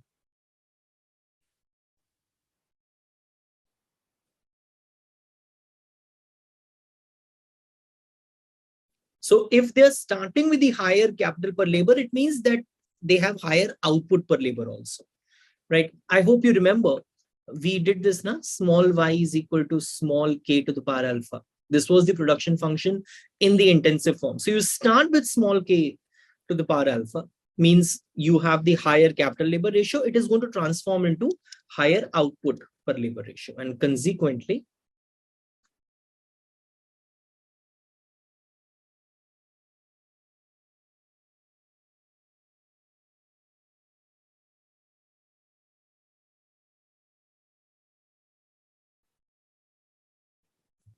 higher output per labor, right? Higher output per labor. Fair enough. So up until now, we haven't come to the point of convergence, right? I'm just going to show it to you. Beta,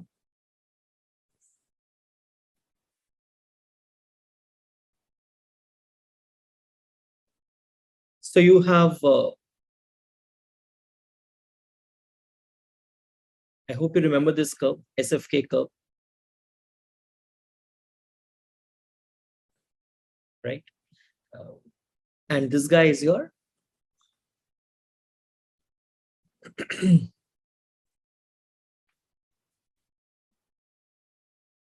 n plus delta k curve. And at this point, you have steady state level of capital labor ratio.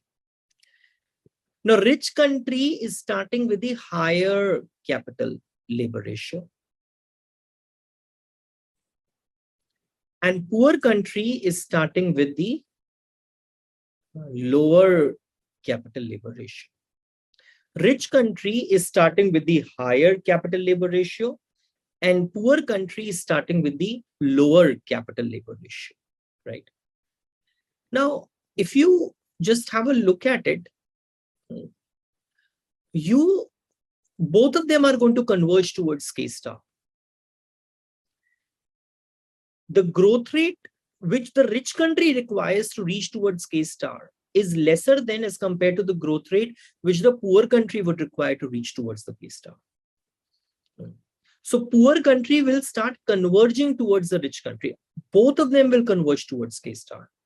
Rich country requires lower growth rate, and the poor country requires higher growth rate to reach towards K star, which you show diagrammatically as this also.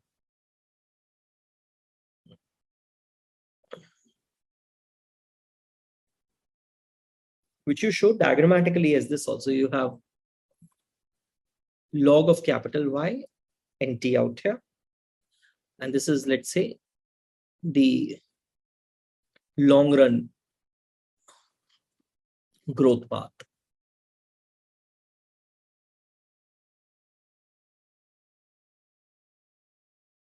This is what we have as the long run growth path.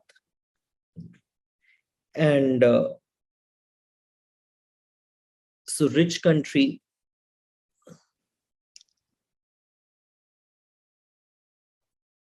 will converge like this.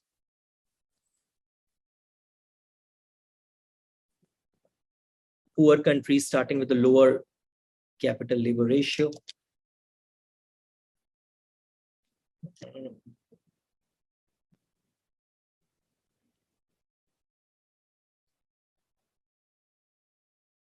Will also converge toward this way, right? So what you're trying to say is that the countries which have the lower output per worker or income per worker, they have higher growth rates in income per worker. You get the point? You want to see the negative correlation between the level of income of the country and the growth rates. So what you're trying to see is, I mean, in the panel where you have certain countries, there are some rich countries, some poor countries. You want to see, I mean, when the convergence is going to happen is when the countries which have lower income per capita, they will have higher growth rates this way. But empirically, what they found was this, that when they looked at convergence,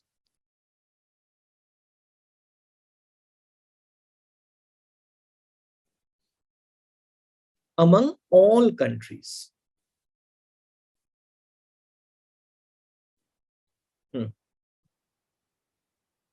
they found it does not happen. I'm making 3 diagrams. It will make things little clear to you.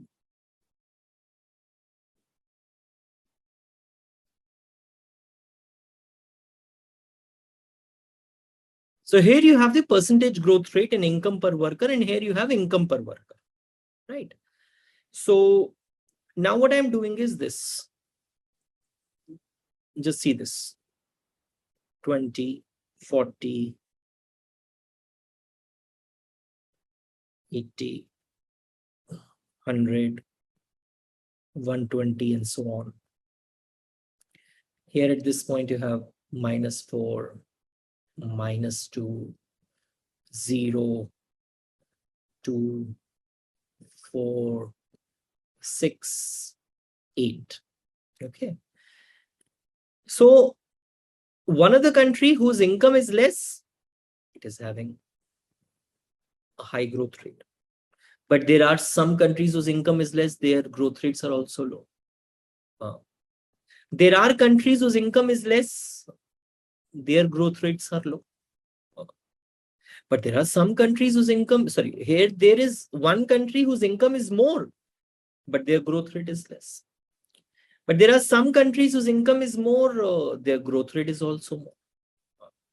So the point which I want to make is that when they ran the regression, or when they find out the correlation, they find this, that it is not necessary that the countries which have low income per worker, they will also have the high percentage growth rate in income per worker. You want the negative correlation. But this they found that if you look at the entire data of all the countries together, you do not get this point where you see the negative correlation, because in case if there is negative correlation, so which country will have the lower income per worker? Poor country. When will the convergence is going to happen? Convergence is going to happen when the poor country is going to have the higher growth rates. But okay, this is happening here, yes, but this is not happening here. And the higher income countries will have the lower growth rates. This is happening here, but this is not happening here. So it is not necessary that the convergence, you will be able to see convergence when you take up the data for all the countries together. That's not necessary. So you would like to see the negative correlation. So please write this. We would like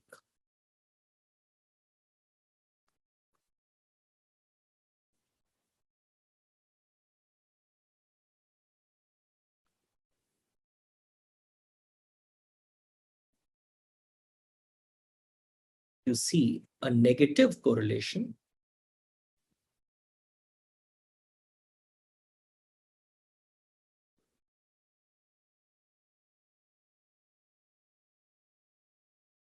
so that poor countries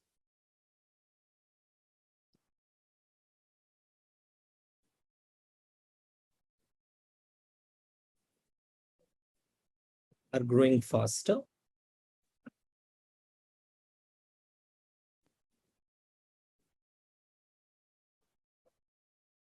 than rich countries, thus catching up.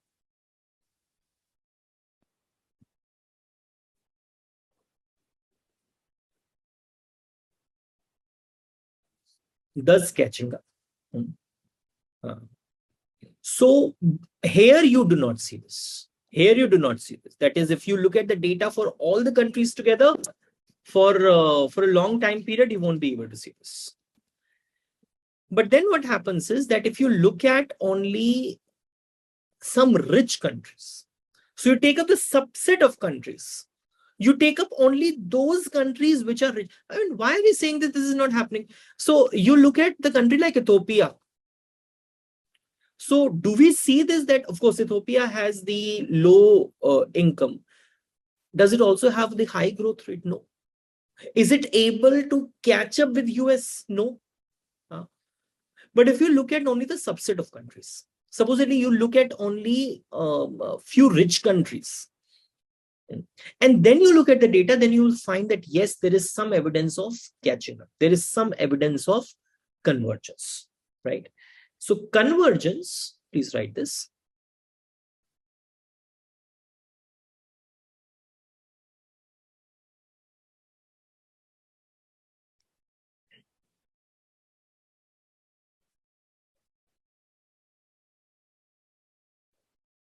Occurs to some extent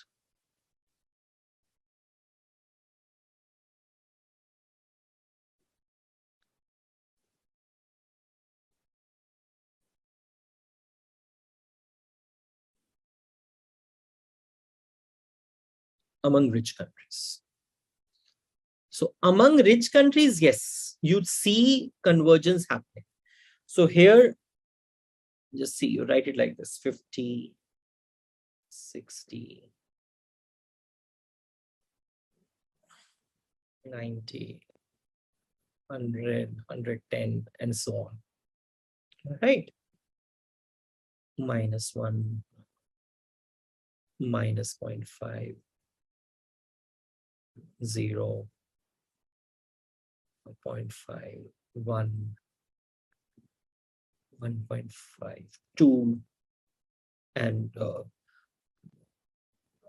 2.5, and so on. So you have this.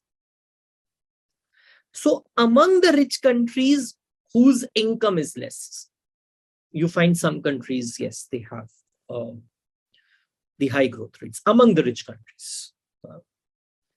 Among the rich countries whose income is more, you find that yes, they have the low growth rates. So there is some evidence of convergence in what do you call rich countries, that yes, you see this kind of negative correlation there in case of rich countries, that yes, there is. Among poor countries, again, you do not see convergence. I mean, this is what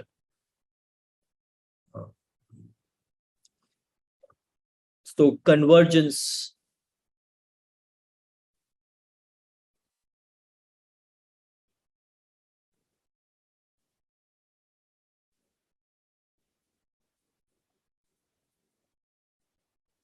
does not occur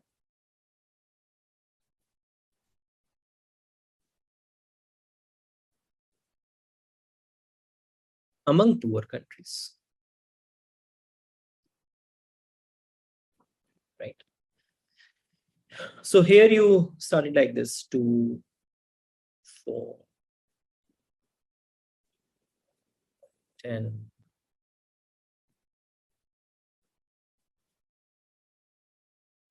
18.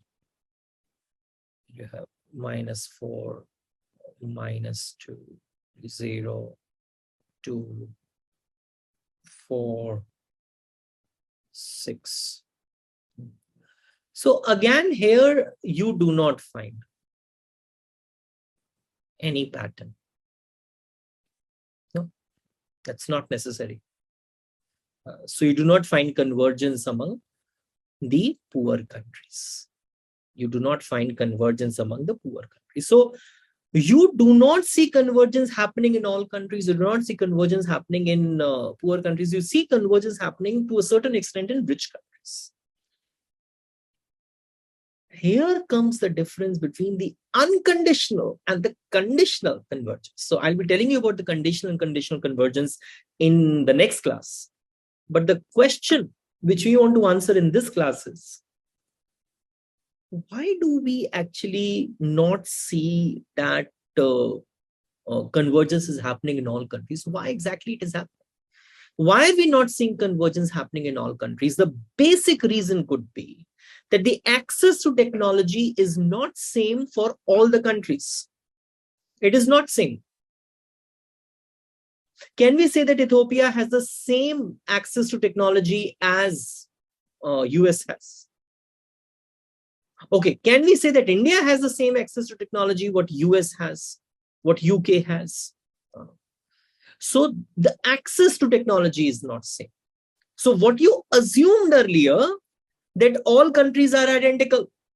They have the same savings rate. They have the same population growth rate. They have the same labor force growth rate. They have the same technology. No, that assumption is wrong. So not all countries have the same technology. So the technology access is different. And because the access to technology is different, you do not find the evidence of convergence in all countries. That's an idea, right? So countries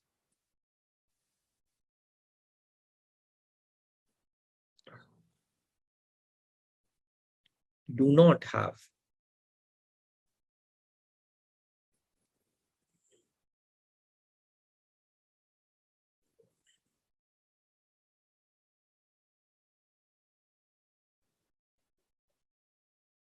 access to same technology.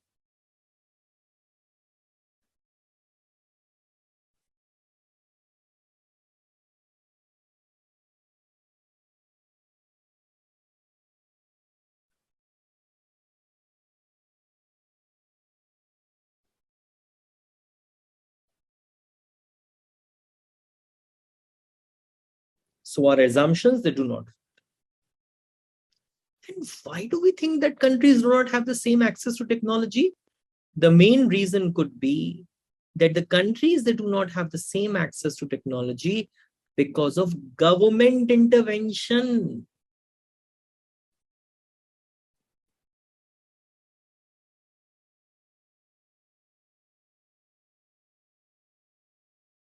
How government intervention is going to create the problem in technology, problem in access to technology? The reason is government intervention may have created labor unions.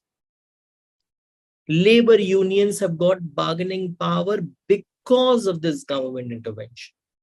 These labor unions will not allow firms to access the technology which is going to hamper their own employment, right? So here government intervention is coming. Because of government intervention, you have labor unions. Because of these labor unions, they will not allow firms to have an access to technology. I mean, which labor unions do not want? One. Other reason could be that government intervention can also create barriers to international trade. When government intervention can create barriers to international trade, then the domestic firms, if they want a better technology, which the foreign firms are using, they will not have an access to that. So because of this reason also, the convergence is not going to happen. So government intervention could maybe create problems because it might create trade unions for the reasons I've told you, how this will hamper the same access of technology for all the countries. Secondly,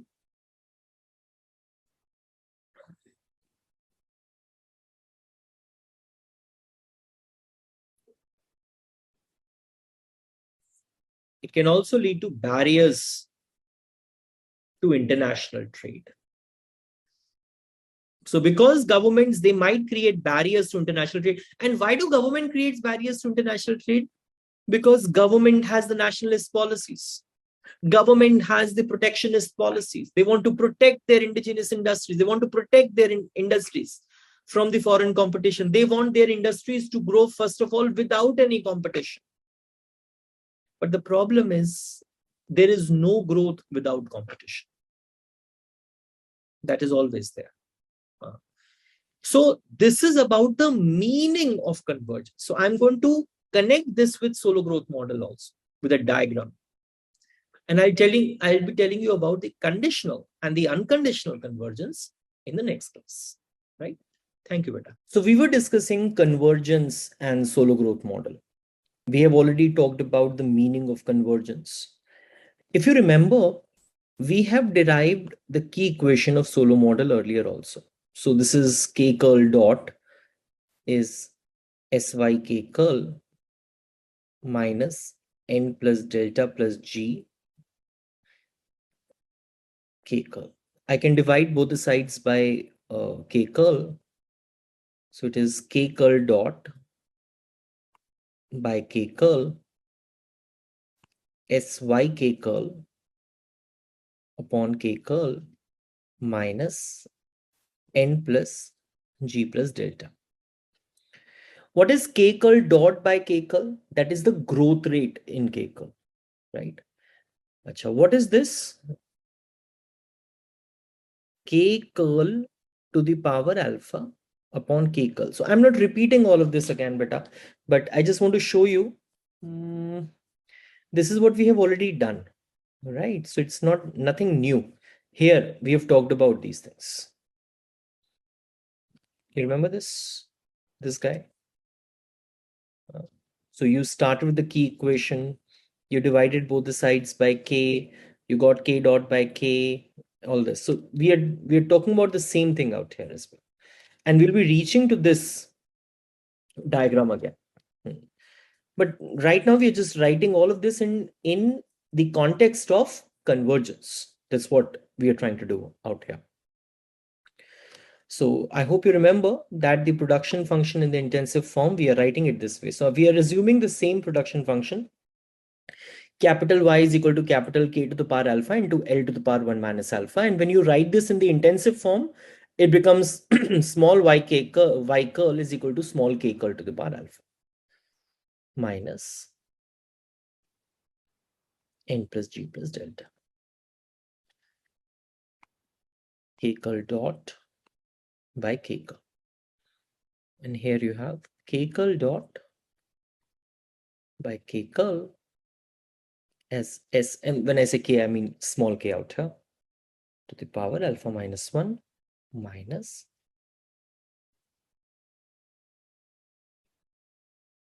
n plus g plus delta. Acha, remember one thing. When you say small y curl upon small k curl, that would mean what? The average product. Why? Because this is what? Capital Y upon L on capital K upon L, right? That is nothing but the average product of capital. And this is nothing but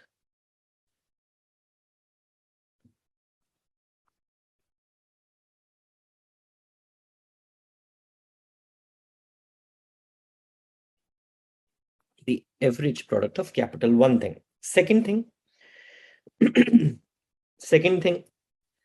as K curl is rising, that is as capital labor ratio rise, but capital is subject to the diminishing returns. No, so this average product is going to fall. So this small y curl upon small k curl is nothing but the average product of capital, and that is nothing but small k curl to the power alpha minus 1 at this point.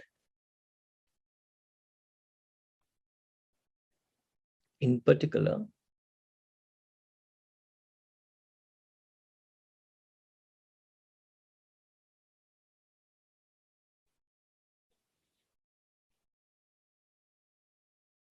capital K to the power alpha minus 1 declines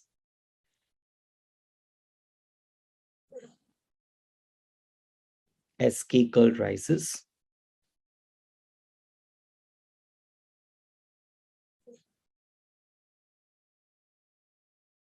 because of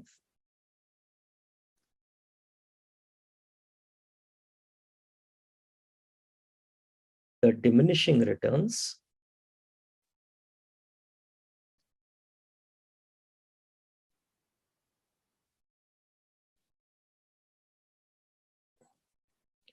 to capital accumulation in neoclassical model.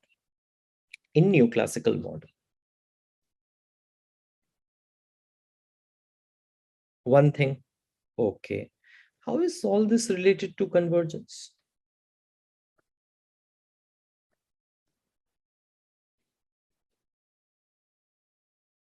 Right, this is what you have said now. As your small k curl is increasing, this guy is going to fall now. S into k curl to the power alpha minus 1. This is going to fall. This is falling, falling, falling, falling, falling, falling. Like this. For the reason I've just told you. This term is independent of k curl. So this is just like this. It's just like this. Okay. So at this particular point, there is a steady state. Steady state means here the growth rate in capital per worker is 0. You can call this as k curl star. You can call this as k curl star. Fair enough. Now suppose that there are two economies.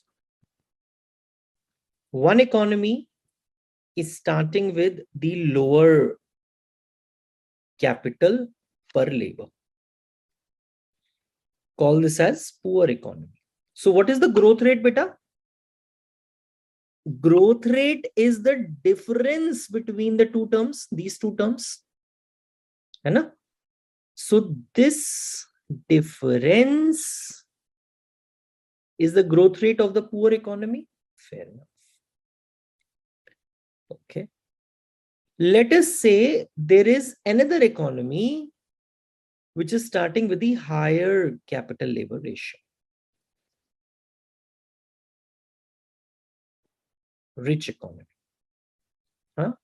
Again, growth rate is a difference between these two terms. So what is the difference here for the higher, for the this economy? Your rich economy, this much. So this is the growth rate of poor economy.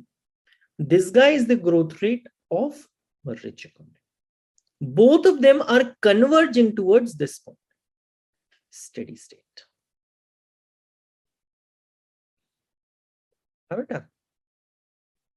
Both of them are converging towards the steady state. So if both the economies, they have the same technology, right? They have the same investment rate, they have the same savings rate, they have the same rates of population growth, means the parameters are same. So what will happen is that the poor economy will grow faster as compared to the rich economy, right? So output per worker gap between the poor and the rich economy will become narrower and narrower as you move on, right? And both the economies, they will approach towards the same steady state. But the assumption is that both economies have same savings rate, same technology, same population growth rate, same investment rate, all of that. So the initial conditions are same. The only thing which is different is that they are starting with a different level of the capital labor ratio. That's it, right? So among the countries that have the similar initial conditions, or you can say that among the countries that have the same steady state, the convergence hypothesis will hold. Poor countries will catch up with the rich countries. Among the countries which have similar steady states, the convergence hypothesis is holding, that poor countries are converging towards rich countries, and they're converging towards the same steady state, right? That's an idea. So this is the important prediction of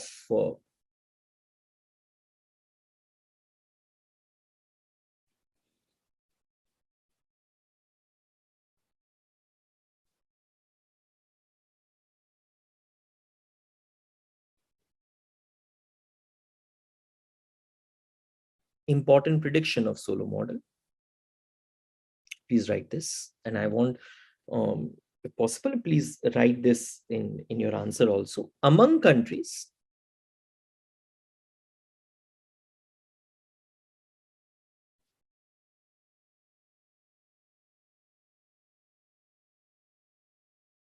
that have the same steady state,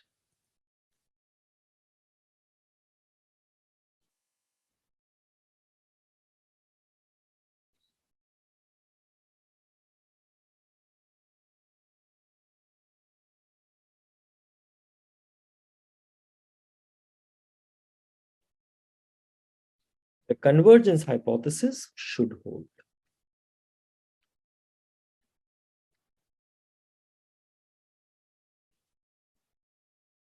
That is, poor countries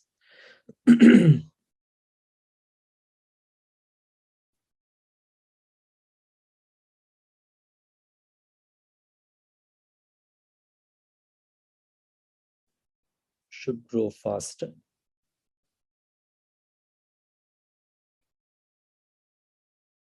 on average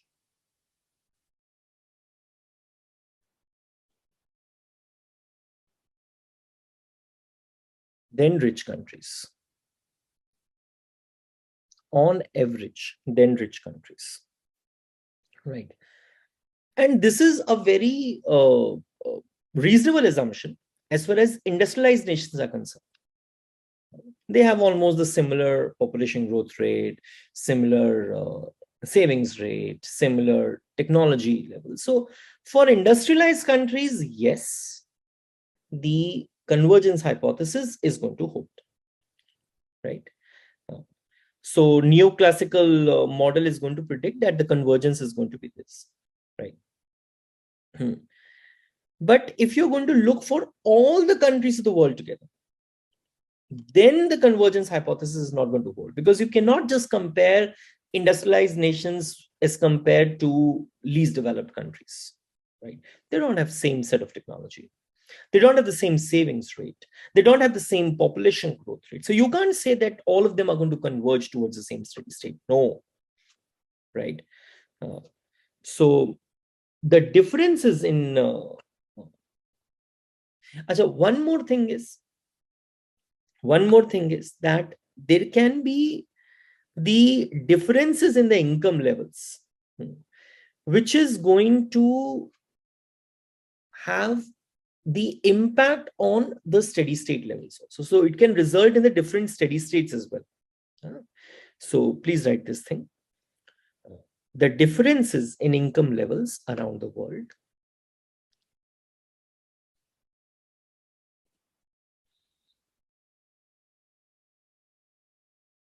the differences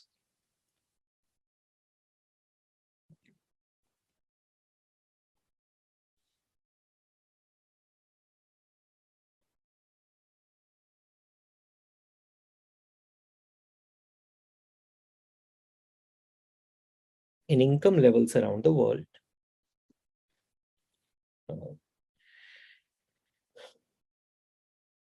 largely reflect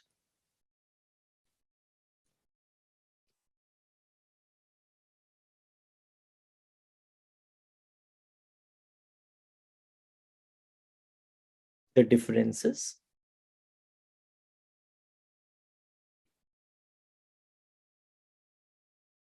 in steady states. So because all countries, they do not have the same investment rate, all countries do not have the same population growth rate, all countries do not have the same savings rate, same technology levels. So you cannot expect that all countries will converge toward the same steady state. Here, convergence hypothesis is not going to hold, right? So please write because all countries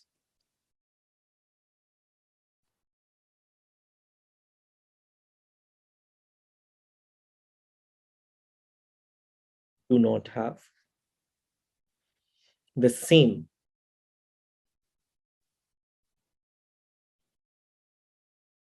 investment rate,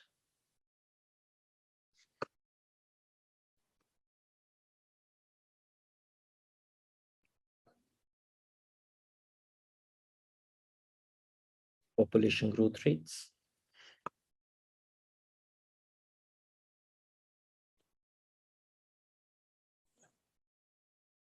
technology levels,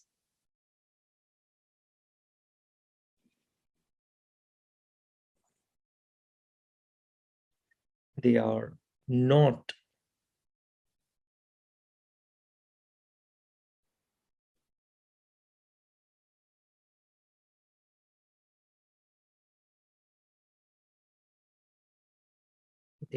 generally expected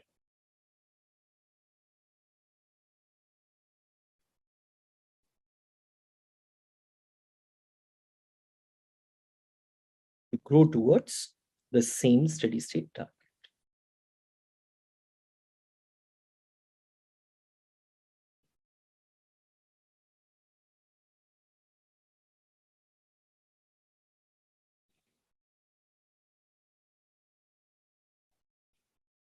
The same steady state target, right? Acha, this is one prediction of the Solow model. The another prediction of the Solow model.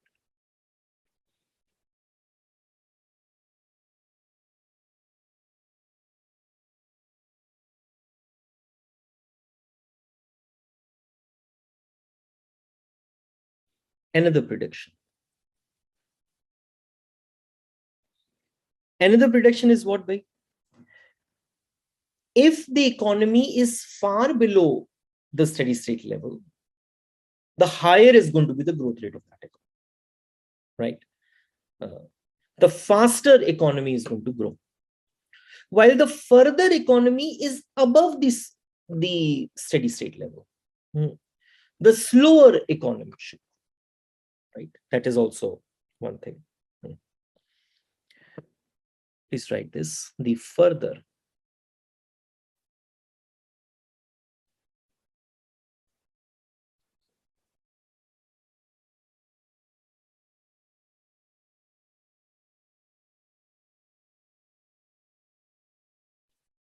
economy is below its steady state,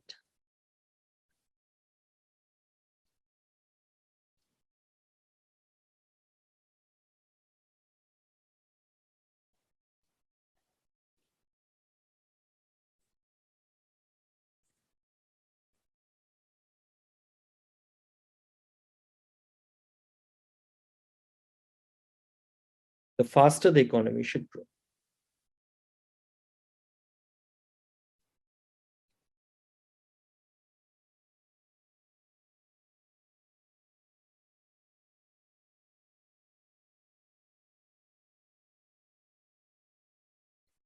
The further an economy is above the steady state,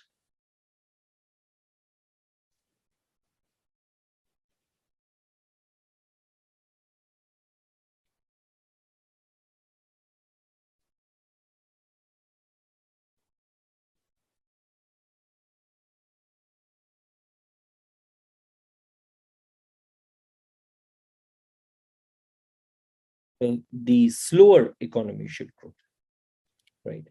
The slower economy should grow. So these are the two main predictions of the Solow model. And this is what your convergence hypothesis is. So the unconditional convergence is whatever be your level of steady state, whatever be the level of population growth rate, investment rate, savings rate, all economies will converge towards a steady state, right? Conditional convergence, and this is not supported by data. Unconditional convergence is not supported by data. You have seen this. I've given you the examples yesterday also in terms of a diagram. Conditional convergence is somewhat supported by data. That is an example of the industrialized nation. So you, instead of looking at all the countries together, if you look at the subset of countries, the countries which have the similar savings rate, similar population growth rate, similar technology levels, they tend to, in among those countries, the poorer countries will converge towards the rich countries. That's an idea. So that is the meaning of unconditional and the conditional convergence, right? Okay, beta. So this is what I wanted to do in this class. Thank you. So more or less, I think in by this recording, I have completed mostly what I have to do in the Solow model. So I'll pick up something new in the next class. Thank you, beta. Hello, guys. In this recording on Romer model of endogenous growth, we'll be talking about how this model is different from Solow model. What are the assumptions which are different in Romer model as compared to the Solow model? Are the predictions different? And we will also talk about Romer economy. So this will consist of three sectors: final goods sector, intermediate goods sector, and the research sector. So these are the micro foundations in the model. And then we will derive the balanced growth equation of Romer model. After that, we will also talk about the comparative statics. That is, supposedly, if there is a permanent increase in the share of labor force which is engaged in research, then how will it affect the economy? How will it affect the steady state, right? So these are the things which we will be doing in this model. So I hope this will be helpful to you. The Romer model. So we are going to distinguish the Romer model with the Solow model. And the main thing about the Romer model is that it has endogenized the technology, right? It has endogenized the technological progress. While in Solow model, technological progress was exogenously given. So this is the basic difference between the two, right? So I'll be writing out and you'll be writing alongside. And one thing is that in the last three classes, what we have done is that we have done about the economics of ideas. तो जो source है इस model की जो भी explanation है वो economics of ideas से ही आ रहा है. उसमें भी उन्होंने कहा था कि जो रिसर्चर्स हैं वो इसलिए रिसर्च करते हैं कि उनको शुरू में बहुत फायदा मिलेगा जैसे ही वो इनोवेट करके प्रोडक्ट को मार्केट में लॉन्च करेंगे, सर्विस को मार्केट में लॉन्च करेंगे. अब उसके बाद क्या होगा? उसके बाद तो वो कॉपी होना चालू हो जाएगा, right? So researchers who are interested in profiting from their inventions, right, they will search for the new ideas. And Romer model has endogenized the technological progress, right? So please write this. अगर आपने economics of ideas वाली recording नहीं देखी, then I would urge you to please see that first.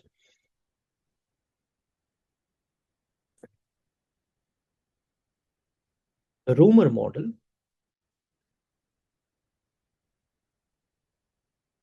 endogenizes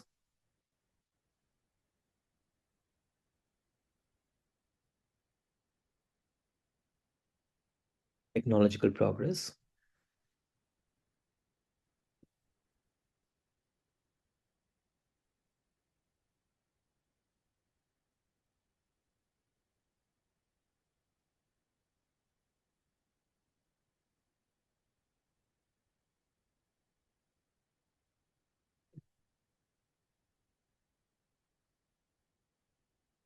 by introducing the search for new ideas.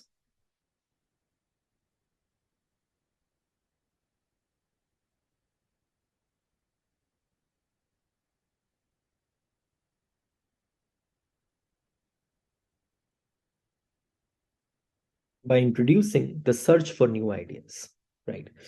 देखिए जो भी advance countries हैं, they have developed particularly because of the technological progress, right? And they have been able to have a sustained economic growth for a long period of time because they were they were continuously pushing their technology forward. जो और resources है, labour capital की एक सीमा है कि कितने resources आपके पास available है, लेकिन इन आइडियाज की, इन इनोवेशंस की सीमा तो नहीं है। तो वही इस बात पे यहाँ पे बात हो रही है कि जो जो मॉडल है, Romer model is particularly design to explain how advance countries were able to have sustained economic growth for a very long period of time.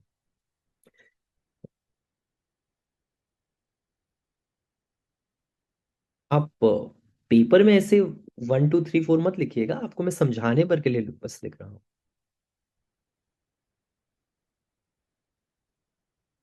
A model is designed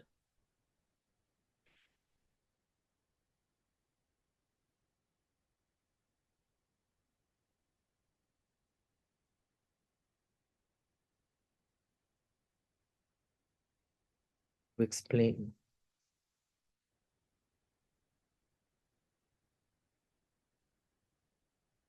why and how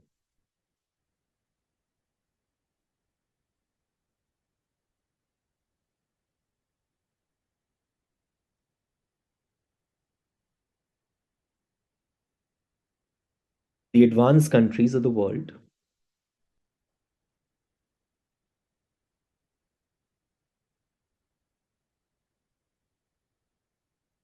exhibit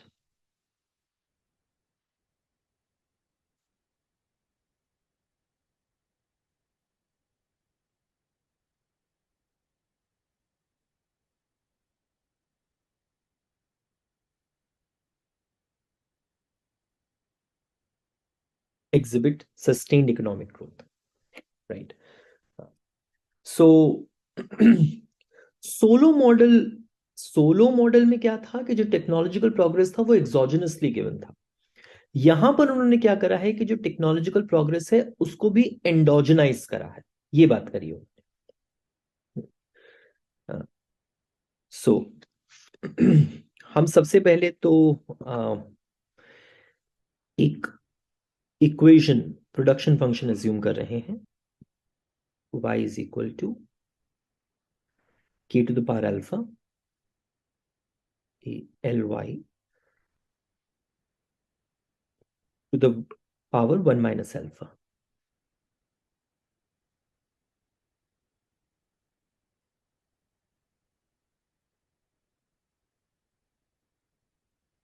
This is what the production function is. K is the stock of capital, Ly is the stock of labor, and Y is the output, and A is the stock of ideas. So this is the new thing. So I'm just writing it this way.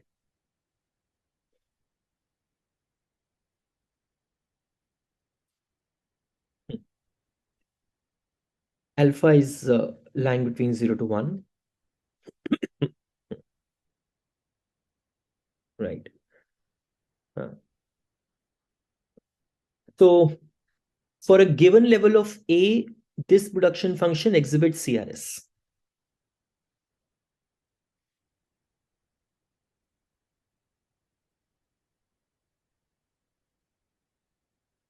For a given level of technology,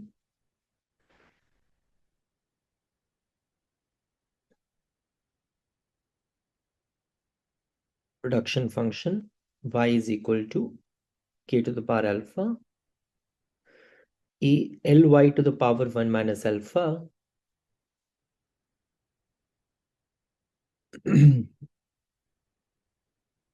exhibit CRS, right? जैसे कि आप lambda के lambda L कर दें, के की जगह lambda के,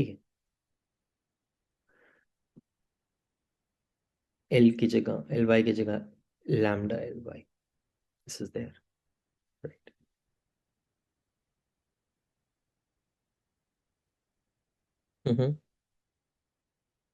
This is the same thing which you are getting, right? So what you are getting is just this lambda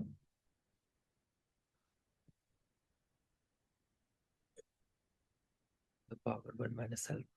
So it is lambda to the power 1. It is lambda to the power 1. So what you have shown out here is, and this guy is what? Lambda YKL.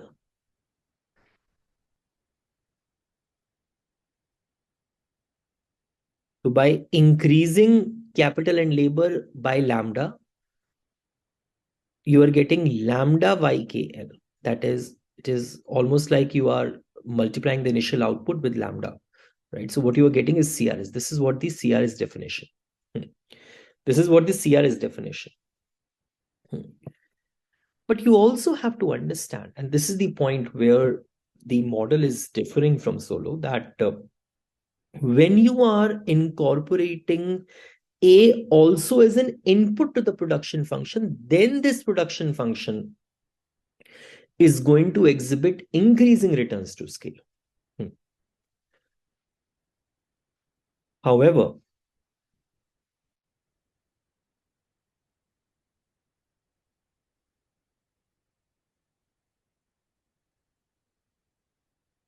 when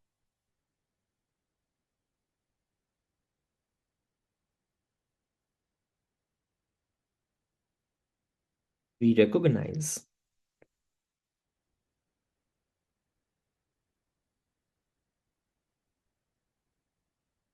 ideas A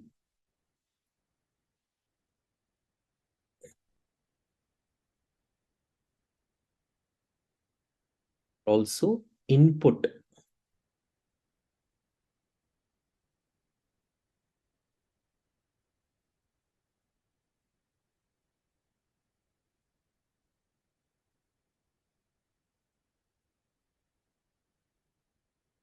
to the production function, then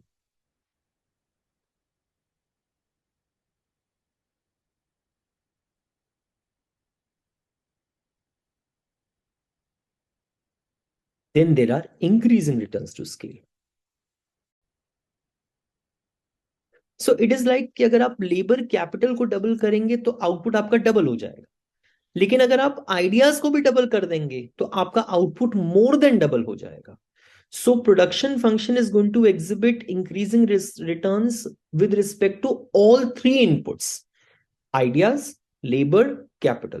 It is exhibiting constant returns to scale with respect to capital and labor. One thing. And why do you think the you are getting increasing returns to scale, particularly with respect to the ideas? That is coming fundamentally from the non-rivalrous nature of the ideas, which you have already talked in economics of ideas, right? So note that.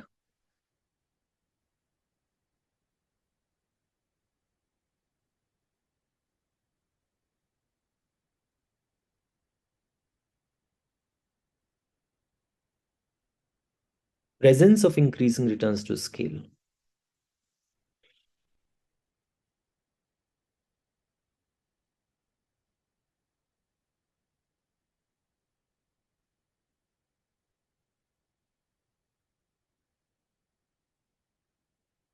results fundamentally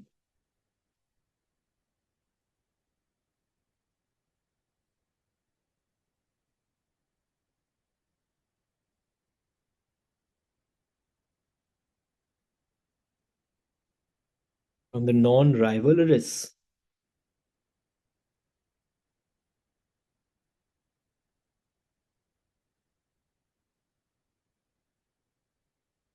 nature of ideas. Nature of idea. जो capital accumulation equation है, that is mainly similar as the Solow model only. That is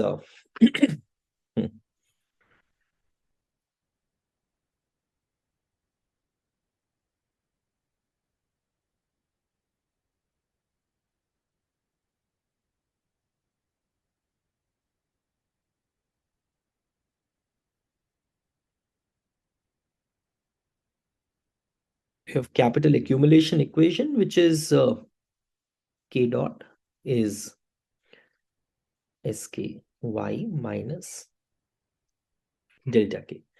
Right. So I'm not repeating this thing again because I have already discussed this at length while I was explaining Solow model. हमने बहुत detail में इसको explain करा हुआ है. Right. So capital accumulates as see what is SK? SK is the savings rate. So capital is accumulating as people in the economy are foregoing consumption. Foregoing consumption means savings at some rate SK, and the capital depreciates at the rate delta K. So मैंने आपको उस समय बताया था SY, small SY are the gross savings. So gross savings are equal to investment. S is equal to Y. Savings are equal to investment in the economy. और उस gross investment में से जब आप डेप्रिसिएशन माइनस कर देते हैं तो आपके पास नेट इन्वेस्टमेंट आ जाता है. ये जो कैपिटल के डॉट है और कुछ नहीं है, नेट इन्वेस्टमेंट है. So again, you might have to look back at those recordings for Solow model. This has been explained in very clear terms, all of that. So this SK into Y is the gross savings, but gross savings is equal to gross investment in the economy at equilibrium. From gross investment, when you deduct depreciation, you get net investment. Net investment is the change in capital. Right. Your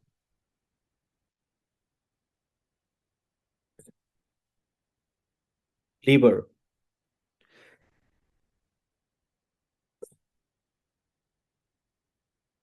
is growing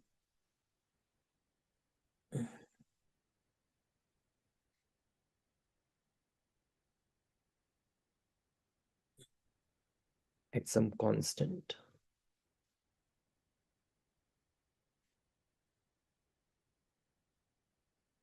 and exogenous rate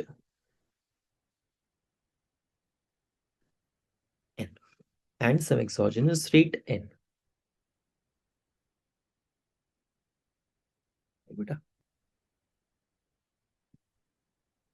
So it is L dot by L equals to n. L dot by L equals to n. Next recording में हम ये देखते हैं कि जो main नई equation है वो टेक्नोलॉजी कैसे डेवलप कर रही है, ए डॉट कैसे आ रहा है. जैसे आपने ये देखा कि देखिए, अगर आप 3 इनपुट्स मानते हैं प्रोडक्शन फंक्शन में, पहला कैपिटल, उसकी ग्रोथ की इक्वेशन, राइट, वो कैसे चेंज हो रहा है, लेबर की ग्रोथ की इक्वेशन है आपके पास. ऐसी टेक्नोलॉजी कैसे ग्रो कर रही है, तीसरी इक्वेशन है, और ये नई है. So this is different from Solow model, because Solow model में तो हमने कह दिया था technology is growing exogenously at some rate, but here in Romer model we will be talking about when technology is growing, how technology is growing, and what factors it depend. So we will be talking about that in the next recording, right? Chaliye, thank you beta.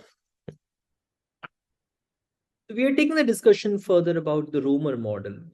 See, if you look at Solow model, one thing is true, that he has taken up technological change as exogenous, right? So he has understood this, that yes, the technology is improving, but what is determining that technological improvement, that we don't know. So long run growth is due to the technological change, but what is determining that technological change, that we don't know. So that is outside the model, that is exogenously given. What Romer has tried to do, he has tried to endogenize this technological change. So I'll write few points first of all. So if you look at Solow on the one hand, and you look at Romer on the other, then as far as Solow is concerned, right, he is identifying that it is the technological change or technological improvement which is determining the long run. He is identifying that. He is very clear about it, right? But he is not providing any explanation of what is determining this technological change. So as far as long run growth is concerned,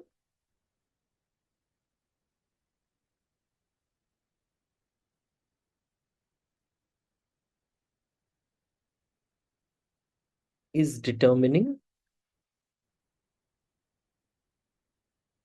or is determined, not determining, is determined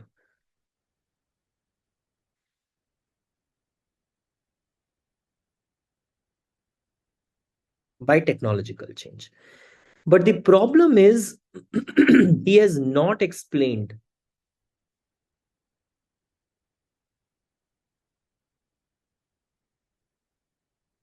what is bringing about this technological change. He has not explained that, right? What is determining technological change? He has not determined that. So, so we say that technological change is something which is exogenous to the model, right? Or you can say long run growth is something which is exogenous to the model. This is what Solow has done. But what Romer has done is that he has picked up this disadvantage of the Solow model and he has tried to explain this. What? So he tries to say that technological change is endogenous.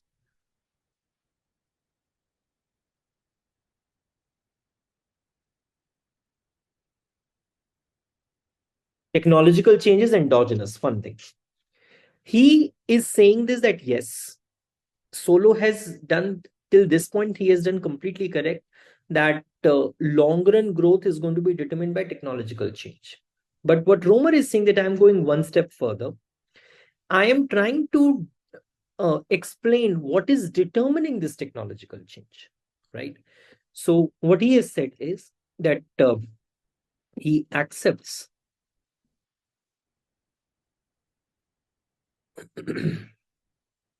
he accepts the Solow model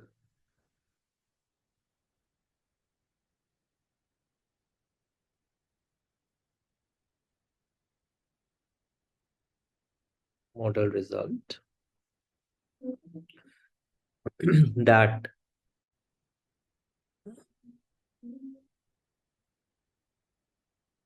technological progress is determining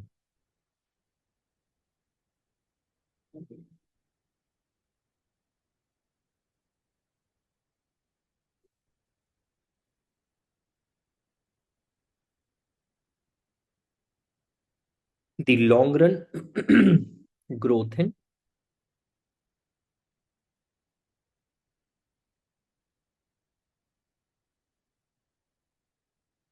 output per worker.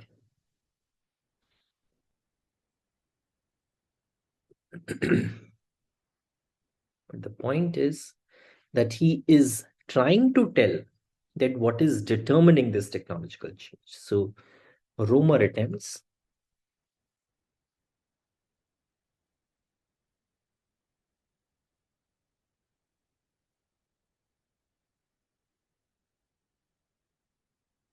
to explain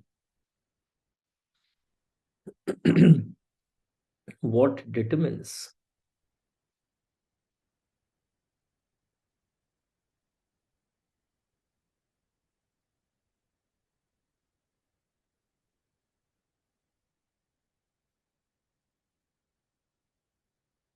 this technological change. One thing, right?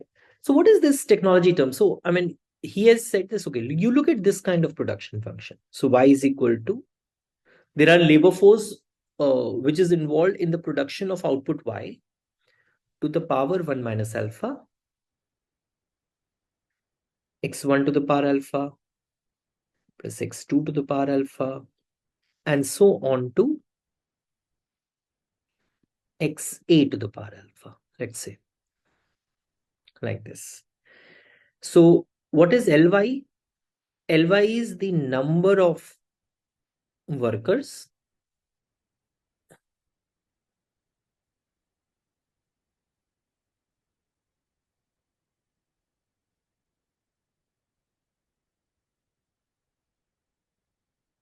producing output y, right?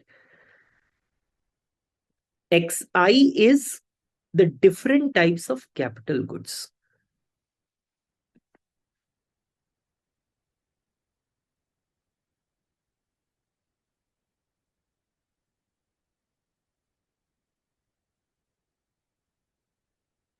different types of capital.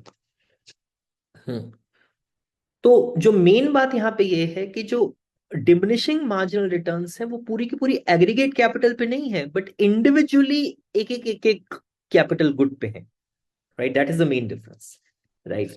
So it is diminishing marginal returns are applied separately to each of the capital good.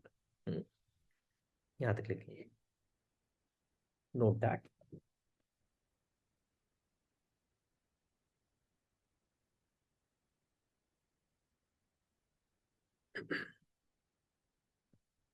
Note that diminishing marginal returns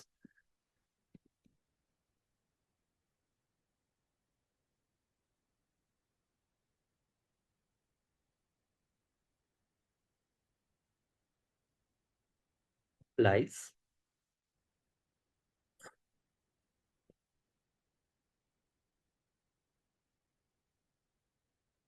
not to capital as a whole,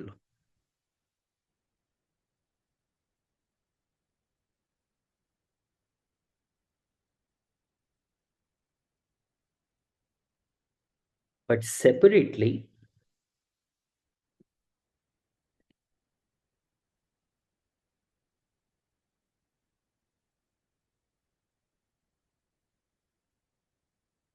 each of the individual capital good.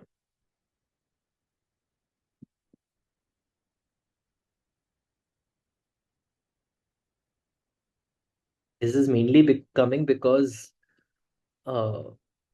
you have also assumed that 0 is less than alpha is less than. This is what you have assumed. So if this is there, then x1 to the power alpha is there, and you just try to find out what del y by del x1 is. So you will find this that because alpha is less than 1, so there will be diminishing marginal returns to capital. So what do you have? Del y by del x1, let's say.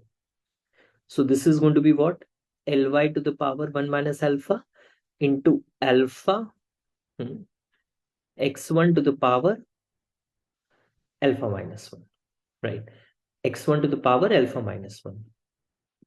So these are the marginal returns, but diminishing marginal returns, del 2y by del x2.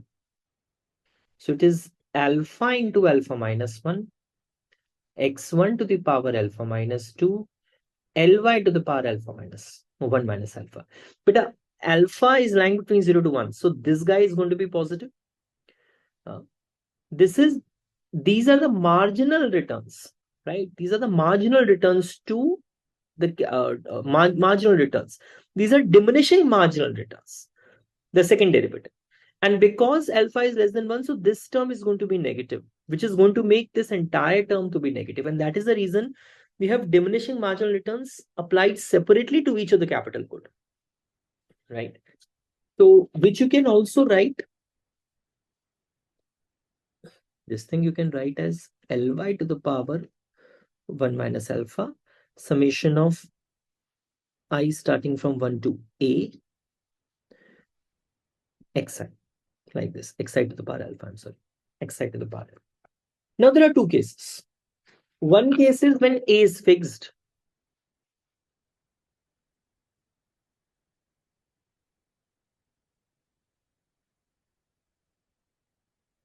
A is the technology parameter, right?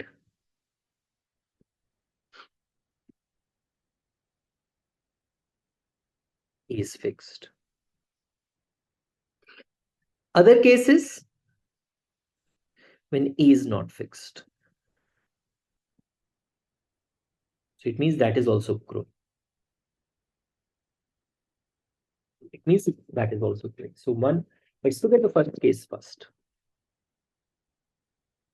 A is fixed. If the technology is fixed. But if technology is fixed and technology is not improving, there are diminishing returns to the capital good. So what do you think will happen? Eventually, the marginal returns are going to fall, and eventually it will taper to 0. तुम्हारी technology improve नहीं कर रही है, technology fixed है, capital के जो returns आएंगे वो हर पीरियड में फिर वो कम होते चले जाएंगे ना. Every time you use more capital, I mean it will go on decreasing decreasing decreasing decreasing decreasing, because technology itself is not growing. तो उससे जो रिटर्न्स आएंगे वो कभी ना कभी तो कैपिटल तो डेप्रिशिएट होती रहेगी, खत्म ही होती रहेगी, उससे marginal diminishing marginal returns to capital है, वो कम ही होते रहेंगे. सो अल्टीमेटली जो चीज ग्रोथ ला सकती थी वो लेके नहीं आ सकती, and because of that the growth will taper of. कैसे लिखेंगे? If A is fixed,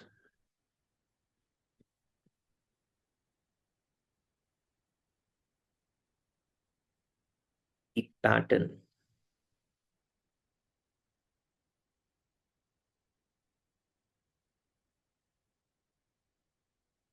of diminishing returns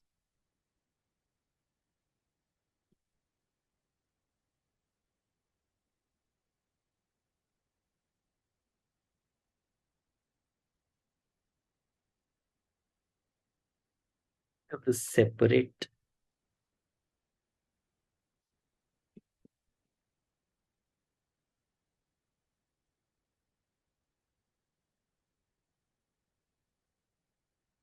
capital good would mean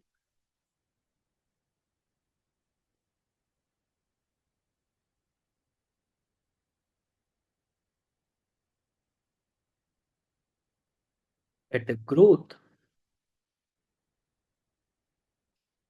would eventually taper to zero.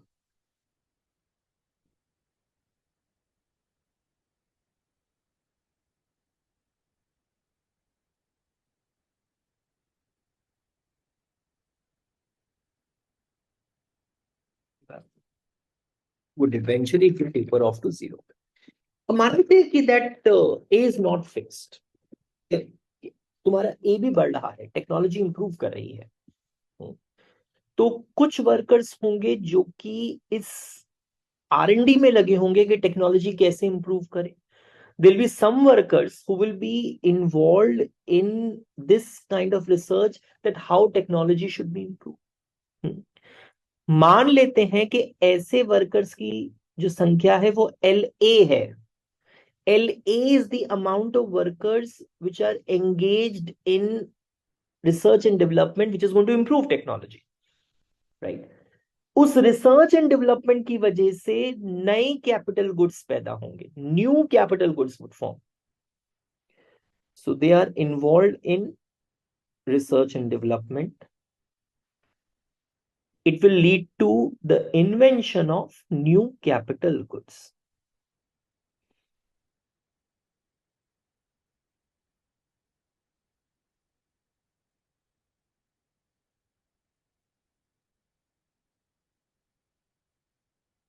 New capital goods.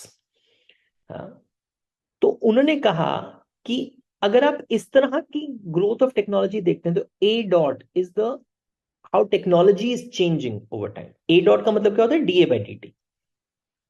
That is gamma L A to the power lambda A to the power 5. अब ये क्या आ गया, right? हाँ, तो आप अगर ध्यान से देखें तो आप ये कह रहे हैं कि जो टेक्नोलॉजी चेंज हो रही है वो किन किन चीजों पे डिपेंडेंट है. ये ए डॉट तुम्हें नहीं लगता कि दो चीजों पे डिपेंडेंट है?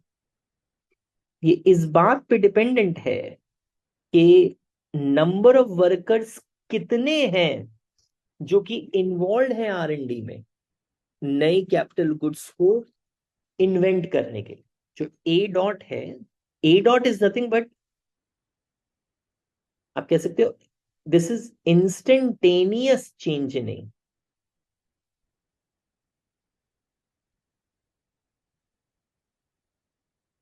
चेंज इन ए कह दीजिए, that is nothing but dA by D t. ठीक है? तो आप ये कह रहे हैं कि ये जो ए डॉट है ये किस पे डिपेंडेंट है? टेक्नोलॉजी कैसे चेंज हो रही है, किन चीजों पे डिपेंडेंट है? एक तो ये इस बात पे डिपेंडेंट है कि कितने लोग इन्वॉल्व हैं इस सर्च में कि हम नई कैपिटल गुड्स बना पाए, राइट? नई कैपिटल गुड्स बना पाए. एंड ये जो लैम्डा है ना, what is this lambda, right? So lambda is the index of how slowly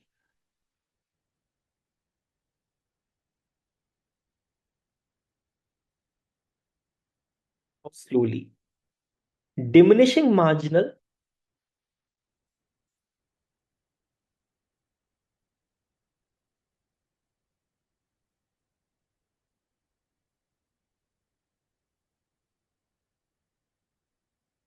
productivity sets in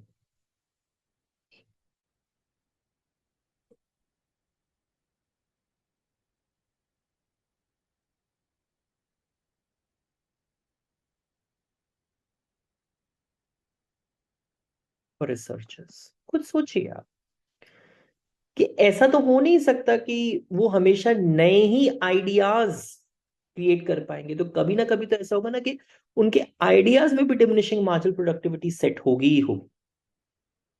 दूसरी चीज ए डॉट इस बात पे भी डिपेंडेंट है कि जो इनिशियल वैल्यू ऑफ ए है वो कितनी है, right? Prevailing value of A itself.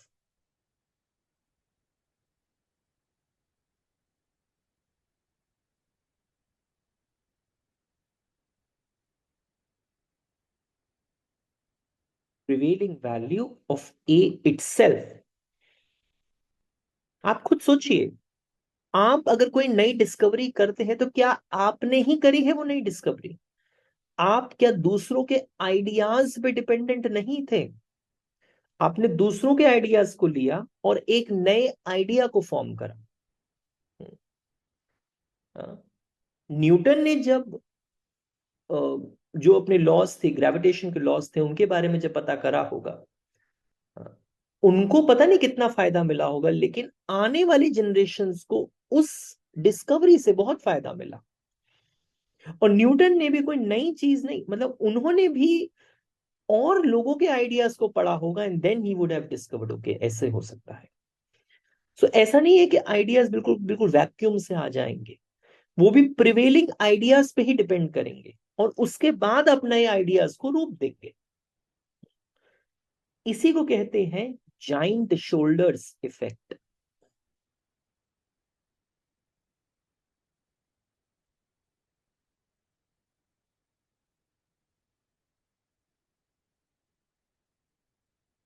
Giant shoulders effect क्या होता है? Giant shoulders effect, giant shoulders effect होता है बेटा कि मान लेते हैं आप दूर तक इसलिए देख पा रहे हैं कि आप और लोगों के शोल्डर्स पे खड़े हैं, इसलिए आप दूर तक देख पाते हैं।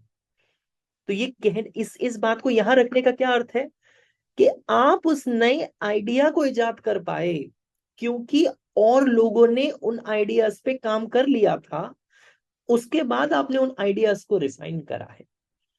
तो जो टेक्नोलॉजी का जो चेंज है वो इस बात पे भी निर्भर करती है कि आज की टेक्नोलॉजी क्या है। अब हम लोग ने स्मार्टफोन देख लिया है, इंटरनेट देख लिया है, अब कुछ और ही आएगा, something else will come, right? So but that will be dependent upon the current state of technology.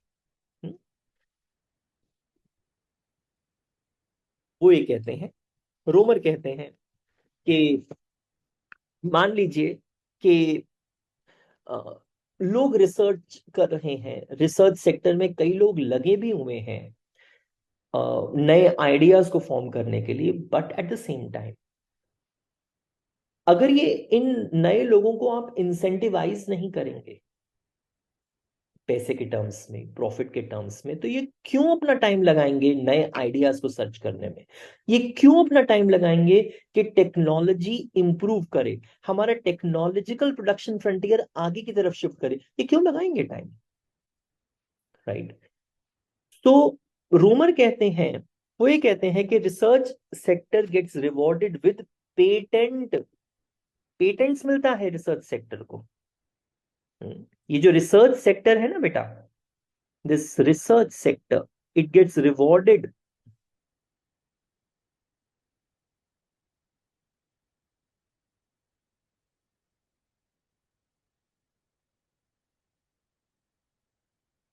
Research sector के रिवॉर्ड्स क्या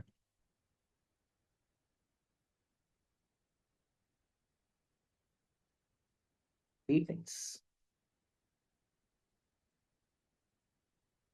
इन पेटेंट से क्या होगा? इन रिसर्चर्स को मोनोपोली पोजीशन मिलेगी। इस मोनोपोली पोजीशन से क्या होगा? इस मोनोपोली पोजीशन से होगा कि उनको प्रॉफिट मिलेंगे, right? So and wages are equated across the sectors ultimately, right? अच्छा, कैसे रिसोर्सेज एलोकेट होती हैं इस इकोनॉमी में? So how many people will be there in the research sector and how many of them will be there in the output, will be producing output? Because कुछ लोग होने चाहिए जो रिसर्च करें, जो नए आइडियाज को इन्वेंट करें, और कुछ लोग होने चाहिए जो उन आइडियाज को यूज करके आउटपुट को प्रोड्यूस करें। That's an idea, right? So how resources are allocated in this economy, ये नेक्स्ट क्वेश्चन है हमारा।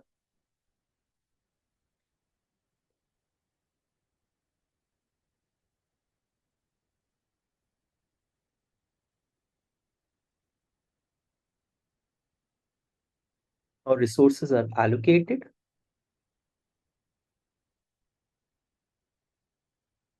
इन दिस इकोनॉमी। तो वो ये कह रहे हैं कि मान लेते हैं, सबसे पहली बात तो हम ये मान रहे हैं कि एक एक फ्रैक्शन ऑफ आउटपुट है जो कि कैपिटल में इन्वेस्ट हो रहा है। पहली बात तो ये, राइट? सो यहां पे भी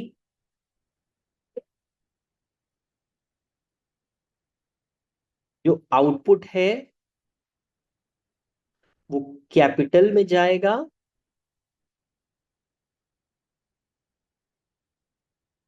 और लेबर में जाएगा, ठीक है? कैपिटल के लिए आप कह सकते हो कि a constant fraction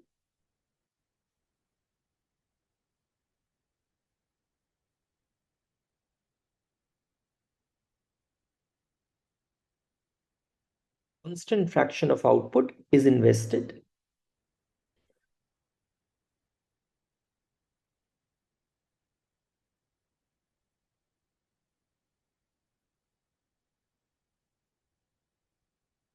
in capital, ठीक है?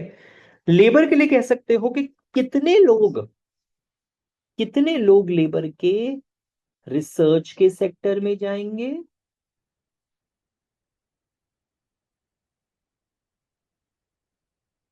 how many of them will do research and how many of them will produce output.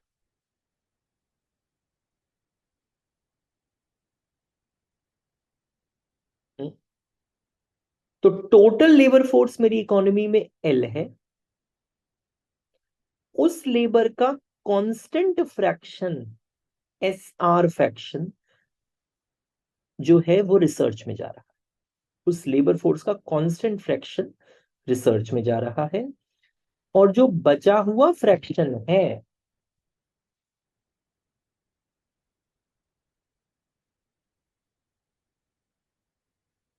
वह आउटपुट प्रोड्यूस कर रहा है। तो जो रिसर्च में कितने लोग हैं, S R into L. Output कितने लोग प्रोड्यूस कर रहे हैं, 1 - SR into L. This is right. तो हम अभी तक यहां तक पहुंचे हैं, and we'll take the discussion further of Romer model in the next class. Thank you, Beta. Romer model of endogenous growth.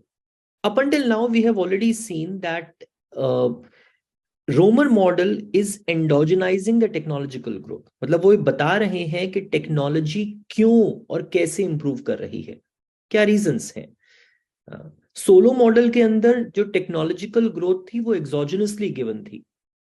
यहां पर उन्होंने एंडोजेनाइज करने की चेष्टा करी है टेक्नोलॉजिकल ग्रोथ को। और डीप जाते हैं। रूमर इकोनॉमी में 3 तरह के सेक्टर्स हैं। एक है फाइनल गुड्स सेक्टर, एक है इंटरमीडिएट गुड्स सेक्टर, और एक है research sector. Final goods sector अपने नाम से ही हमारे को समझ में आ रहा है कि ये वह सेक्टर है जो कि फाइनल आउटपुट प्रोड्यूस कर रहा है और कंज्यूमर्स उसको यूज कर रहे हैं उस फाइनल आउटपुट को। रिसर्च सेक्टर भी हमारे को नाम से समझ में आ रहा है कि रिसर्च सेक्टर वो सेक्टर है जो कि आइडियाज को प्रोड्यूस कर रहा है, which is producing ideas. Now, who is, I mean, where it is going to be used? These ideas will be used where? These ideas will be used in order to produce capital goods. Capital goods को produce करने के लिए इन ideas का use करा जाएगा. These ideas will be sold to whom by the research sector? These ideas will be sold to the intermediate sector by the research sector. मतलब जो intermediate sector है वो कुछ monopoly firms हैं जिनके पास इन आइडियाज को यूज करके कैपिटल गुड्स बनाने के पेटेंट हैं. रिसर्च सेक्टर ने इन इंटरमीडिएट गुड्स फर्म को पेटेंट्स दे दिए हैं, एक्सक्लूसिव राइट्स दे दिए हैं कि आप हमारे आइडिया को यूज कर सकते हैं, आप कैपिटल गुड बनाइए. इंटरमीडिएट सेक्टर में मोनोपोलीज हैं, बड़ी बड़ी फर्म्स हैं जो इन आइडियाज को यूज कर रही हैं रिसर्च सेक्टर से और कैपिटल गुड्स बनाने की चेष्टा कर रही हैं. कैपिटल गुड्स वो गुड हैं जो कि अल्टीमेटली और गुड्स बनाने में अपना योगदान देते हैं. So intermediate goods sector capital goods की मदद से फाइनल गुड्स सेक्टर को हेल्प करता है. अब हम डिटेल में इन सेक्टर्स को देखेंगे. आज की रिकॉर्डिंग में हम फाइनल गुड्स सेक्टर पे ध्यान देते हैं. फाइनल गुड्स सेक्टर में बहुत सारी परफेक्टली कंपेटिटिव फर्म्स हैं जो कि लेबर और कैपिटल को कंबाइन कर रही हैं in order to produce the homogeneous output.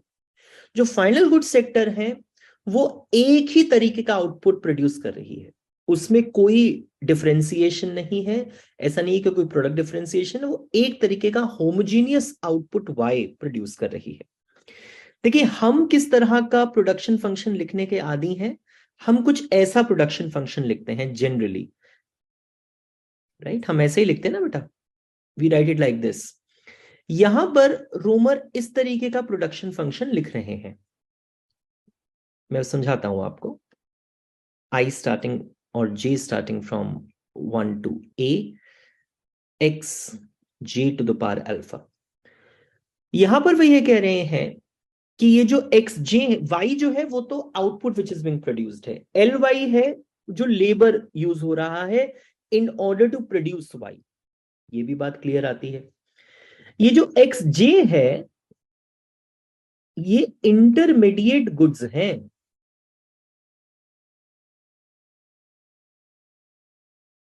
आप कह सकते हैं ये इंटरमीडिएट गुड्स हैं, ये वही कैपिटल गुड्स हैं. अब एक तरह की कैपिटल नहीं है, right? There is more than one capital good in the model, क्योंकि यहां पे summation of j starting from 1 to a लिखा है. There are more than one capital good in the model. एक बात और ध्यान रखेंगे, there is more then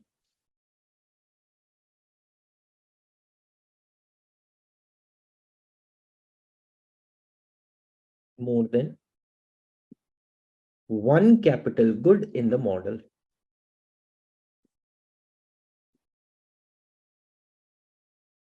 In the model, देखिए पहले हम क्या लिख रहे थे, k to the power, ठीक है. लेकिन अब हम यहाँ पे क्या लिख रहे हैं, ये जो कैपिटल आ रही है ये इतने सारी कैपिटल गुड्स जो प्रोड्यूस हो रहे हैं उनका मिश्रण है, उनका समेशन है, उनका एग्रीगेट है, राइट? तो ये जो नंबर ए है दैट इज टेलिंग यू, वैसे हमने अभी तक देखा है ए इज व्हाट, टेक्नोलॉजी. यहां पे जो नंबर ए है that is telling you the number of capital goods which are there in the economy. उन सबका aggregate is what the technology is, right? So it measures the number of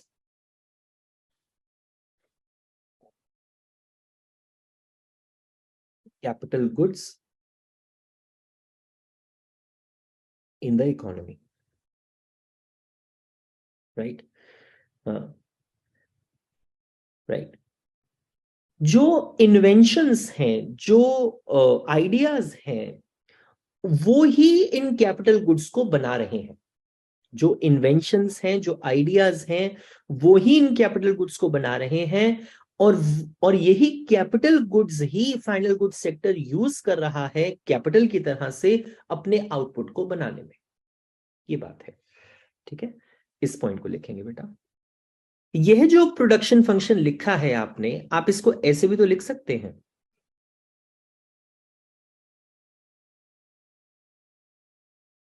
x1 to the power alpha plus x2 to the power alpha and so on to xa to the power alpha, ऐसे लिख सकते हैं, ठीक है। आप एक बात देखिए कि मान लीजिए a गिवन है, so for a is equal to 2, मान लीजिए दो तरह के कैपिटल गुड्स हैं, तो क्या आप ऐसे नहीं लिख सकते?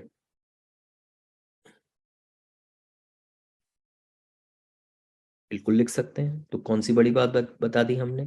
कोई बड़ी बात नहीं है। क्या आप ऐसे नहीं कह सकते कि आप ये जो भी लैम्डा और एक्स है, इसको अगर आप सॉरी लेबर और एक्स है, इसको अगर आप लैम्डा से बढ़ा दें तो जरा देखिए आउटपुट पे क्या असर आएगा।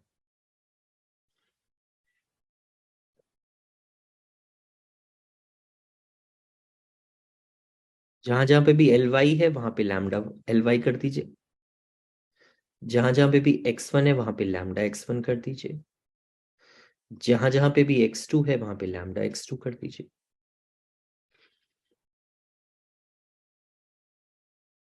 तो ये आप देख पा रहे हैं ना बेटा कि मैं किस तरफ इस बात को इंगित करने की कोशिश कर रहा हूं।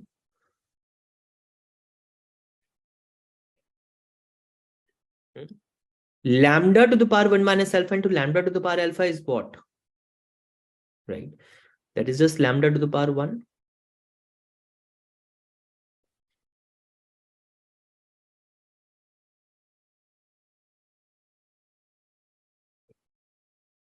तो बेटा ये तो वही था।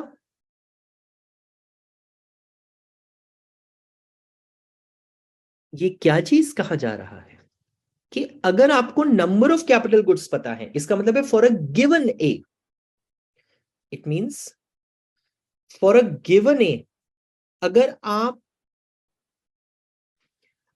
आप अमाउंट ऑफ लेबर को डबल कर देते हैं और amount of each capital good को डबल कर देते हैं, तो जो आपका आउटपुट है वो भी डबल हो जाएगा। इस बात को क्या कहा जाएगा कि सीआरएस है, production function is exhibiting constant returns to scale. बिल्कुल सही बात है। क्या हम इसको ऐसे लिख दें, ये जो हमने इस तरह से लिखा है, क्या हम इस प्रोडक्शन फंक्शन को ऐसे लिख सकते हैं?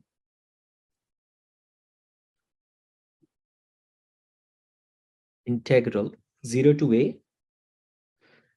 xj to the power alpha dj. We can write like this. This is the sum of xj. So a measures the range of capital goods that are available to the final goods sector, right? Range of capital goods that are available to the final goods sector. आप इसमें कैसे number of capital goods है, आप फिर आप range लिख रहे हैं 0 to a, कोई बहुत ज्यादा फर्क नहीं पड़ता। आप इसको इस तरह से लिख रहे हैं। देखिए एक बात आप और समझेंगे कि क्योंकि आप कांस्टेंट रिटर्न्स टू स्केल कह रहे हैं, तो आप नंबर ऑफ फर्म्स के बारे में नहीं कह सकते। दूसरी बात, आप ये जरूर कह सकते हैं कि लार्ज नंबर ऑफ फर्म्स हैं फाइनल गुड सेक्टर के अंदर, परफेक्ट कंपटीशन प्रिवेल कर रहा है, राइट? ओके। ये जो फर्म्स हैं ये क्या करना चाहेंगी? ये अपने प्रॉफिट को मैक्सिमाइज करना चाहेंगी, राइट? सो जरा देखें इनकी प्रॉफिट मैक्सिमाइजेशन एक्सरसाइज कैसी है। जो फर्म्स है फाइनल गुड सेक्टर में, उनको डिसाइड करना है कि वो कितना लेबर और कितना amount of each capital good को यूज करें in order to produce the output. मान लेते हैं, I mean just for simplification, the price of final output is 1, ठीक है। तो मुझे एक बात बताइए, जब आप प्रॉफिट लिखते हैं तो आप सबसे पहले रेवेन्यू लिखेंगे ना, इसे रेवेन्यू माइनस कॉस्ट लिखेंगे आप। आपका रेवेन्यू क्या होगा? Price of final output into output. Price of final output तो हमने ले लिया है 1।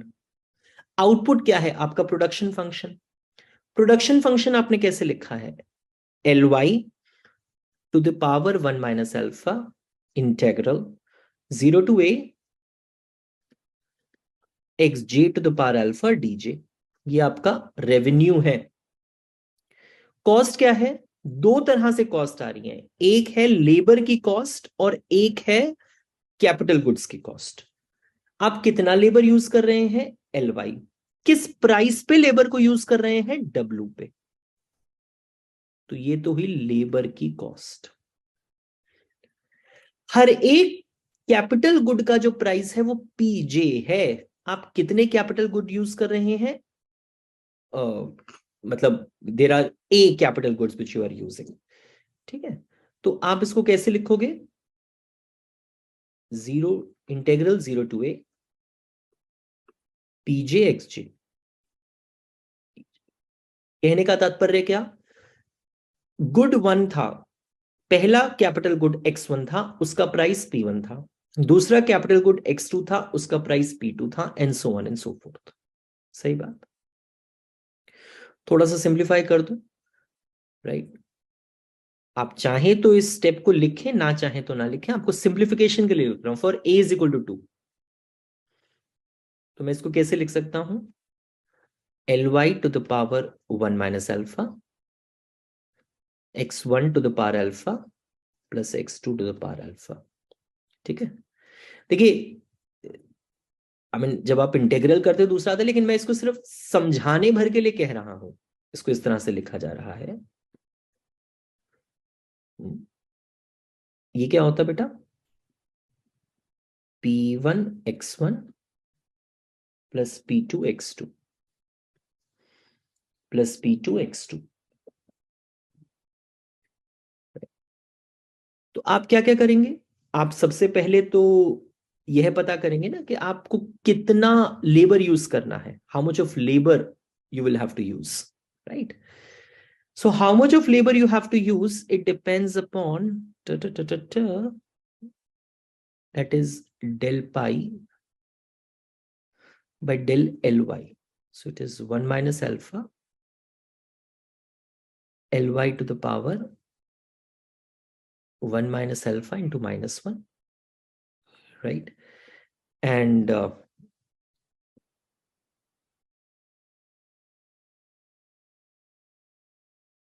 alpha minus W equals to 0, like this, right? Minus W equals to 0. So can I write this as 1 minus alpha Ly to the power minus alpha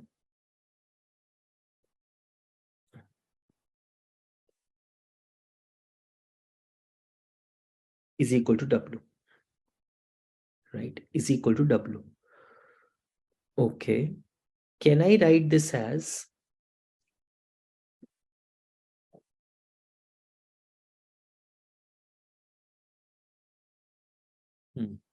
it is now Ly to the power alpha like this. Okay. Now, if I can multiply this with,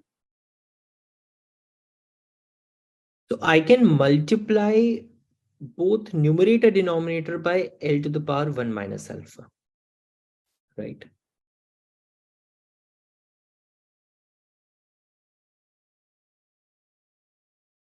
I can do that.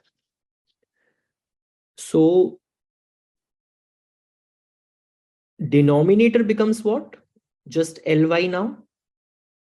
And numerator is what? L to the power 1 minus alpha into x1 to the power alpha plus x2 to the power alpha. That is nothing but y. Y is what?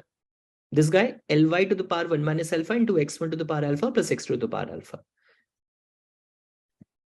That's what it is. W. Like this. So W is equal to, yeah, I should not be putting equal to sign out here. So W is equal to 1 minus alpha into y upon Ly. That is what it is. So you will be hiring the labor until the marginal product of labor is equal to the wage, is equal to the wage. What about this guy?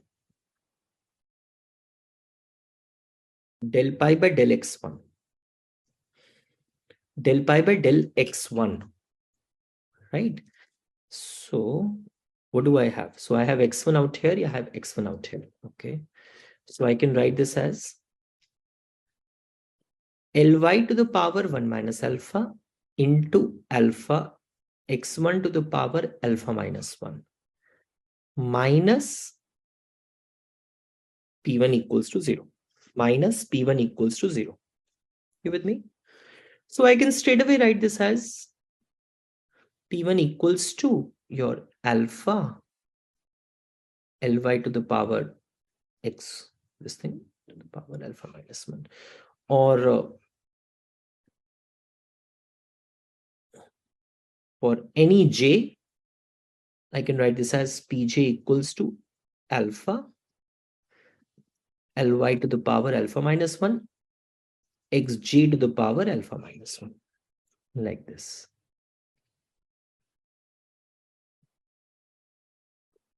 So I've written this. So the first condition is telling you that the firms are going to hire labor up to the point where the marginal product of labor is equal to W.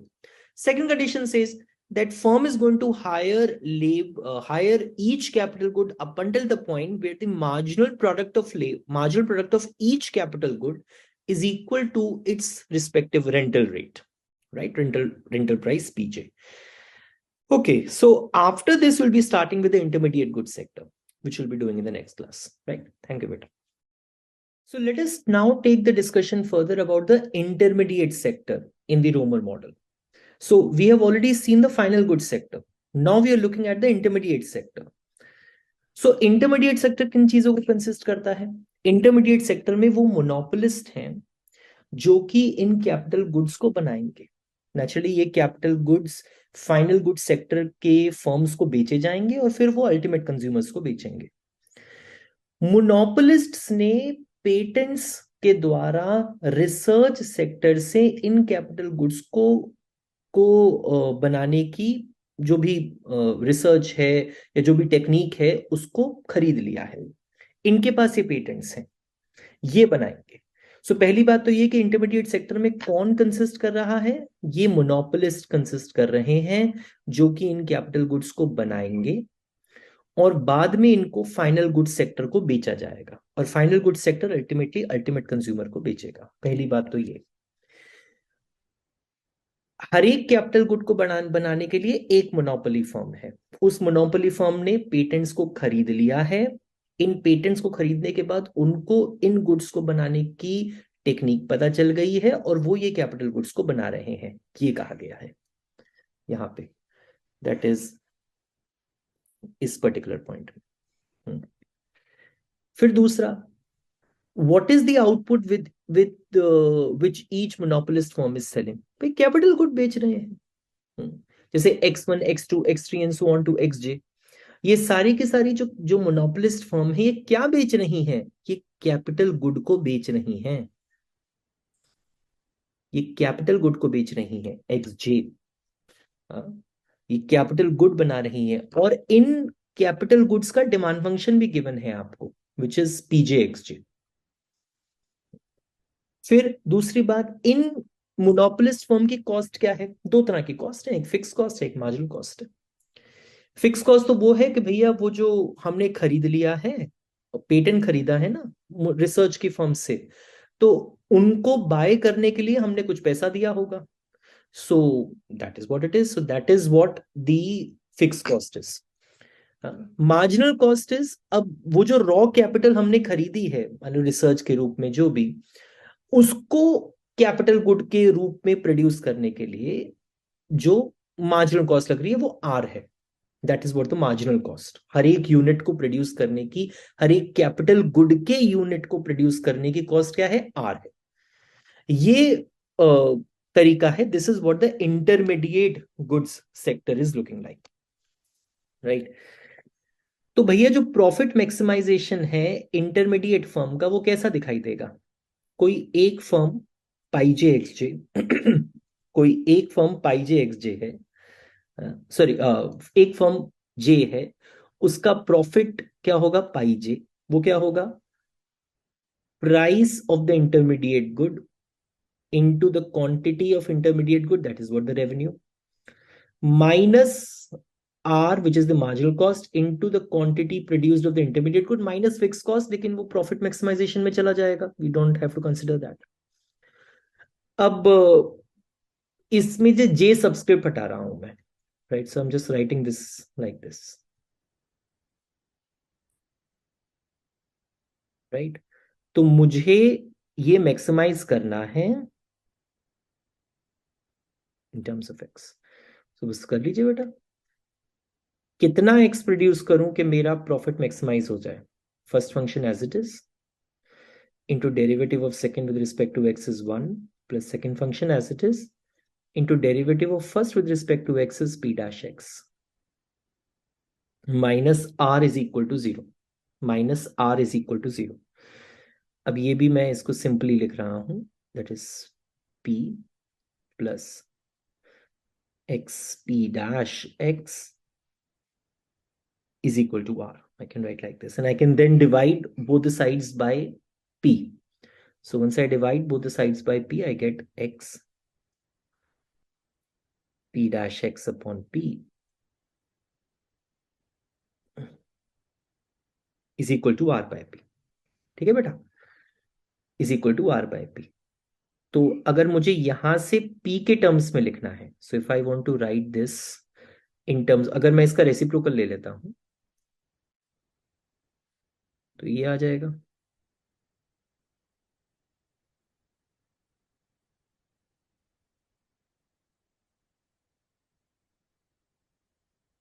ये होगा ना बेटा.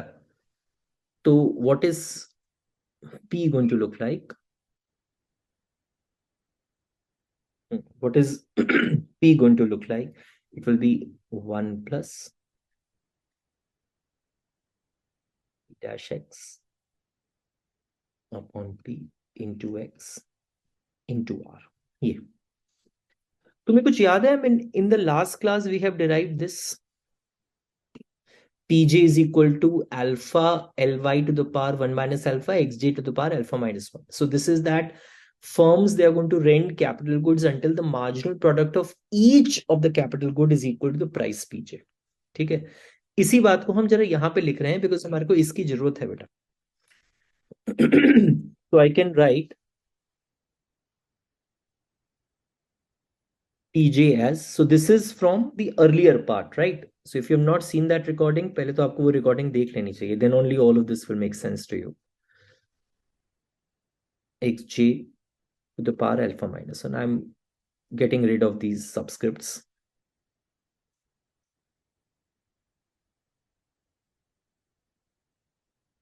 Alpha minus 1.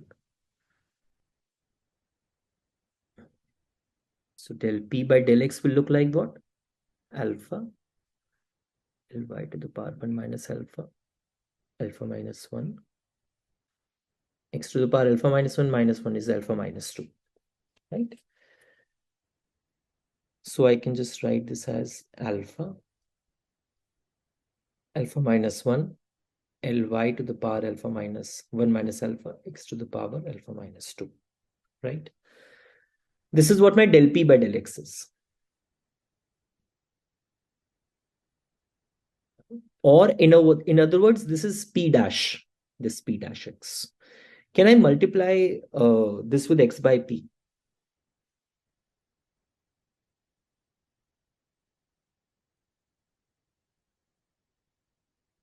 Alpha into alpha minus 1 ly to the power 1 minus alpha x to the power alpha minus 2 into x by p. And in place of p, what will you write? Alpha x to the power alpha minus 1. तो बेटा एक तो ये alpha will get cancelled out. This ly to the power 1 minus alpha ly to the power alpha minus 1 will cancel out, right? Okay, so what do you have?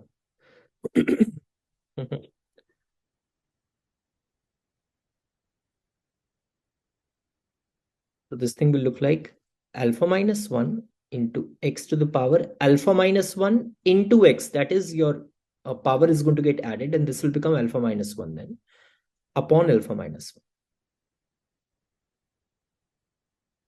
1. Again, this will get like this. So basically what you can write, this del p by del x is what? P dash x into x by p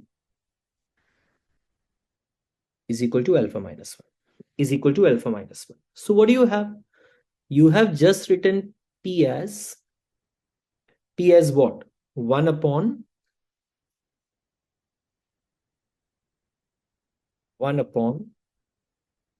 1 plus p dash x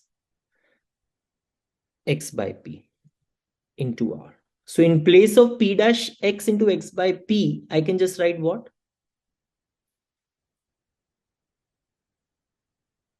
I can write this as alpha minus 1 into r. So this 1 will get cancelled out. This will become what? 1 upon alpha into r. 1 upon alpha into r. So you have what? P is equal to 1 upon alpha into r. So note that this intermediate goods firm is going to charge a price that is simply a markup over the marginal cost r. So it is just charging a price. मान लीजिए 1 upon alpha is 2. आपकी cost तो r है. आप कितना charge कर रहे हैं? Twice your cost. So it is you are just charging a price that is simply a markup over the marginal cost r. Now, this you have done for the particular monopolist, but that is true for all monopolists, right? Because all monopolists are same. They are facing the similar kind of demand function for each of the capital good. So all of these capital goods are going to be sold at the same price, right? Demand function is also same. Each capital good employed by the final goods firm in the same amount. भाई ये एक monopolist का टेकरा है, सारे के सारे monopolist same ही है, सबके सब एक ही तरह का डिमांड फंक्शन फेस कर रहे हैं, तो सबके ऑप्टिमाइजेशन प्रॉब्लम से यही आने वाला है, तो सबके सब इसी प्राइस पे बेचेंगे, राइट? और अगर सबके सब इसी प्राइस पे बेचेंगे तो जो कैपिटल गुड एम्प्लॉयड है by the final good firm is going to be in the same amount, x j is equal to x like this, right?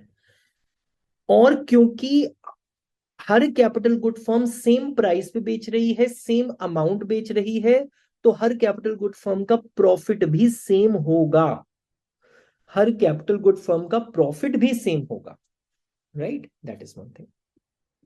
दूसरी चीज ये बात भी समझने वाली है कि जो the total demand for the capital good जो आएगी, right, that has to be equal to the total supply of capital in the economy, right? Finally, please write the total demand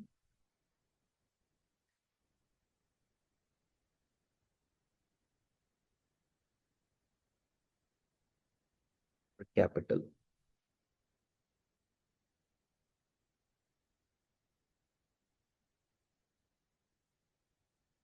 from the intermediate goods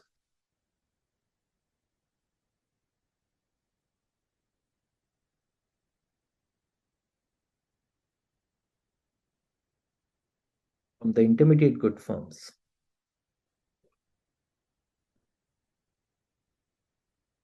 must equal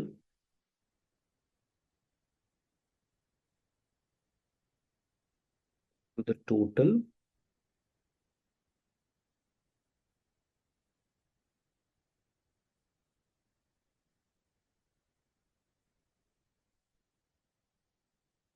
capital stock in the economy, to the total capital stock in the economy. कौन कर रहा है capital demand? Capital demand तो ये करेंगे ना तुम्हारे intermediate good firms कर रही हैं, किससे? रिसर्च फर्म से. सो जो टोटल डिमांड ऑफ कैपिटल है, कितनी फर्म्स हैं? ए फर्म्स हैं, 0 से ए जितनी भी फर्म्स हैं, वो जितना भी कैपिटल डिमांड कर रही हैं, that has to be equal to the total capital which is available in the economy, right? उसके बाद हमने ये भी कहा कि हर फर्म कैपिटल गुड्स सेम ही अमाउंट में यूज कर रही है, right? Since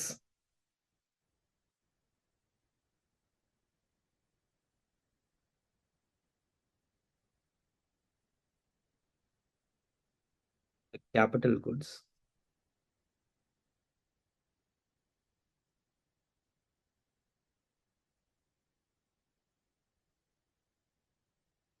are each used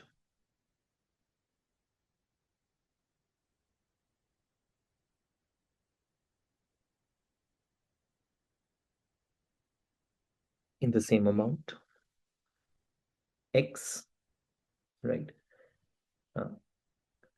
अगर मान लीजिए ए फर्म्स हैं और हर firm x amount of capital करे, देखिए ये लिखिएगा मत, ऐसा है, सो ये होगा ना, ए फर्म्स हैं, हर firms x amount of capital demand कर रही है, तो जो टोटल डिमांड फॉर कैपिटल है should be equal to the total supply of capital.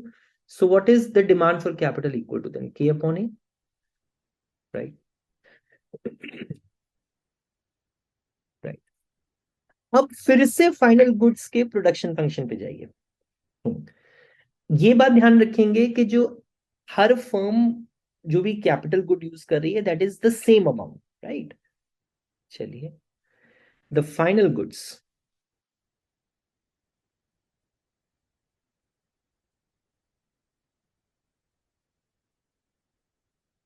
Production function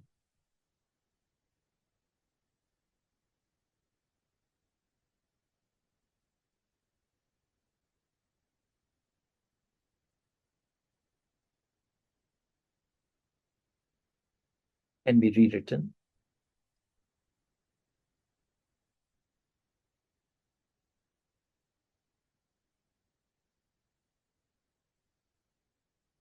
using the fact that xj is equal to x. बेटा y क्या था तुम्हारा, प्रोडक्शन फंक्शन क्या था? a ly to the power 1 minus alpha, यही था ना? उसके बाद तुमने प्रोडक्शन फंक्शन में क्या लिखा था? what is the kind of the production function which you have written? Summation of, just going back, ये लिखा था ना बेटा, summation of j starting from 1 to a xj to the power alpha. This is what you have written. अब हमारे को ये पता है कि हर firm same amount of x demand कर रही है, same amount of x demand कर रही है, right? So what I can write, so instead of writing summation of this thing, I can just write this thing as x to the power alpha. I can just write this thing as x to the power alpha.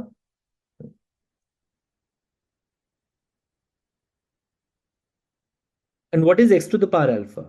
K to the power alpha upon e to the power alpha. What is that? A into ly to the power 1 minus alpha, e to the power minus alpha, k to the power alpha. I can write like this.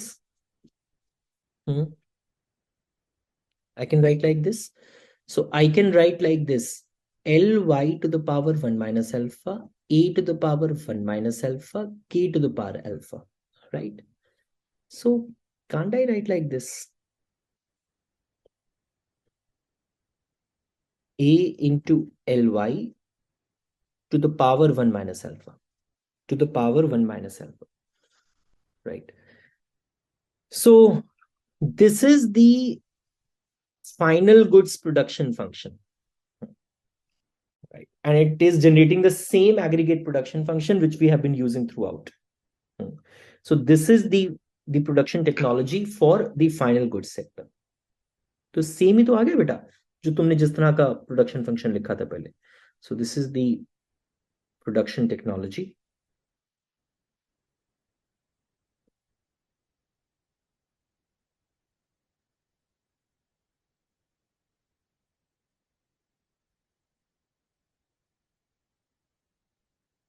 for final goods sector, right? In the next class, we will be talking about the research sector. So in this Romer economy, you had the final goods sector, you had the intermediate goods sector, and then you have the research sector. We have already talked about final goods sector. We have already talked about the intermediate sector in this class. In the next class, we'll be talking about the research sector, right? Sure. Thank you, beta. So we were discussing about the Romer model of endogenous growth. हम लोग intermediate goods sector के बारे में बात कर रहे थे. और अगर आप ध्यान दें तो जो इंटरमीडिएट गुड सप्लायर हैं उनका वैल्यू ऑफ आउटपुट क्या होगा?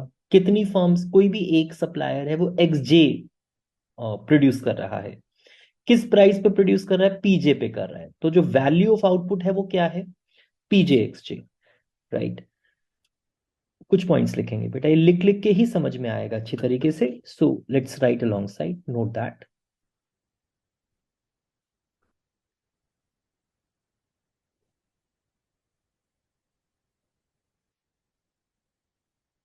Intermediate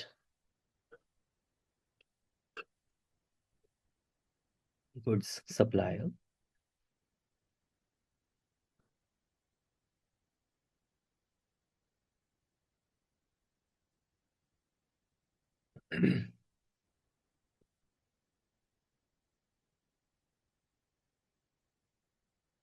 value of output is pjxj,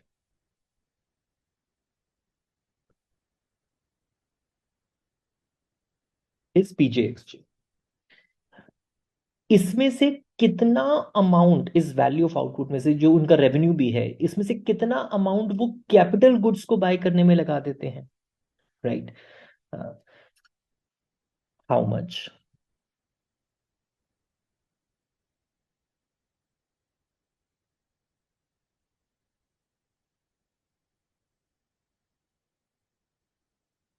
this value of output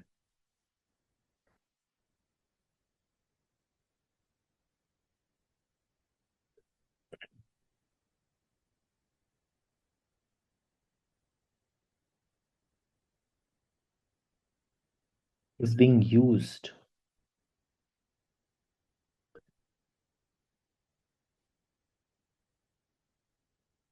to pay for capital goods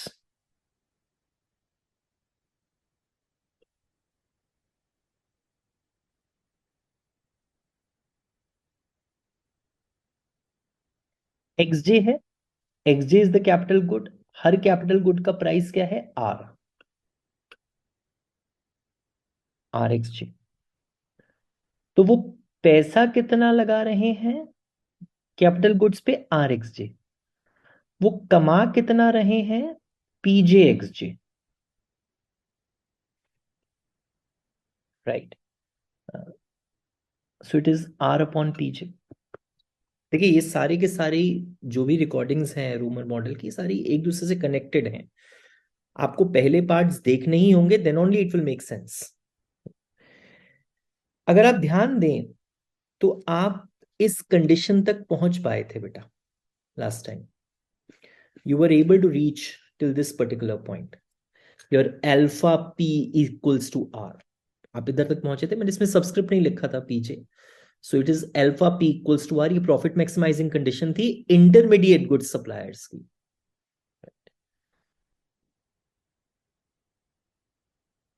small R लिख लीजिए, कैपिटल आर लिख लीजिए इसको। If you want you can just write at small R, because otherwise this might be a confusion also.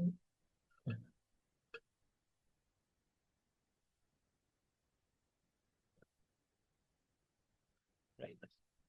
So earlier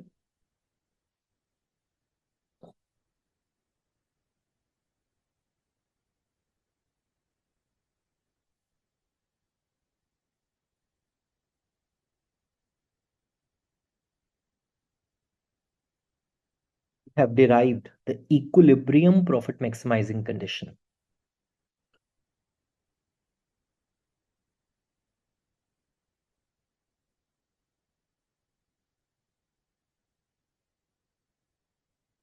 What was that? Your alpha pj equals to r. This is what we have derived. Alpha p equals to r. यहाँ पे हम pj लिख रहे हैं.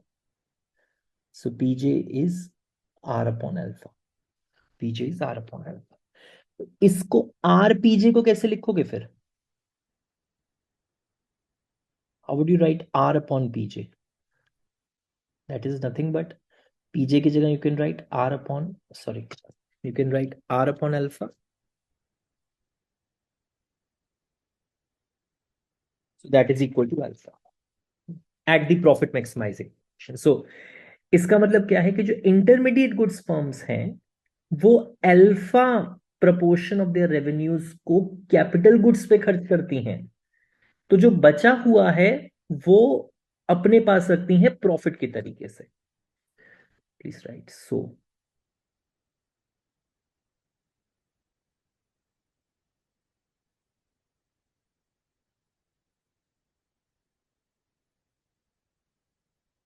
intermediate goods firm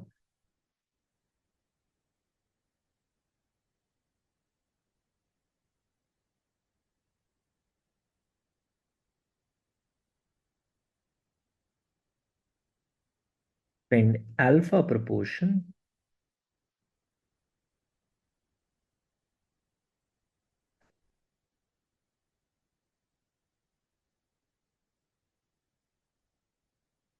of their income या फिर of their revenues, of their revenues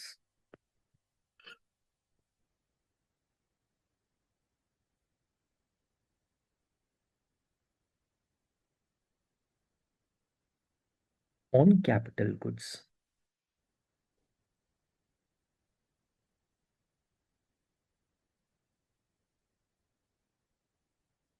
capital goods, तो इसका क्या मतलब है, जो बचा हुआ प्रपोर्शन है that is kept as profits, उनके लिए तो सिर्फ वो तो सिर्फ कैपिटल गुड्स ही बाय कर रही है ना, and then they are converting this capital goods into the final goods, right. So please write this. So 1 minus alpha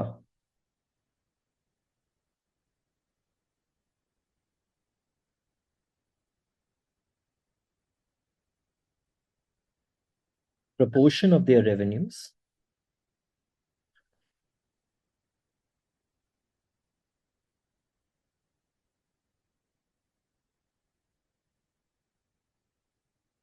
are kept as profits।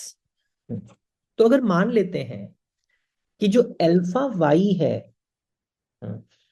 That is spent on intermediate goods, अगर alpha Y proportion is being spent on intermediate goods, so यही तो उनका revenue होगा।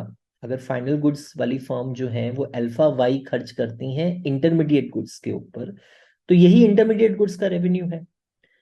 तो जो 1 minus alpha जो बचेगा amount that is kept as the profits, right. So please write if alpha Y is the amount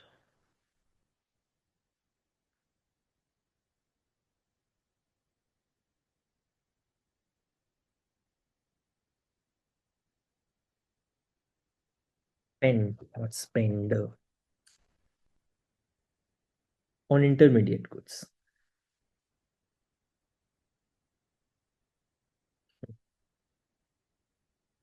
right, on intermediate goods, then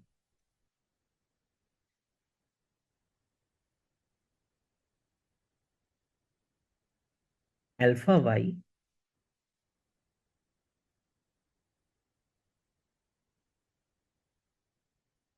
is the revenue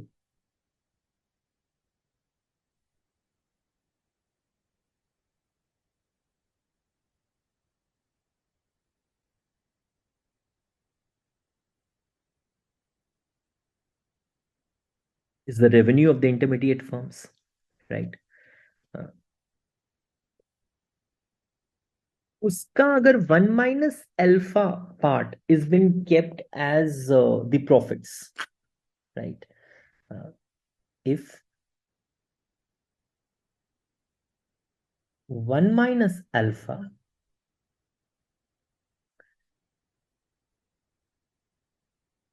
of intermediate firms profits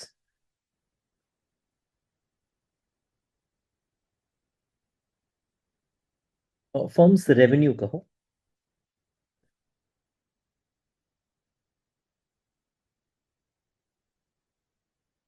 are set aside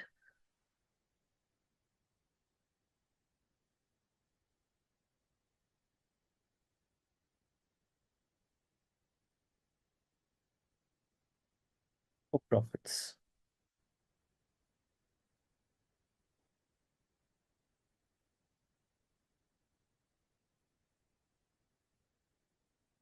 Then of that revenue, you are keeping 1 minus alpha aside for profits. So this is the total aggregate profit of all the intermediate firms together. How many firms are there? A. Hey, this part was not very clearly given, so I'm just trying to break it down. If there are A firms,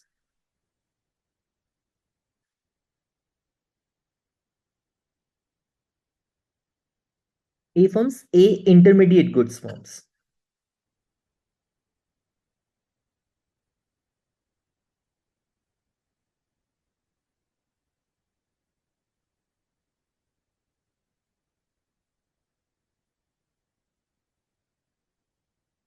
Intermediate goods firms.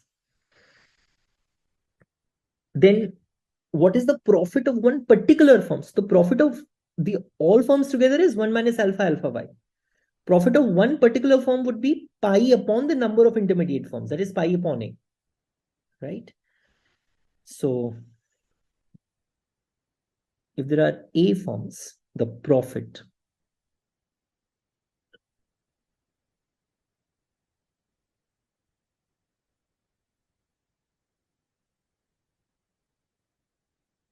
of the particular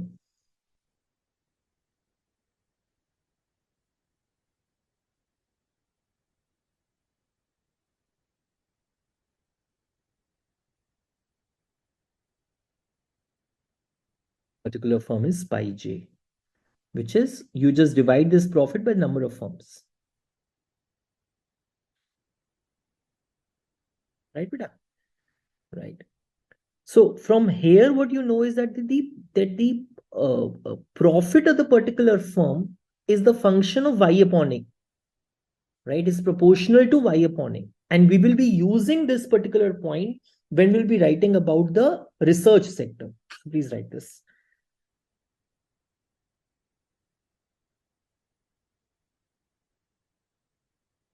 So from here, we know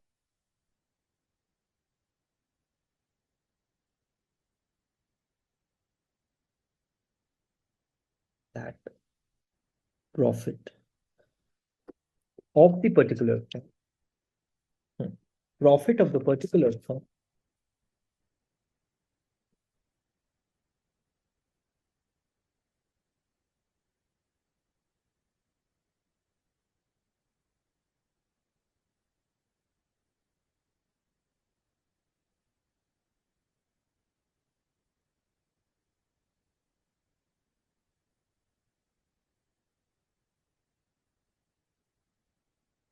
is proportional to y upon A, right? So what do we do out here is that from here, we're going to write about the research sector after this particular point. So that I'll take up in the next class. But I'll be using this particular point, right, which we have just written here. Chaliye, I'll be taking your next session next day. Thank you, beta. Romer model of endogenous growth. We've been talking about this model for quite some time now. And हमने final good sector के बारे में बात करी है Romer economy में. We have talked about the intermediate good sector. Now we are talking about the research sector, right? So I mean, you look at it, anyone is free to prospect for the new ideas. Anybody could just find out new ideas. And in our model, what do we mean by new ideas? New ideas are the ideas or the designs which can make the new capital goods, right? तो मान लीजिए मैं researcher हूं, मैं नए नए ideas की तलाश कर रहा हूं जिससे नई कैपिटल गुड्स बन पाए, नई तरीके के कैपिटल गुड्स बन पाए. और वो capital goods intermediate goods firm बनाती हैं और intermediate goods firm final goods firm को बेचती हैं और final goods firm ultimately final goods produce करती हैं. हम इस new designs are discovered according to the following equation, और हम इस इक्वेशन के बारे में पहले भी बात कर चुके हैं, राइट। हम इस इक्वेशन के बारे में पहले भी बात कर चुके हैं यहां पर। आपने अगर पहले की रिकॉर्डिंग्स करी हो तो आपने ये देखेंगे कि हमने इसके बारे में यहाँ पे बात करी हुई है। That is A dot is equal to gamma L A to the power lambda A to the power 5, कुछ ऐसा। अब यहाँ पे बस गामा की जगह थीटा लिख दिया, इसका क्या फर्क पड़ता है।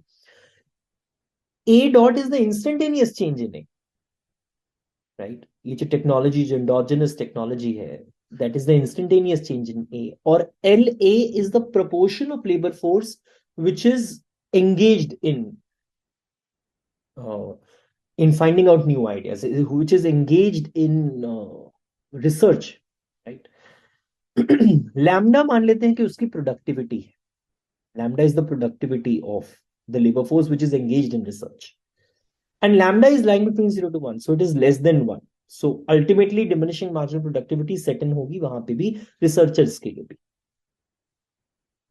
और अगर आप देखें तो ये डिपेंड करता है prevailing value of A पे भी। That is, this phi is showing you the externality which is attached to giant shoulders effect। मतलब मान लीजिए जैसे आपने किसी छोटे बच्चे को देखा हो तो उसको बड़े लोग अपनी पीठ पे बिठा लेते हैं और वो और दूर तक देख पाता है। वो इसलिए दूर तक देख पाता है क्योंकि वो जाइंट शोल्डर्स पे बैठा हुआ है। रिसर्च के तरीके से यहाँ पे रिसर्च के बारे में जब हम बात कर रहे हैं तो हम यहाँ पे यह कहने की चेष्टा कर रहे हैं कि जो रिसर्चर्स हैं ये भी ज्यादा अच्छी रिसर्च इसलिए कर पाते हैं बिकॉज और आइडियाज ऑलरेडी डेवलप हुए हुए होते हैं, उन आइडियाज पे ही वो काम करते हैं। तो जो ऑलरेडी डेवलप्ड आइडियाज हैं वो जाइंट शोल्डर्स हैं और उसके बियॉन्ड फिर वो देखने की कोशिश करते हैं। That is an idea. फिर आगे यही बात करी गई है कि एक तो जो आइडियाज है वो इस इक्वेशन से डेवलप हो रहे हैं, और कभी भी जो भी कोई नया डिजाइन डिस्कवर होता है, इन्वेंटर को एक पेटेंट मिलता है। पेटेंट उसको ये एक तरीके का एक एक राइट देता है कि आप इस चीज को इतने समय तक आप ही यूज कर पाएंगे, आप ही के पास एक्सक्लूसिव राइट है कैपिटल गुड बनाने का। तो मान लीजिए मैं इन्वेंटर हूं, मैं रिसर्चर हूं, मैं इनको ये पेटेंट मिला है और आप इंटरमीडिएट गुड्स फर्म है। तो आपको जब मैंने ये पेटेंट बेच दिया तो उससे मुझे कुछ प्रोसीड्स हुई, बिकॉज अल्टीमेटली तो मैं आप ही को बेचूंगा ना। आप इंटरमीडिएट गुड बना रहे हैं, आप कैपिटल गुड बना रहे हैं, उस उन प्रोसीड से मैं कुछ सेव करूंगा, कुछ कंज्यूम करूंगा। अब फिर दूसरा क्वेश्चन ये होता है कि जी प्राइस क्या होगा patent for a new design. हम मान लेते हैं कि कोई भी बिड कर सकता है जी पेटेंट के लिए, जो भी हाईएस्ट बिडर होगा मैं उसको दे दूंगा। ठीक है, मैं उसको दे दूंगा।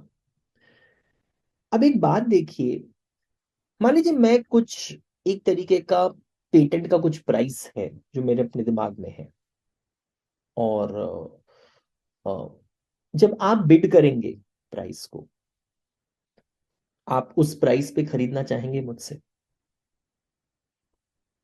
आप कोई भी चीज खरीदते, मान लीजिए आप पेटेंट खरीद रहे हैं तो 30 सालों तक मान लेते हैं कि आपके पास ये राइट रहेगा कि सिर्फ आप ही ये कैपिटल गुड्स इस डिजाइन के द्वारा प्रोड्यूस कर सकते हैं। तो क्या आप ये नहीं देखेंगे कि अगले 30 सालों तक आने वाला जो प्रॉफिट है, उन सारे के सारे प्रॉफिट्स की वैल्यू आज क्या है, present discounted value. I'm getting the stream of revenues for future. So I'm going to find out what is the present discounted value for that investment, for those profits which I'm. अगर तो मुझे लगता है कि आपने जो price मांग रहे हैं वो present discounted value of profits earn by the intermediate firm, good firm से ज्यादा है, मतलब मेरे मेरे को जो प्रॉफिट्स मिलने वाले हैं उन सब की वैल्यू आज जितनी है वो कम है as compare to the price of a patent, nobody would be willing to pay, right. No one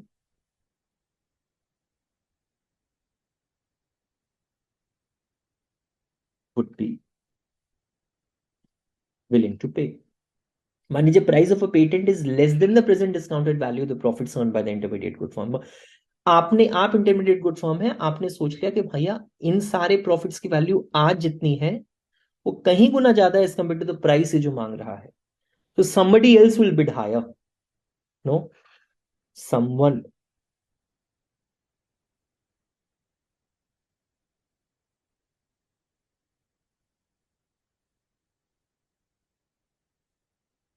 would be willing to pay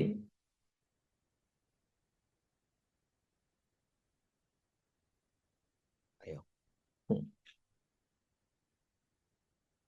मान लीजिए पीए जो है वो प्राइस है न्यू डिजाइन का, मान लेते हैं that PA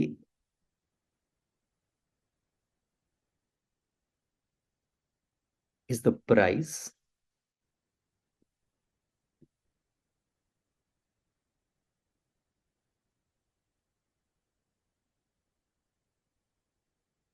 new design, right.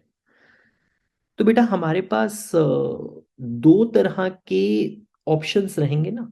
हम्म, अ, मैं ये रिसर्चर था, मैं इस पैसे को जो मिलेगा मुझे इस पेटेंट को देने के बाद आपसे, आप इंटरमीडिएट गुड फॉर्म में, मैं रिसर्चर हूं, या तो मैं इसको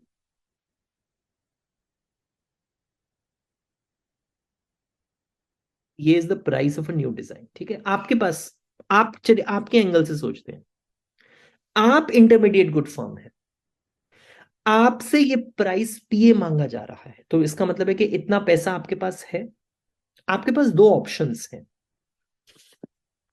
राइट। मैं यहां पे लिख रहा हूं, अपने आंसर में मत लिखना।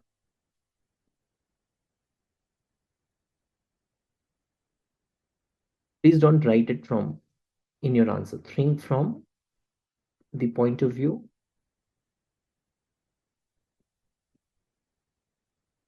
of intermediate good form.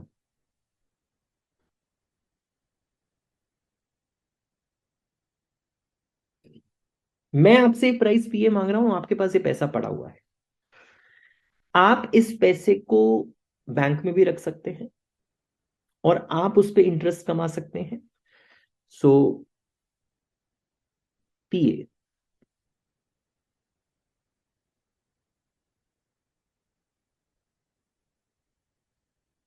is invested in a bank.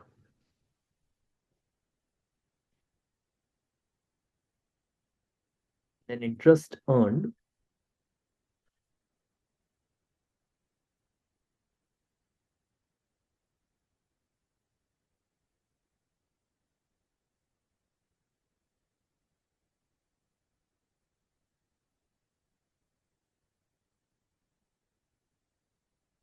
investing is what?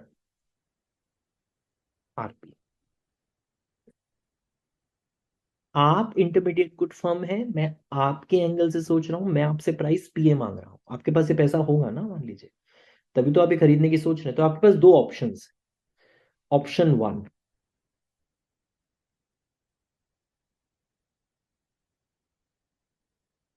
आप बैंक में डाल दीजिए। Option to,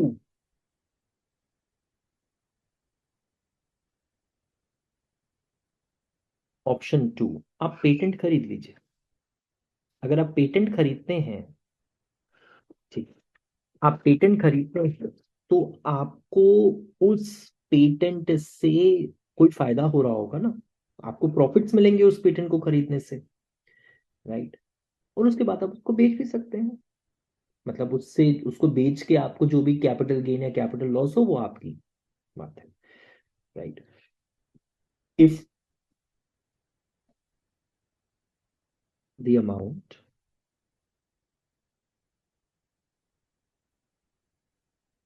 EA is invested in the patent,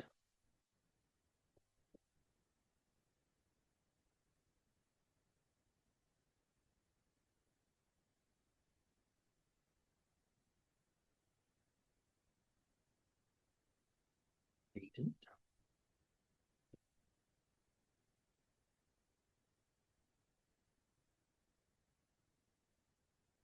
you can earn the profits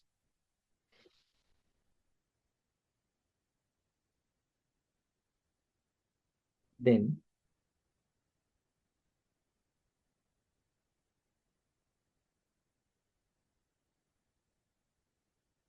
earn the profits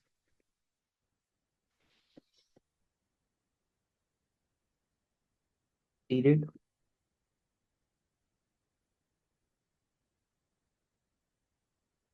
then sell the patent. आगे भेज दो. Right. So, I mean, इसका मतलब है जो whatever capital gain or capital loss will occur, that is going to result from the change in the price of the piece.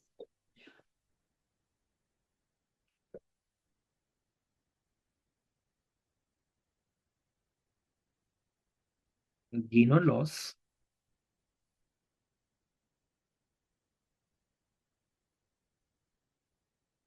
that results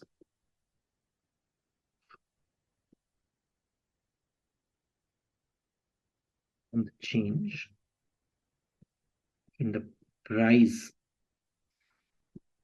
of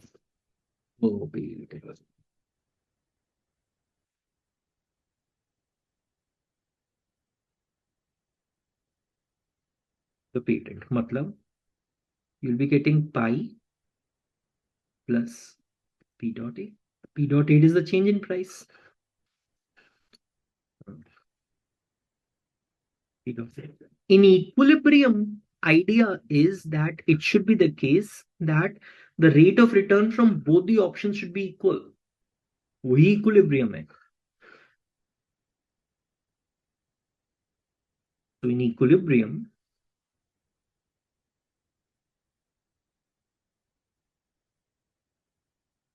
must be the case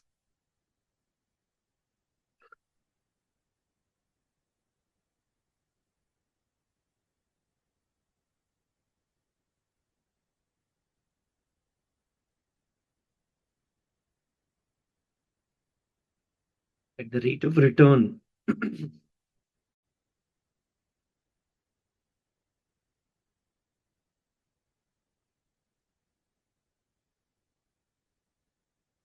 in both of these investments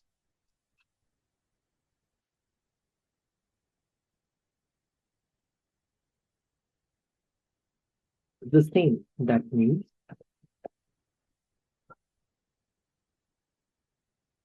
RPA equals to pi plus P dot A. So you can write the value as pi upon PA plus P dot A upon P. Along the balanced growth path, R is constant. So what is R? R is the price at which the supply of capital is equal to the demand for capital, right? And that is also proportional to Y by K. So along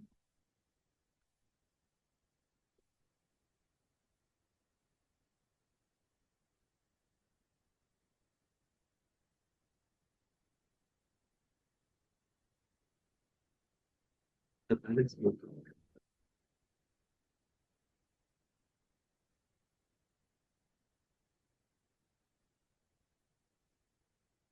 R is constant, right?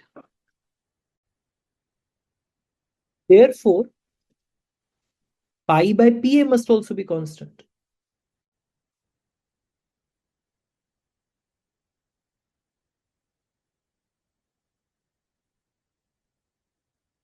Must also be constant.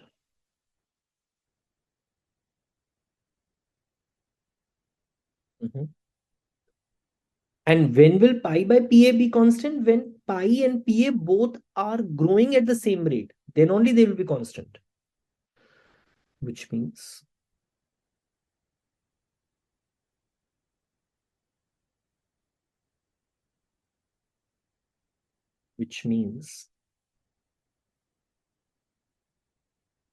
that pi and PA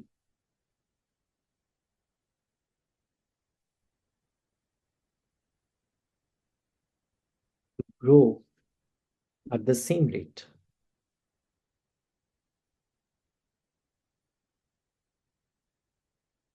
At the same rate, right? And you have already shown in the last class, this is that pi a is 1 minus alpha into alpha y by a. You have shown this for a particular form, right? So that is proportional to y by a also.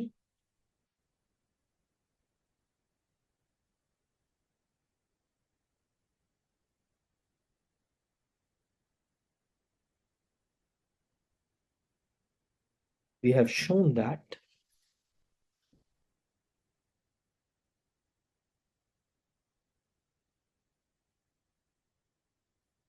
pi is proportional. So this is the point which I was telling you that I'll be using that recording in this one, proportional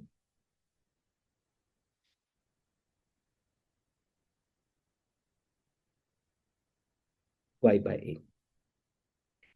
And you know that the per capita output small y and a is growing at the same rate.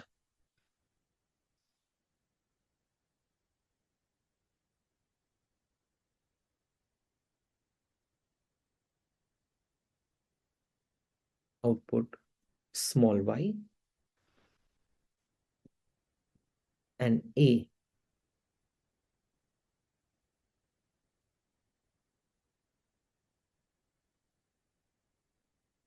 grow at the same rate,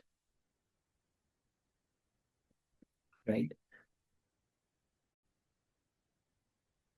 Along the balanced growth path, g small y is equal to g a is they are equal, and that what comes out is that basically and gk they are all same, g small k, right, along the balanced growth path, right? So small y a, all of them are growing at the same rate.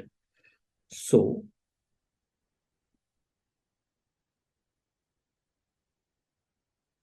that y by a, may not have to write this much in the answer, but I'm just writing this, will grow at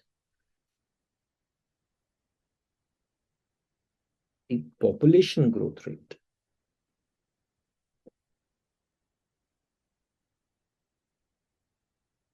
Population growth rate n. Population growth rate n, right?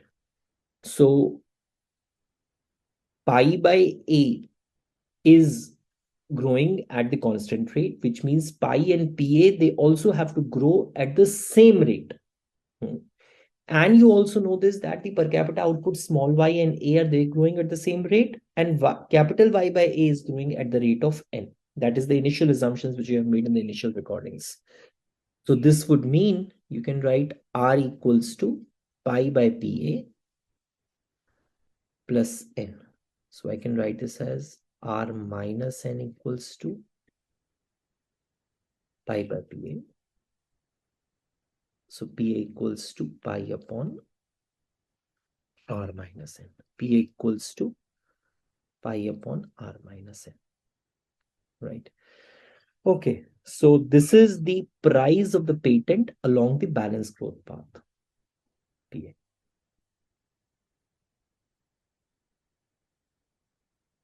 Patent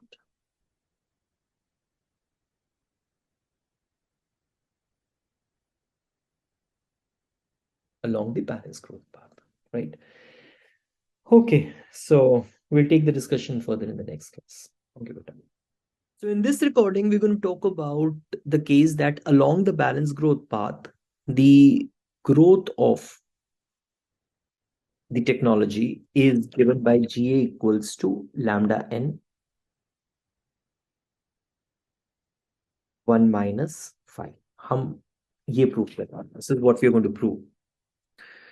So this is just using the knowledge which you have developed in the earlier classes of the Romer model. So we are given with this production function v y equals to k to the power alpha ALY to the power 1 minus alpha. A is of course capital.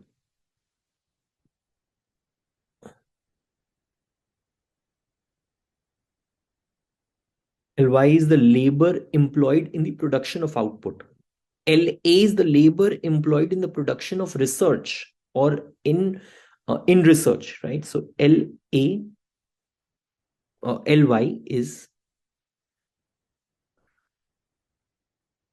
the labor employed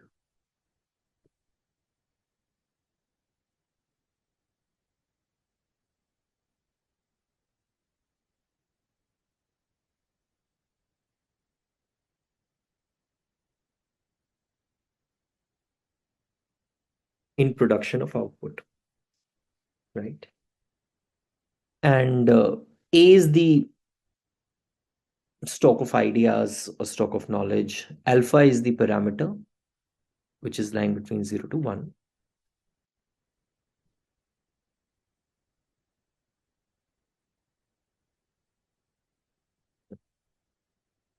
K dot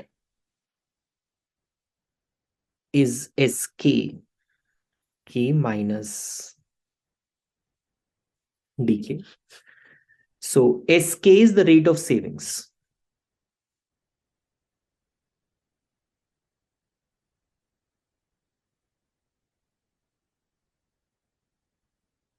This is D into K, not derivative of K, D into K.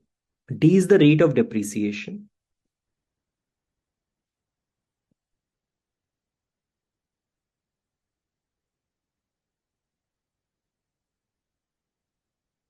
Population growth rate is also given to you. L dot by L is equal to N.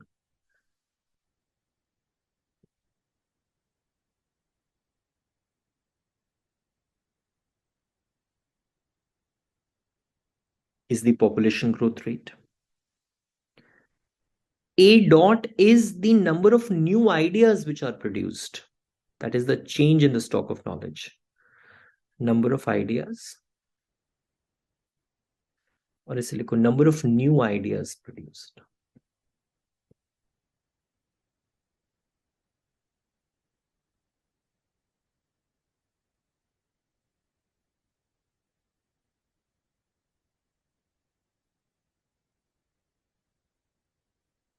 Number of new ideas produced. And you write A dot as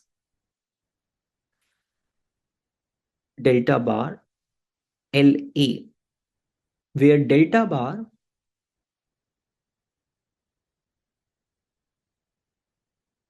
is the rate of discovery of new ideas.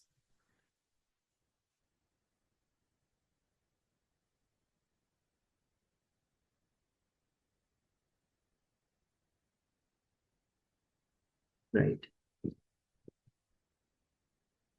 LA is the proportion of population which is engaged in research. Ly is the proportion of labor which is engaged in production of output. La is the proportion of population which is engaged in research.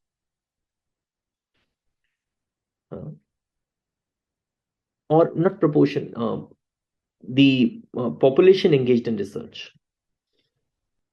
Not proportion of population, because it is Ly plus La is the total L. So Ly is the population engaged in the production of output. La is the population engaged in research.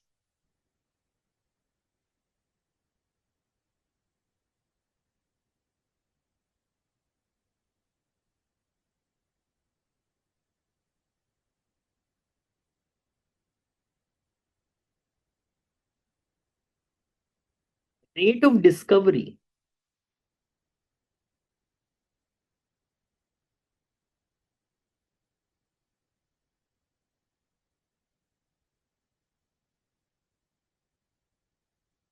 new ideas, which is delta bar, is delta e to the power phi, where delta and phi are constants.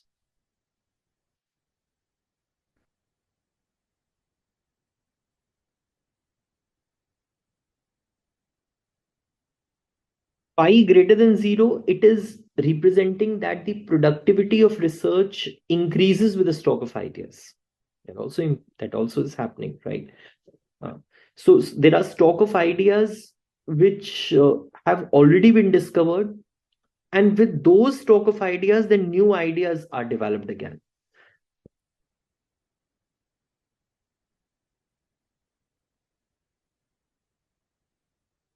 Represents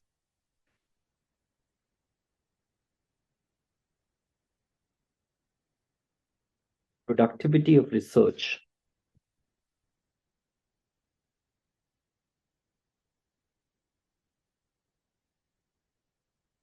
increases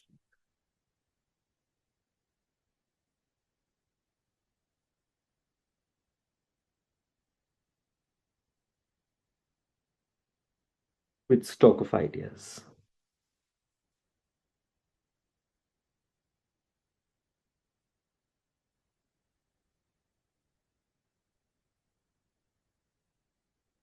Already been discovered.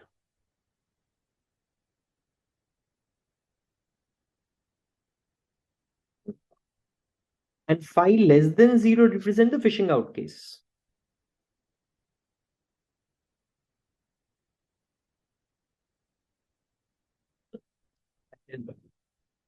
Phi less than 0 would represent fishing out case. That is, with the stock of ideas, now you're not able to develop the new ideas. The productivity of research is falling.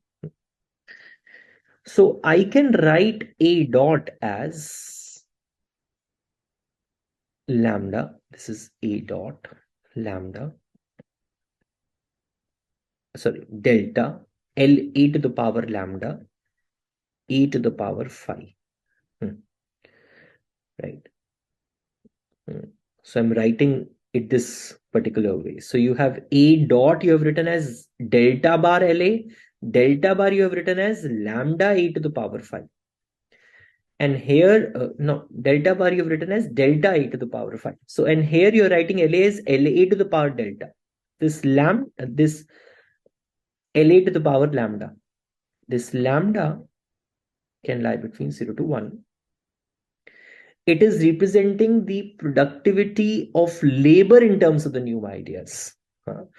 Phi is representing the productivity of research in terms of new ideas. This is telling you, lambda is telling you the productivity of labor in terms of new ideas. It represents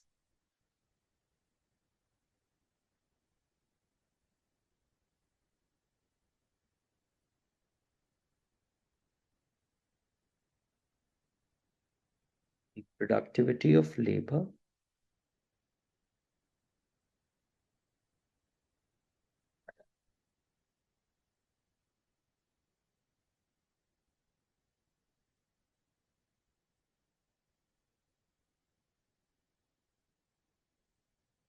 in terms of new ideas. So phi is the externality which is associated with standing on shoulders effect.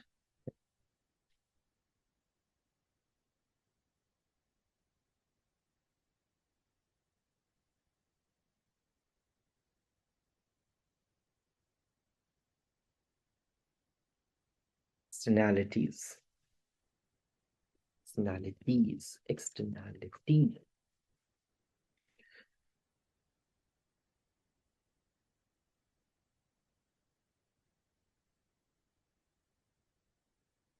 Associated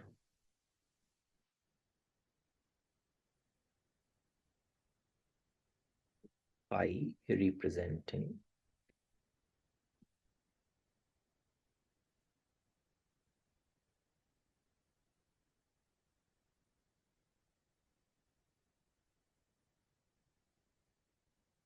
standing on shoulders effect. Standing on shoulders effect. So you are able to see far off because other people have developed the earlier ideas. So that is what the standing on shoulders effect. I've talked about the standing on shoulders yesterday also. मान लीजिए कोई छोटा बच्चा है, वो किसी बड़े के कंधों पे बैठा हुआ है, तो वो दूर तक देख पाता है. वो इसलिए दूर तक देख पा रहा है because he is sitting on the giant shoulders, right? So that is what standing on shoulders effect is कि आप रिसर्च भी अच्छी कर पा रहे हैं, आप और नए नए आयाम ढूंढ रहे हैं रिसर्च में। वो इस वजह से ढूंढ रहे हैं बिकॉज ऑलरेडी लोगों ने डेवलप कर लिया है आइडियाज को, और उन आइडियाज के ऊपर आपने काम करा है। That is what the standing on shoulders effect is, right? और lambda,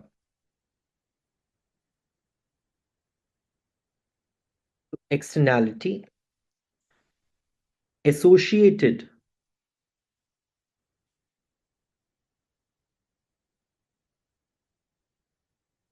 externality associated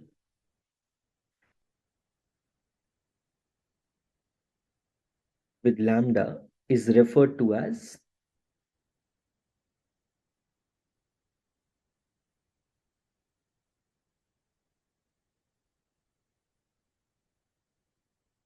stepping on toes effect.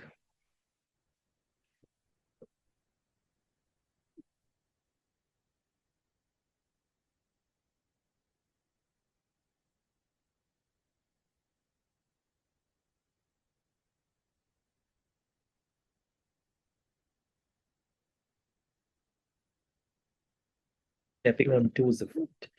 Right. So it is like the decreasing returns to the physical resources in the knowledge production function. That is what stepping on toes effect is. The amount of labor involved in research plus the amount of labor involved in the output production is equal to the total labor which is available. So this is the distribution of the total labor force.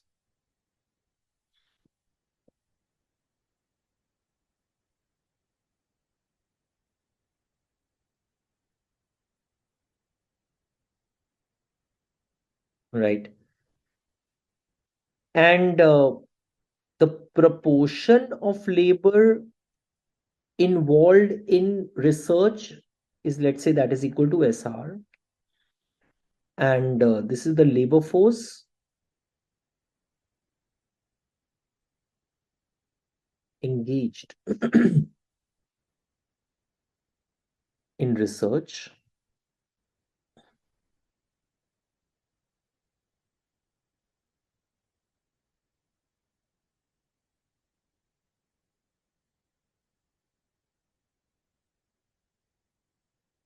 produce new ideas, right? And this is the constant proportion.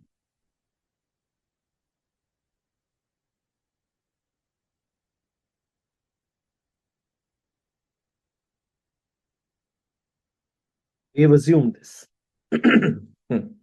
So this is the constant proportion of the labor force which is engaged in research. So 1 minus SR is the constant proportion of the labor force which is engaged in the production of output. So constant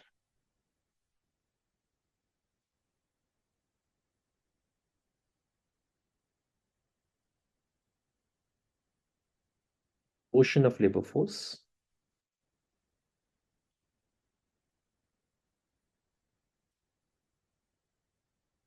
engaged in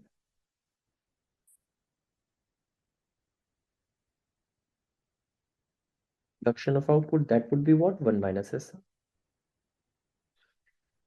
1 minus SR.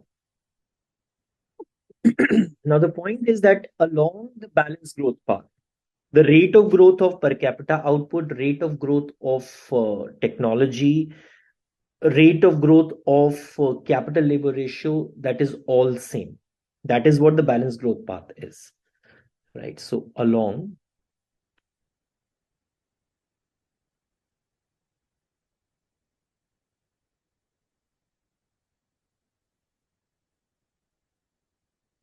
a balanced growth path,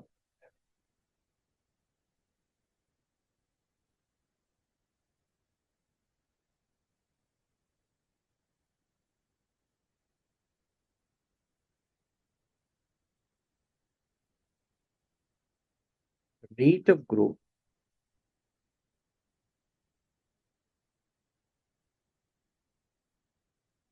of per capita output,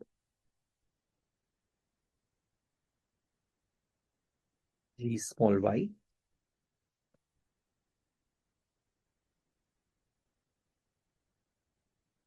rate of growth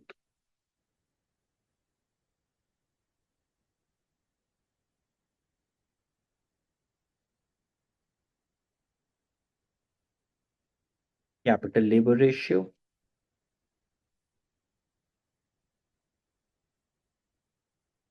G small k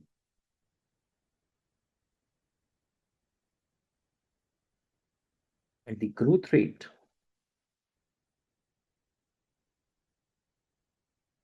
of stock of ideas, growth rate of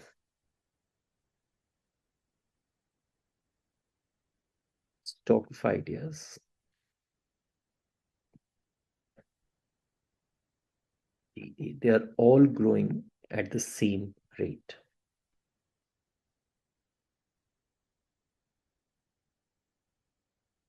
They're all growing at the same rate. Okay. We have written A dot as what? Delta LA to the power lambda A to the power 5, right? And then I can divide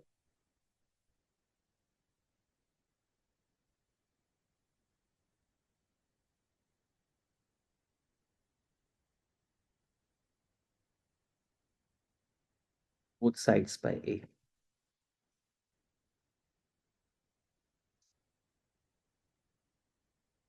Delta LE to the power this, and this thing becomes e to the power 1 minus. You can write this. Of course, this is 5 minus 1, but I will write this as this thing, delta LA to the power lambda upon A to the power 1 minus 5. I can write like this. And along the balance growth part, GA is constant. So this A dot by A is GA.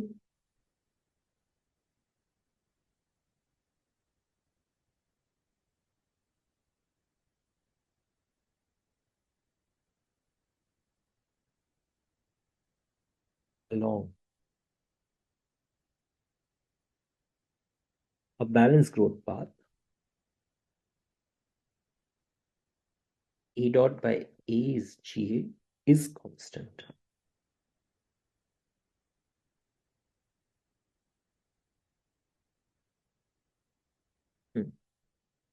But you will have this thing as constant only if the rate of growth of numerator and the rate of growth of denominator is same.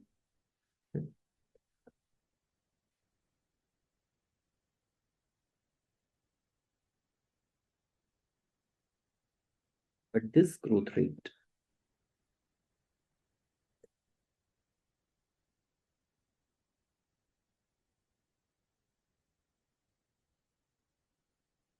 will be constant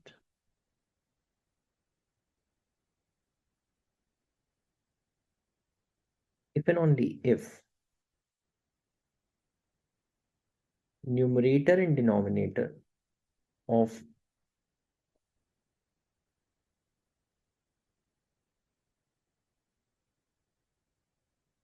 grow at the same rate.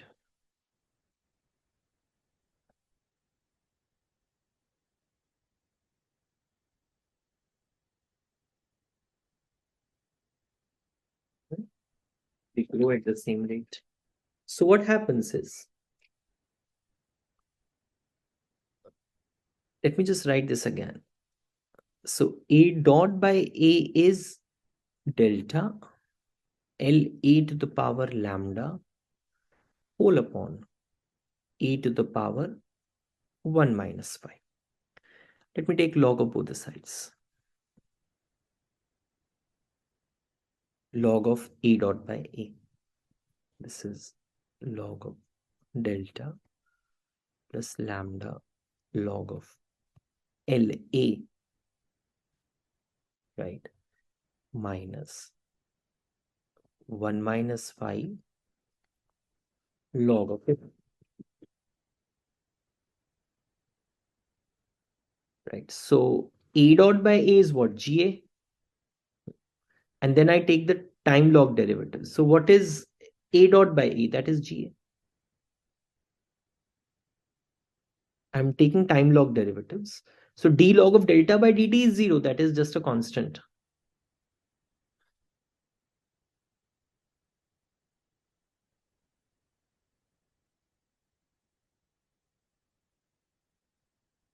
So 1 minus phi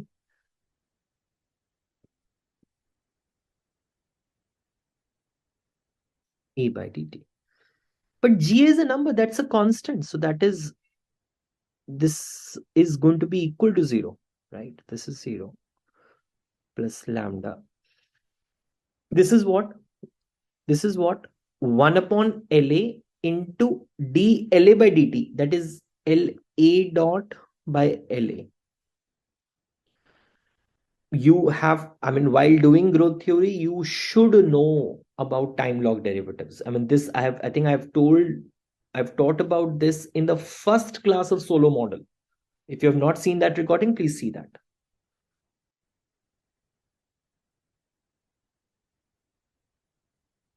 And this d log of A by dt is 1 upon A dA by dt. dA by dt is A dot. So it is A dot by A. Right. One thing you have to understand, this is not L dot, LA dot upon LA is not SA. Is not SR. SR is the share of the labor force engaged in the population. That is not the growth rate. So write one line along the balanced growth path.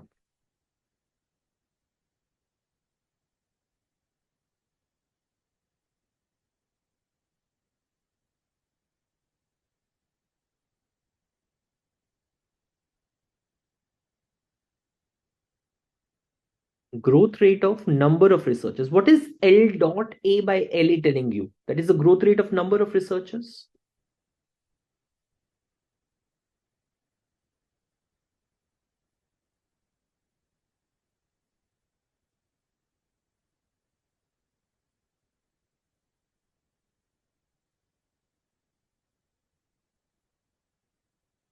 Must be equal to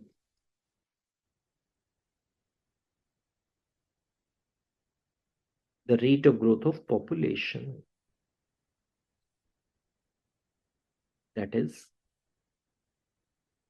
LA dot by LA is equal to N. Right. So if the growth rate of the number of researchers is going to be more than the growth rate of the population, then in that case, the number of researchers will be more than the population. And that is absurd. कोई sense ही नहीं है उस बात का. So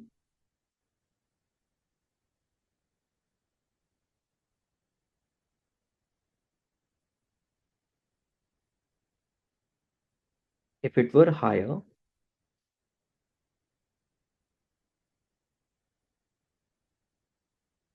the number of researchers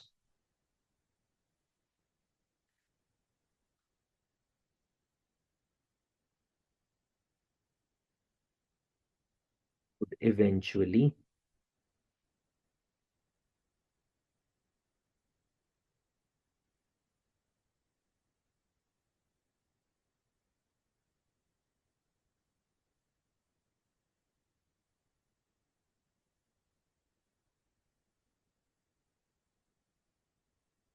exceed the population, which is impossible.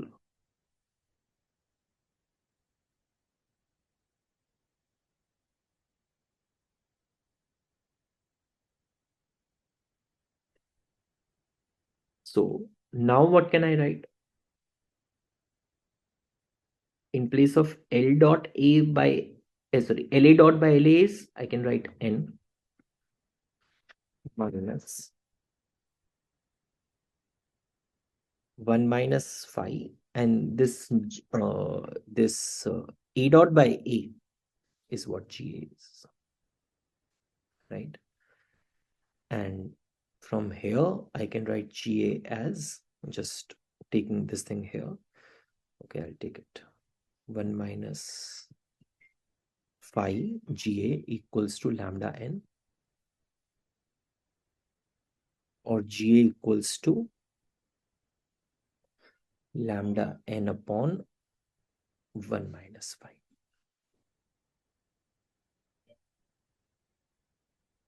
Right? So this is what we want to prove. That is the growth rate in the stock of ideas. That is what, or the rate of technological progress, that is equal to lambda n upon 1 minus 5 in the balance curve, along the balance curve. That is an idea what we want to show, right? Chaliye, So yesterday we derived this, that growth of technology in the balanced growth path. Now there are few special cases which we want to talk about. Please write them alongside.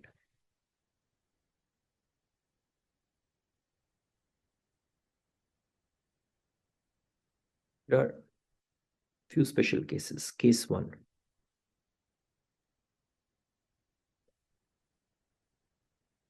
Let lambda equals to 1,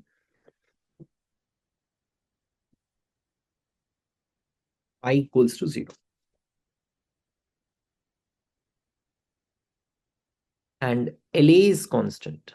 That is the labor force engaged in the production of research or research ideas. That is constant.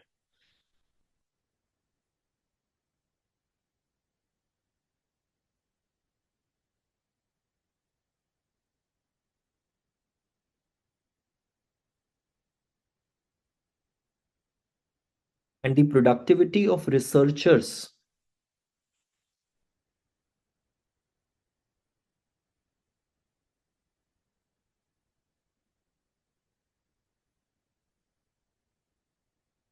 delta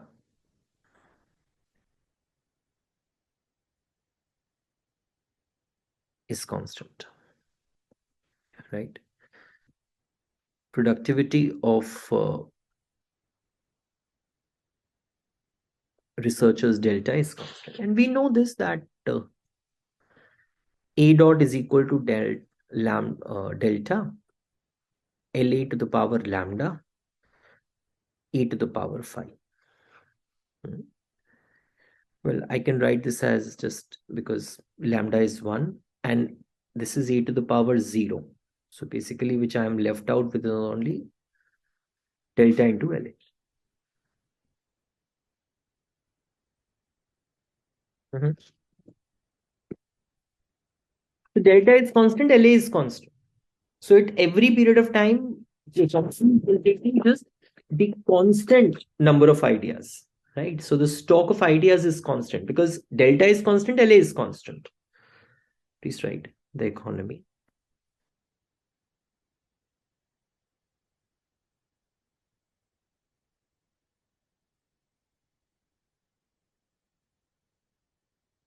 Is generating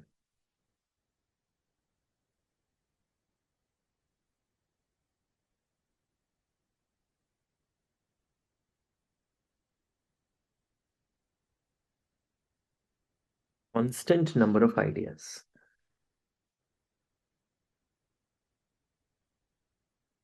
This each period.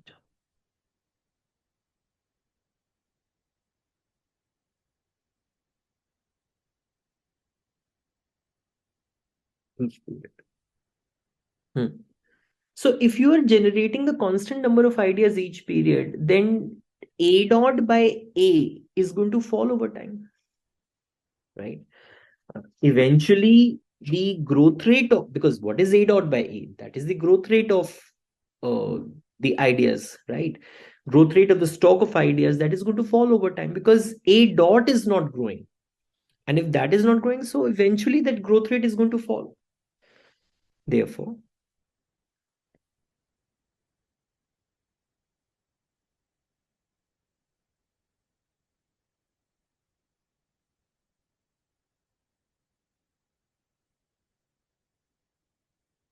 the growth rate of stock of ideas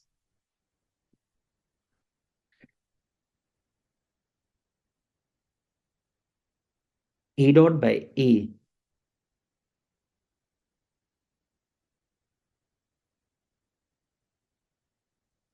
decreases over time, and eventually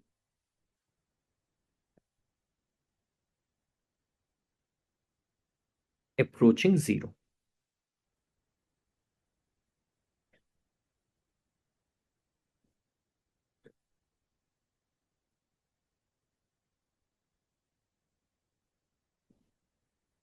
Also, the per capita growth rate of output, that is also going to fall over time. That is also not increasing, because an economy is not operating at the sustainable growth rate without a research effort, right? I won't say without a research effort, I mean with a constant research effort, because the productivity of output is subject to diminishing returns. If we are not producing new ideas, or if we are producing ideas just at the constant rate, eventually, maybe in a very long term, even the productivity of output is also going to fall. The rate of growth of output, that is also going to fall, right? It is right. And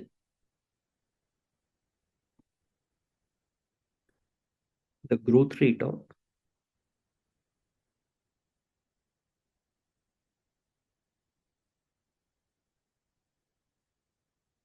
per capita output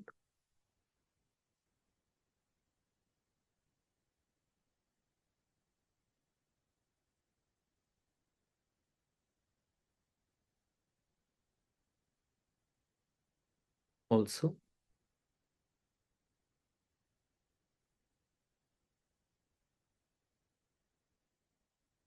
falls over time,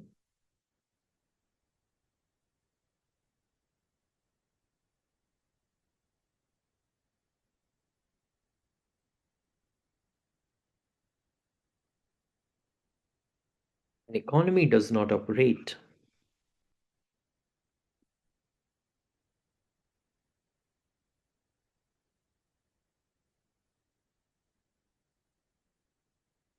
a sustainable growth rate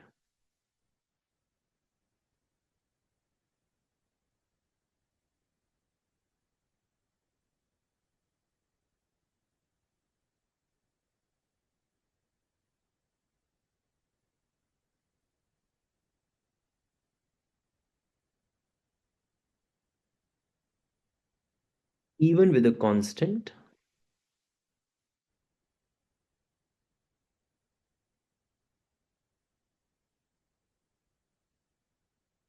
research effort.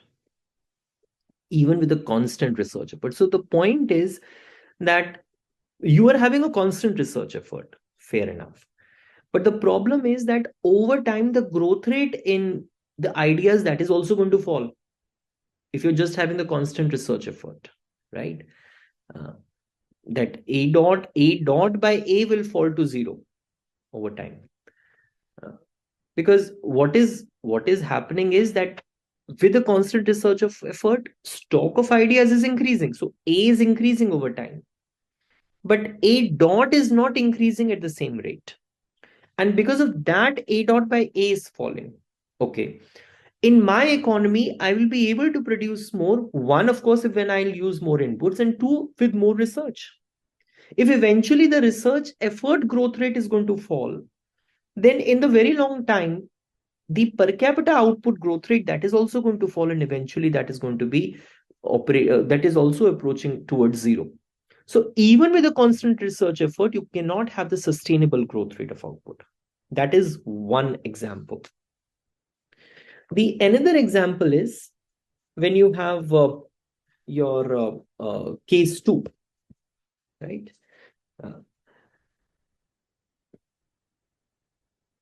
Let us look at case 2 out here.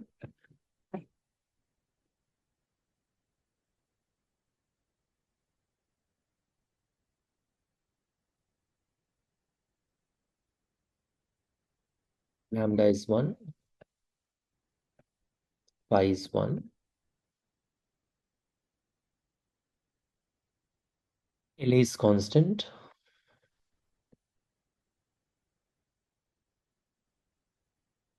and productivity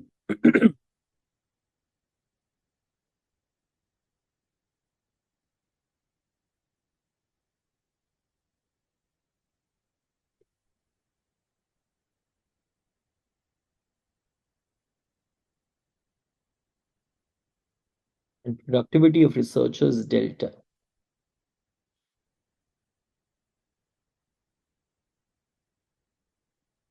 is constant. Mhm. So how do you write? E dot is equal to lambda, delta LA to the power lambda E to the power phi. You write it like that. But lambda is 1 and phi is 1. So you have this. So you have A dot by A as delta LA. A dot by A as delta LA. So A dot by is the growth rate in the stock of ideas. So growth rate in stock of ideas is constant now. Delta is constant, LA is constant. So growth rate in the stock of ideas, that is constant in each period, right? So please write.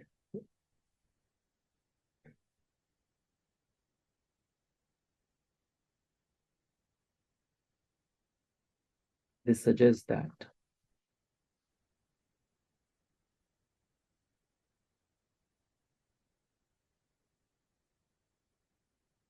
the growth rate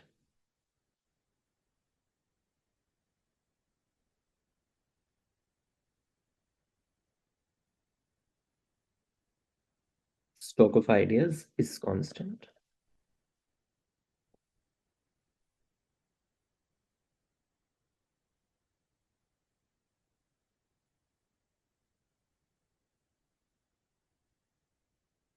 Each period. So if the growth rate of the research is constant, then the growth rate of the output is also constant, because that's of the per capita output. That's y dot by y is equal to your A dot by A. So that is also constant. Therefore,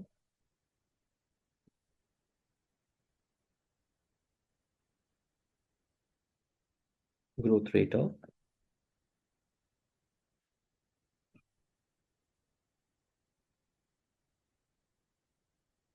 per capita output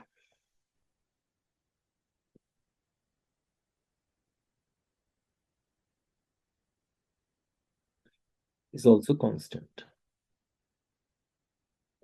So at least it is growing, maybe at the constant rate, but it is still growing, right? Per capita output is still growing. So even with a constant number of researchers, you still have the LA is constant. The people or the labor force engaged in research, that is constant. So even with a constant number of researchers, you still have a sustainable growth rate.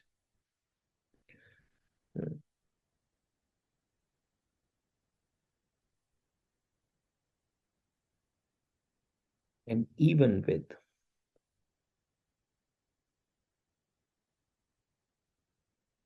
constant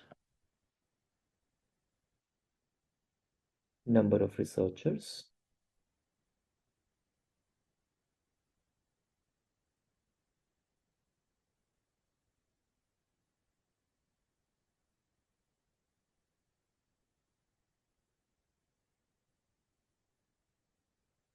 the economy operates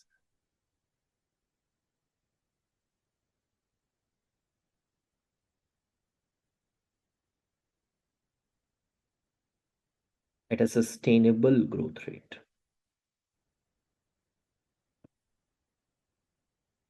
Right? So these were the two special cases. So we'll take the discussion further in the next class. Thank you, Beta. Comparative statics in Roman model. So we have talked about the balanced growth equation in Roman model. We have also talked about the special cases for Roman model. Now we are going to talk about a comparative statics. So let us say there is a permanent increase in the R&D share. That is, if the share of the population engaged in the R&D, that is going to increase. How is this going to affect? So please write this.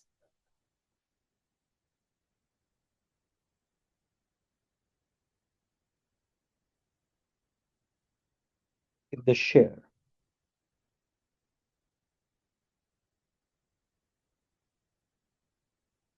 of the population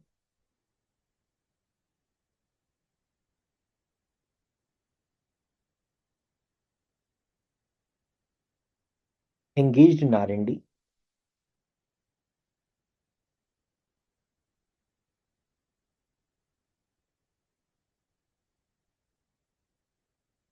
increases permanently, right?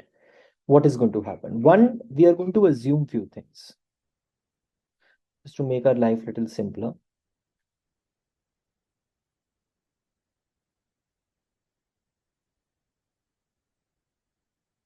Mhm. Note that we have already written this point.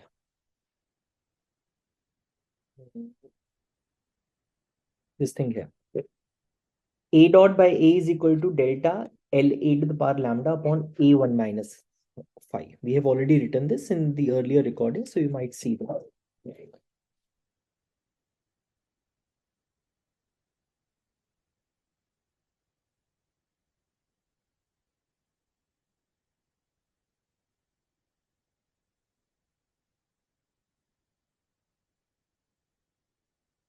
Note that. We have already written.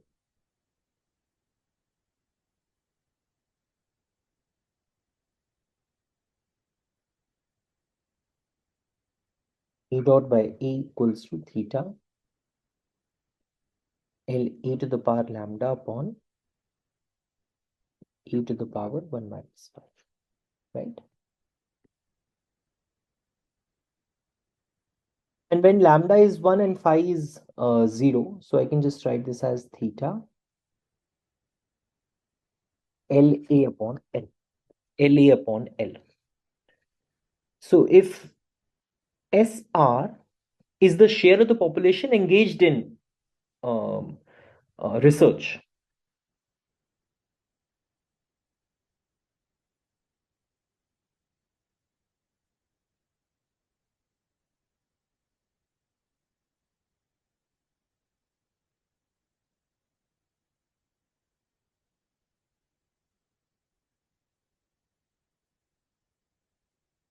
engaged in research. So LA is the share of the population engaged in research from the earlier recordings. So, and we are writing this so LA is the population engaged in research. I'm sorry. So SR into the total labor force. SR is the share of population engaged in the total population engaged in research. Let's say 25% of people are engaged in research. Total population is 100. So LA is 25% of 100, which is 25. Right? So it is like this. Okay. We have also derived this guy. Remember this. GA equals to lambda n upon 1 minus 5. So remember this guy. So please write in a steady state.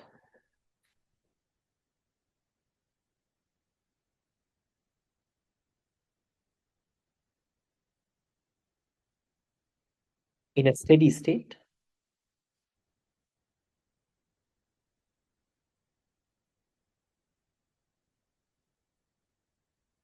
economy grows.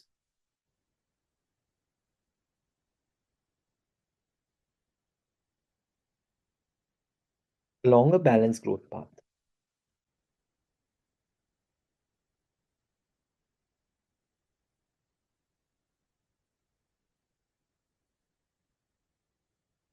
The rate of technological progress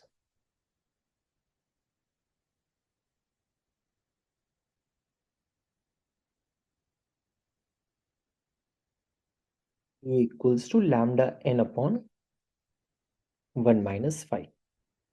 But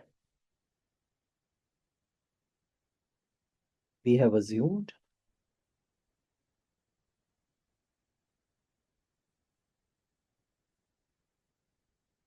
lambda equals to 1 and phi equals to 0. Therefore, the rate of technological progress is equal to the rate of population growth. G equals to N. Rate of technological progress is equal to the rate of population growth, which is equal to N. And then you have this. Well, we have what? We have also note that. Note that. A dot by A is equal to theta SRL upon A, right? Because when you are writing A dot by A is equal to theta LA by L, but LA by L is what? Theta SRL, right? I think it should be A. I'm so sorry about it.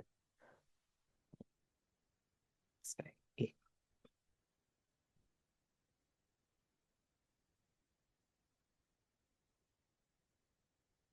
And this also you can write that as theta LA by A. Okay. And what is A dot by A? That is equal to GA. So I can write GA as theta LA by A. So that would mean GA by theta is equal to LA by A. Keep this thing in head. Okay. Now suppose the share of population engaged in research is going to increase. Now suppose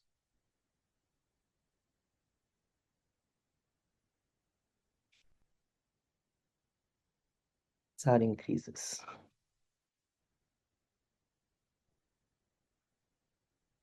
From SR to SR dash at time period 0.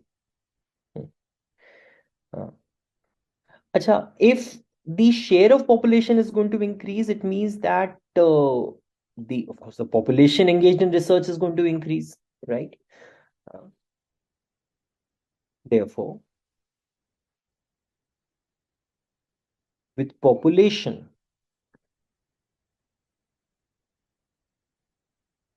of L naught, means the total population at time period 0 is L naught. The number of researchers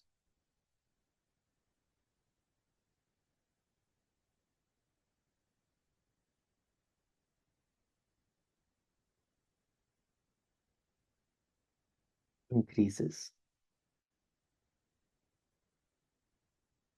as SR increases.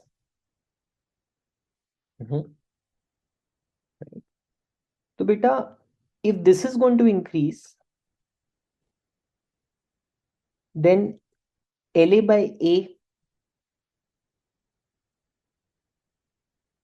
right, jumps to a higher level. What do you mean by this? At time period 0, the share of population engaged in research, that is going to increase, right? So it means that now people who are engaged in research, that is going to increase, LA is going to increase. So this ratio LA by A is going to increase. Okay.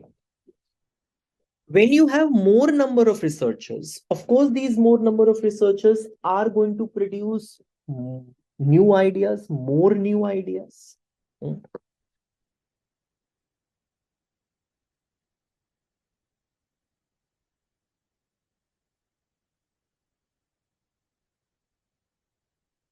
The additional researchers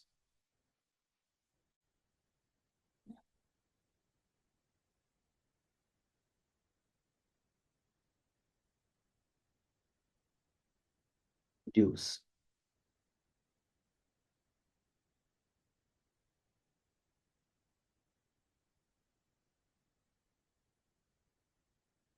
an increased number of ideas.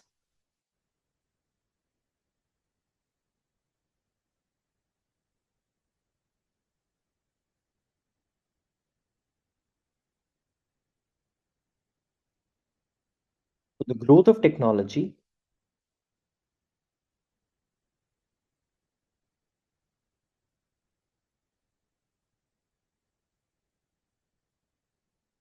is also higher at this point. So at time period 0, when the share of people who are engaged in research, that is going to increase. So the number of people engaged in the research in producing new ideas, that is going to increase. When they're going to produce, when the more people are going to be engaged in research, then naturally more ideas will be generated. With more ideas, technology is going to improve, right? So the growth rate of technology is also going to be higher at this particular point. Okay. Now, if you look at it carefully,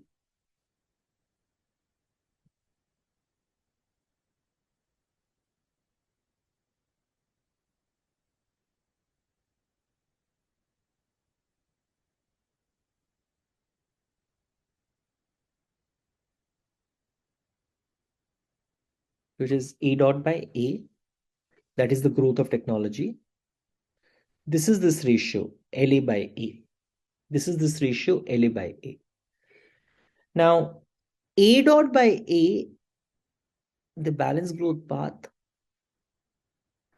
A dot by A is your growth of technology. That is equal to the population growth, right? Okay.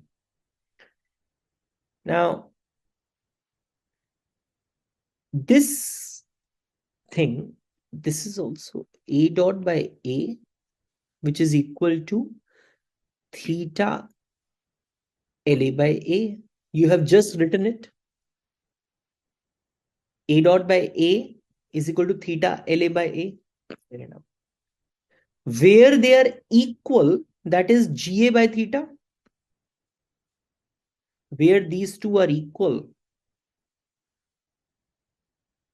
that is GA by theta. Okay. At time period 0,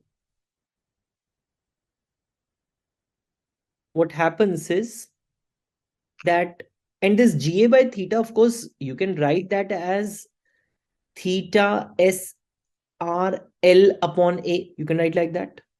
You can write this A dot by A is nothing but GA. You can write this thing as theta S R L by A, or you can also write this as, of course, I mean, you'll be writing this as theta S R L upon A only. So at time period 0, when the share of population engaged in research, that is going to increase. So I can write this as theta. I can write this as SR dash L upon A. But here the labor force is this guy, and this is your A naught, right? Fair enough. Acha, you tell me one thing. This is one more thing. LA is SR into total labor force. So with the new share and the labor force at time period 0. So the people engaged in research is A, your LA dash or whatever. Okay. This particular point is labeled as X. This particular point is labeled as X. Now, at X, what is happening? At X, you can see the growth rate of technology is more than the growth rate of population. In the balanced growth path, the growth rate of technology and the growth rate of population is same. But at X, what you can see is that growth rate of technology A dot by A is more than the growth rate of population N. That is exogenously given. At X,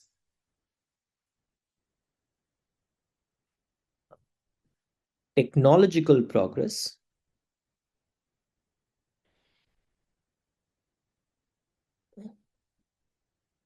A dot by A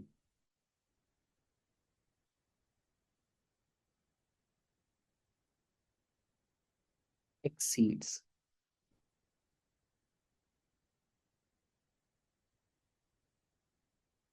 the population growth N.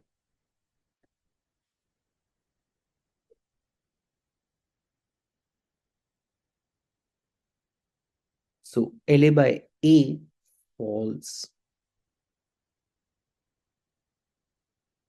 over time. falls over time, right? LA by A is falling over time. Technological growth rate is growing more than the growth rate of population. Beta, when population will increase, then only the people who are engaged in research that will increase. But the rate of growth of population itself is lesser than the rate of growth of technology. So if I look at how A is growing, so A is growing at a faster rate than the growth rate of the labor force. And if the labor force growth rate uh, is going to grow at the slower rate than the growth of technology, then LA by A is going to fall. Are you understanding this? What I'm trying to say is this. When L is increasing at the rate N, then out of this L only, there'll be some people who are engaged in research. A is increasing at the rate whatever, right? That is increasing at the rate GA or whatever. Now, this is growing faster than this. So naturally, when denominator is going to grow faster than the numerator, LA by A is going to fall over time. So when they're going to fall over time, it's going to fall like this, right? So as the ratio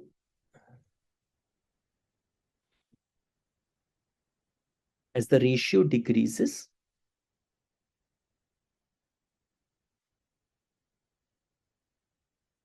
over time,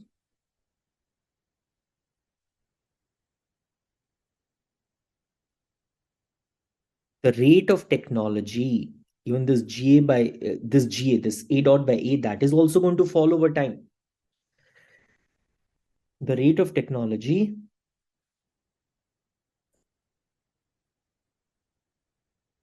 gradually falls over time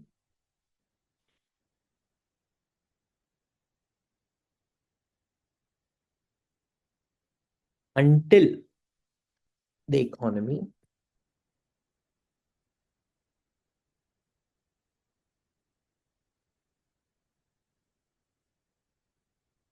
returns to the balanced growth path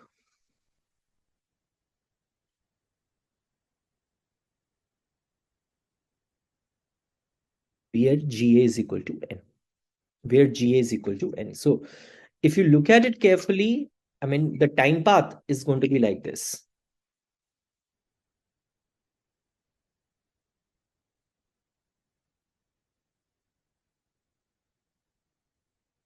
The time path is going to be like this.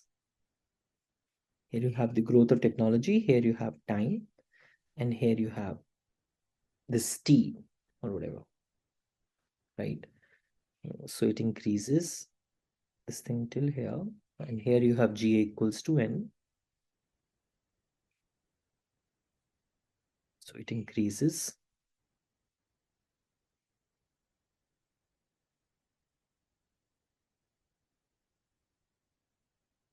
And the same thing then gradually falls. This growth rate falls like this. This growth rate falls like this. And then Jones beautifully write this. Therefore, even if there is a permanent increase in the share of population engaged in research, it can increase the growth rate temporarily, but eventually it falls back. Growth rate of technology temporarily, but not in the long run. Therefore, the permanent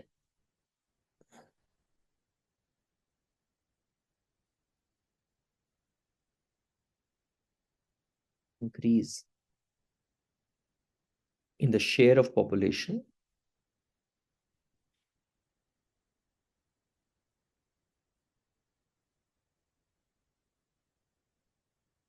engaged in research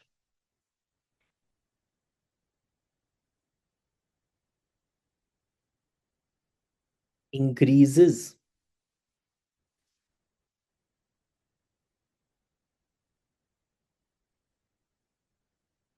the rate of technological progress .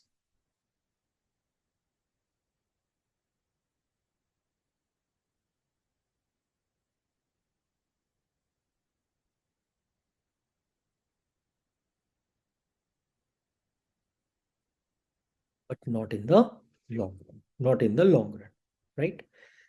Okay, I'll take the discussion further in the next class. Thank you, Betty.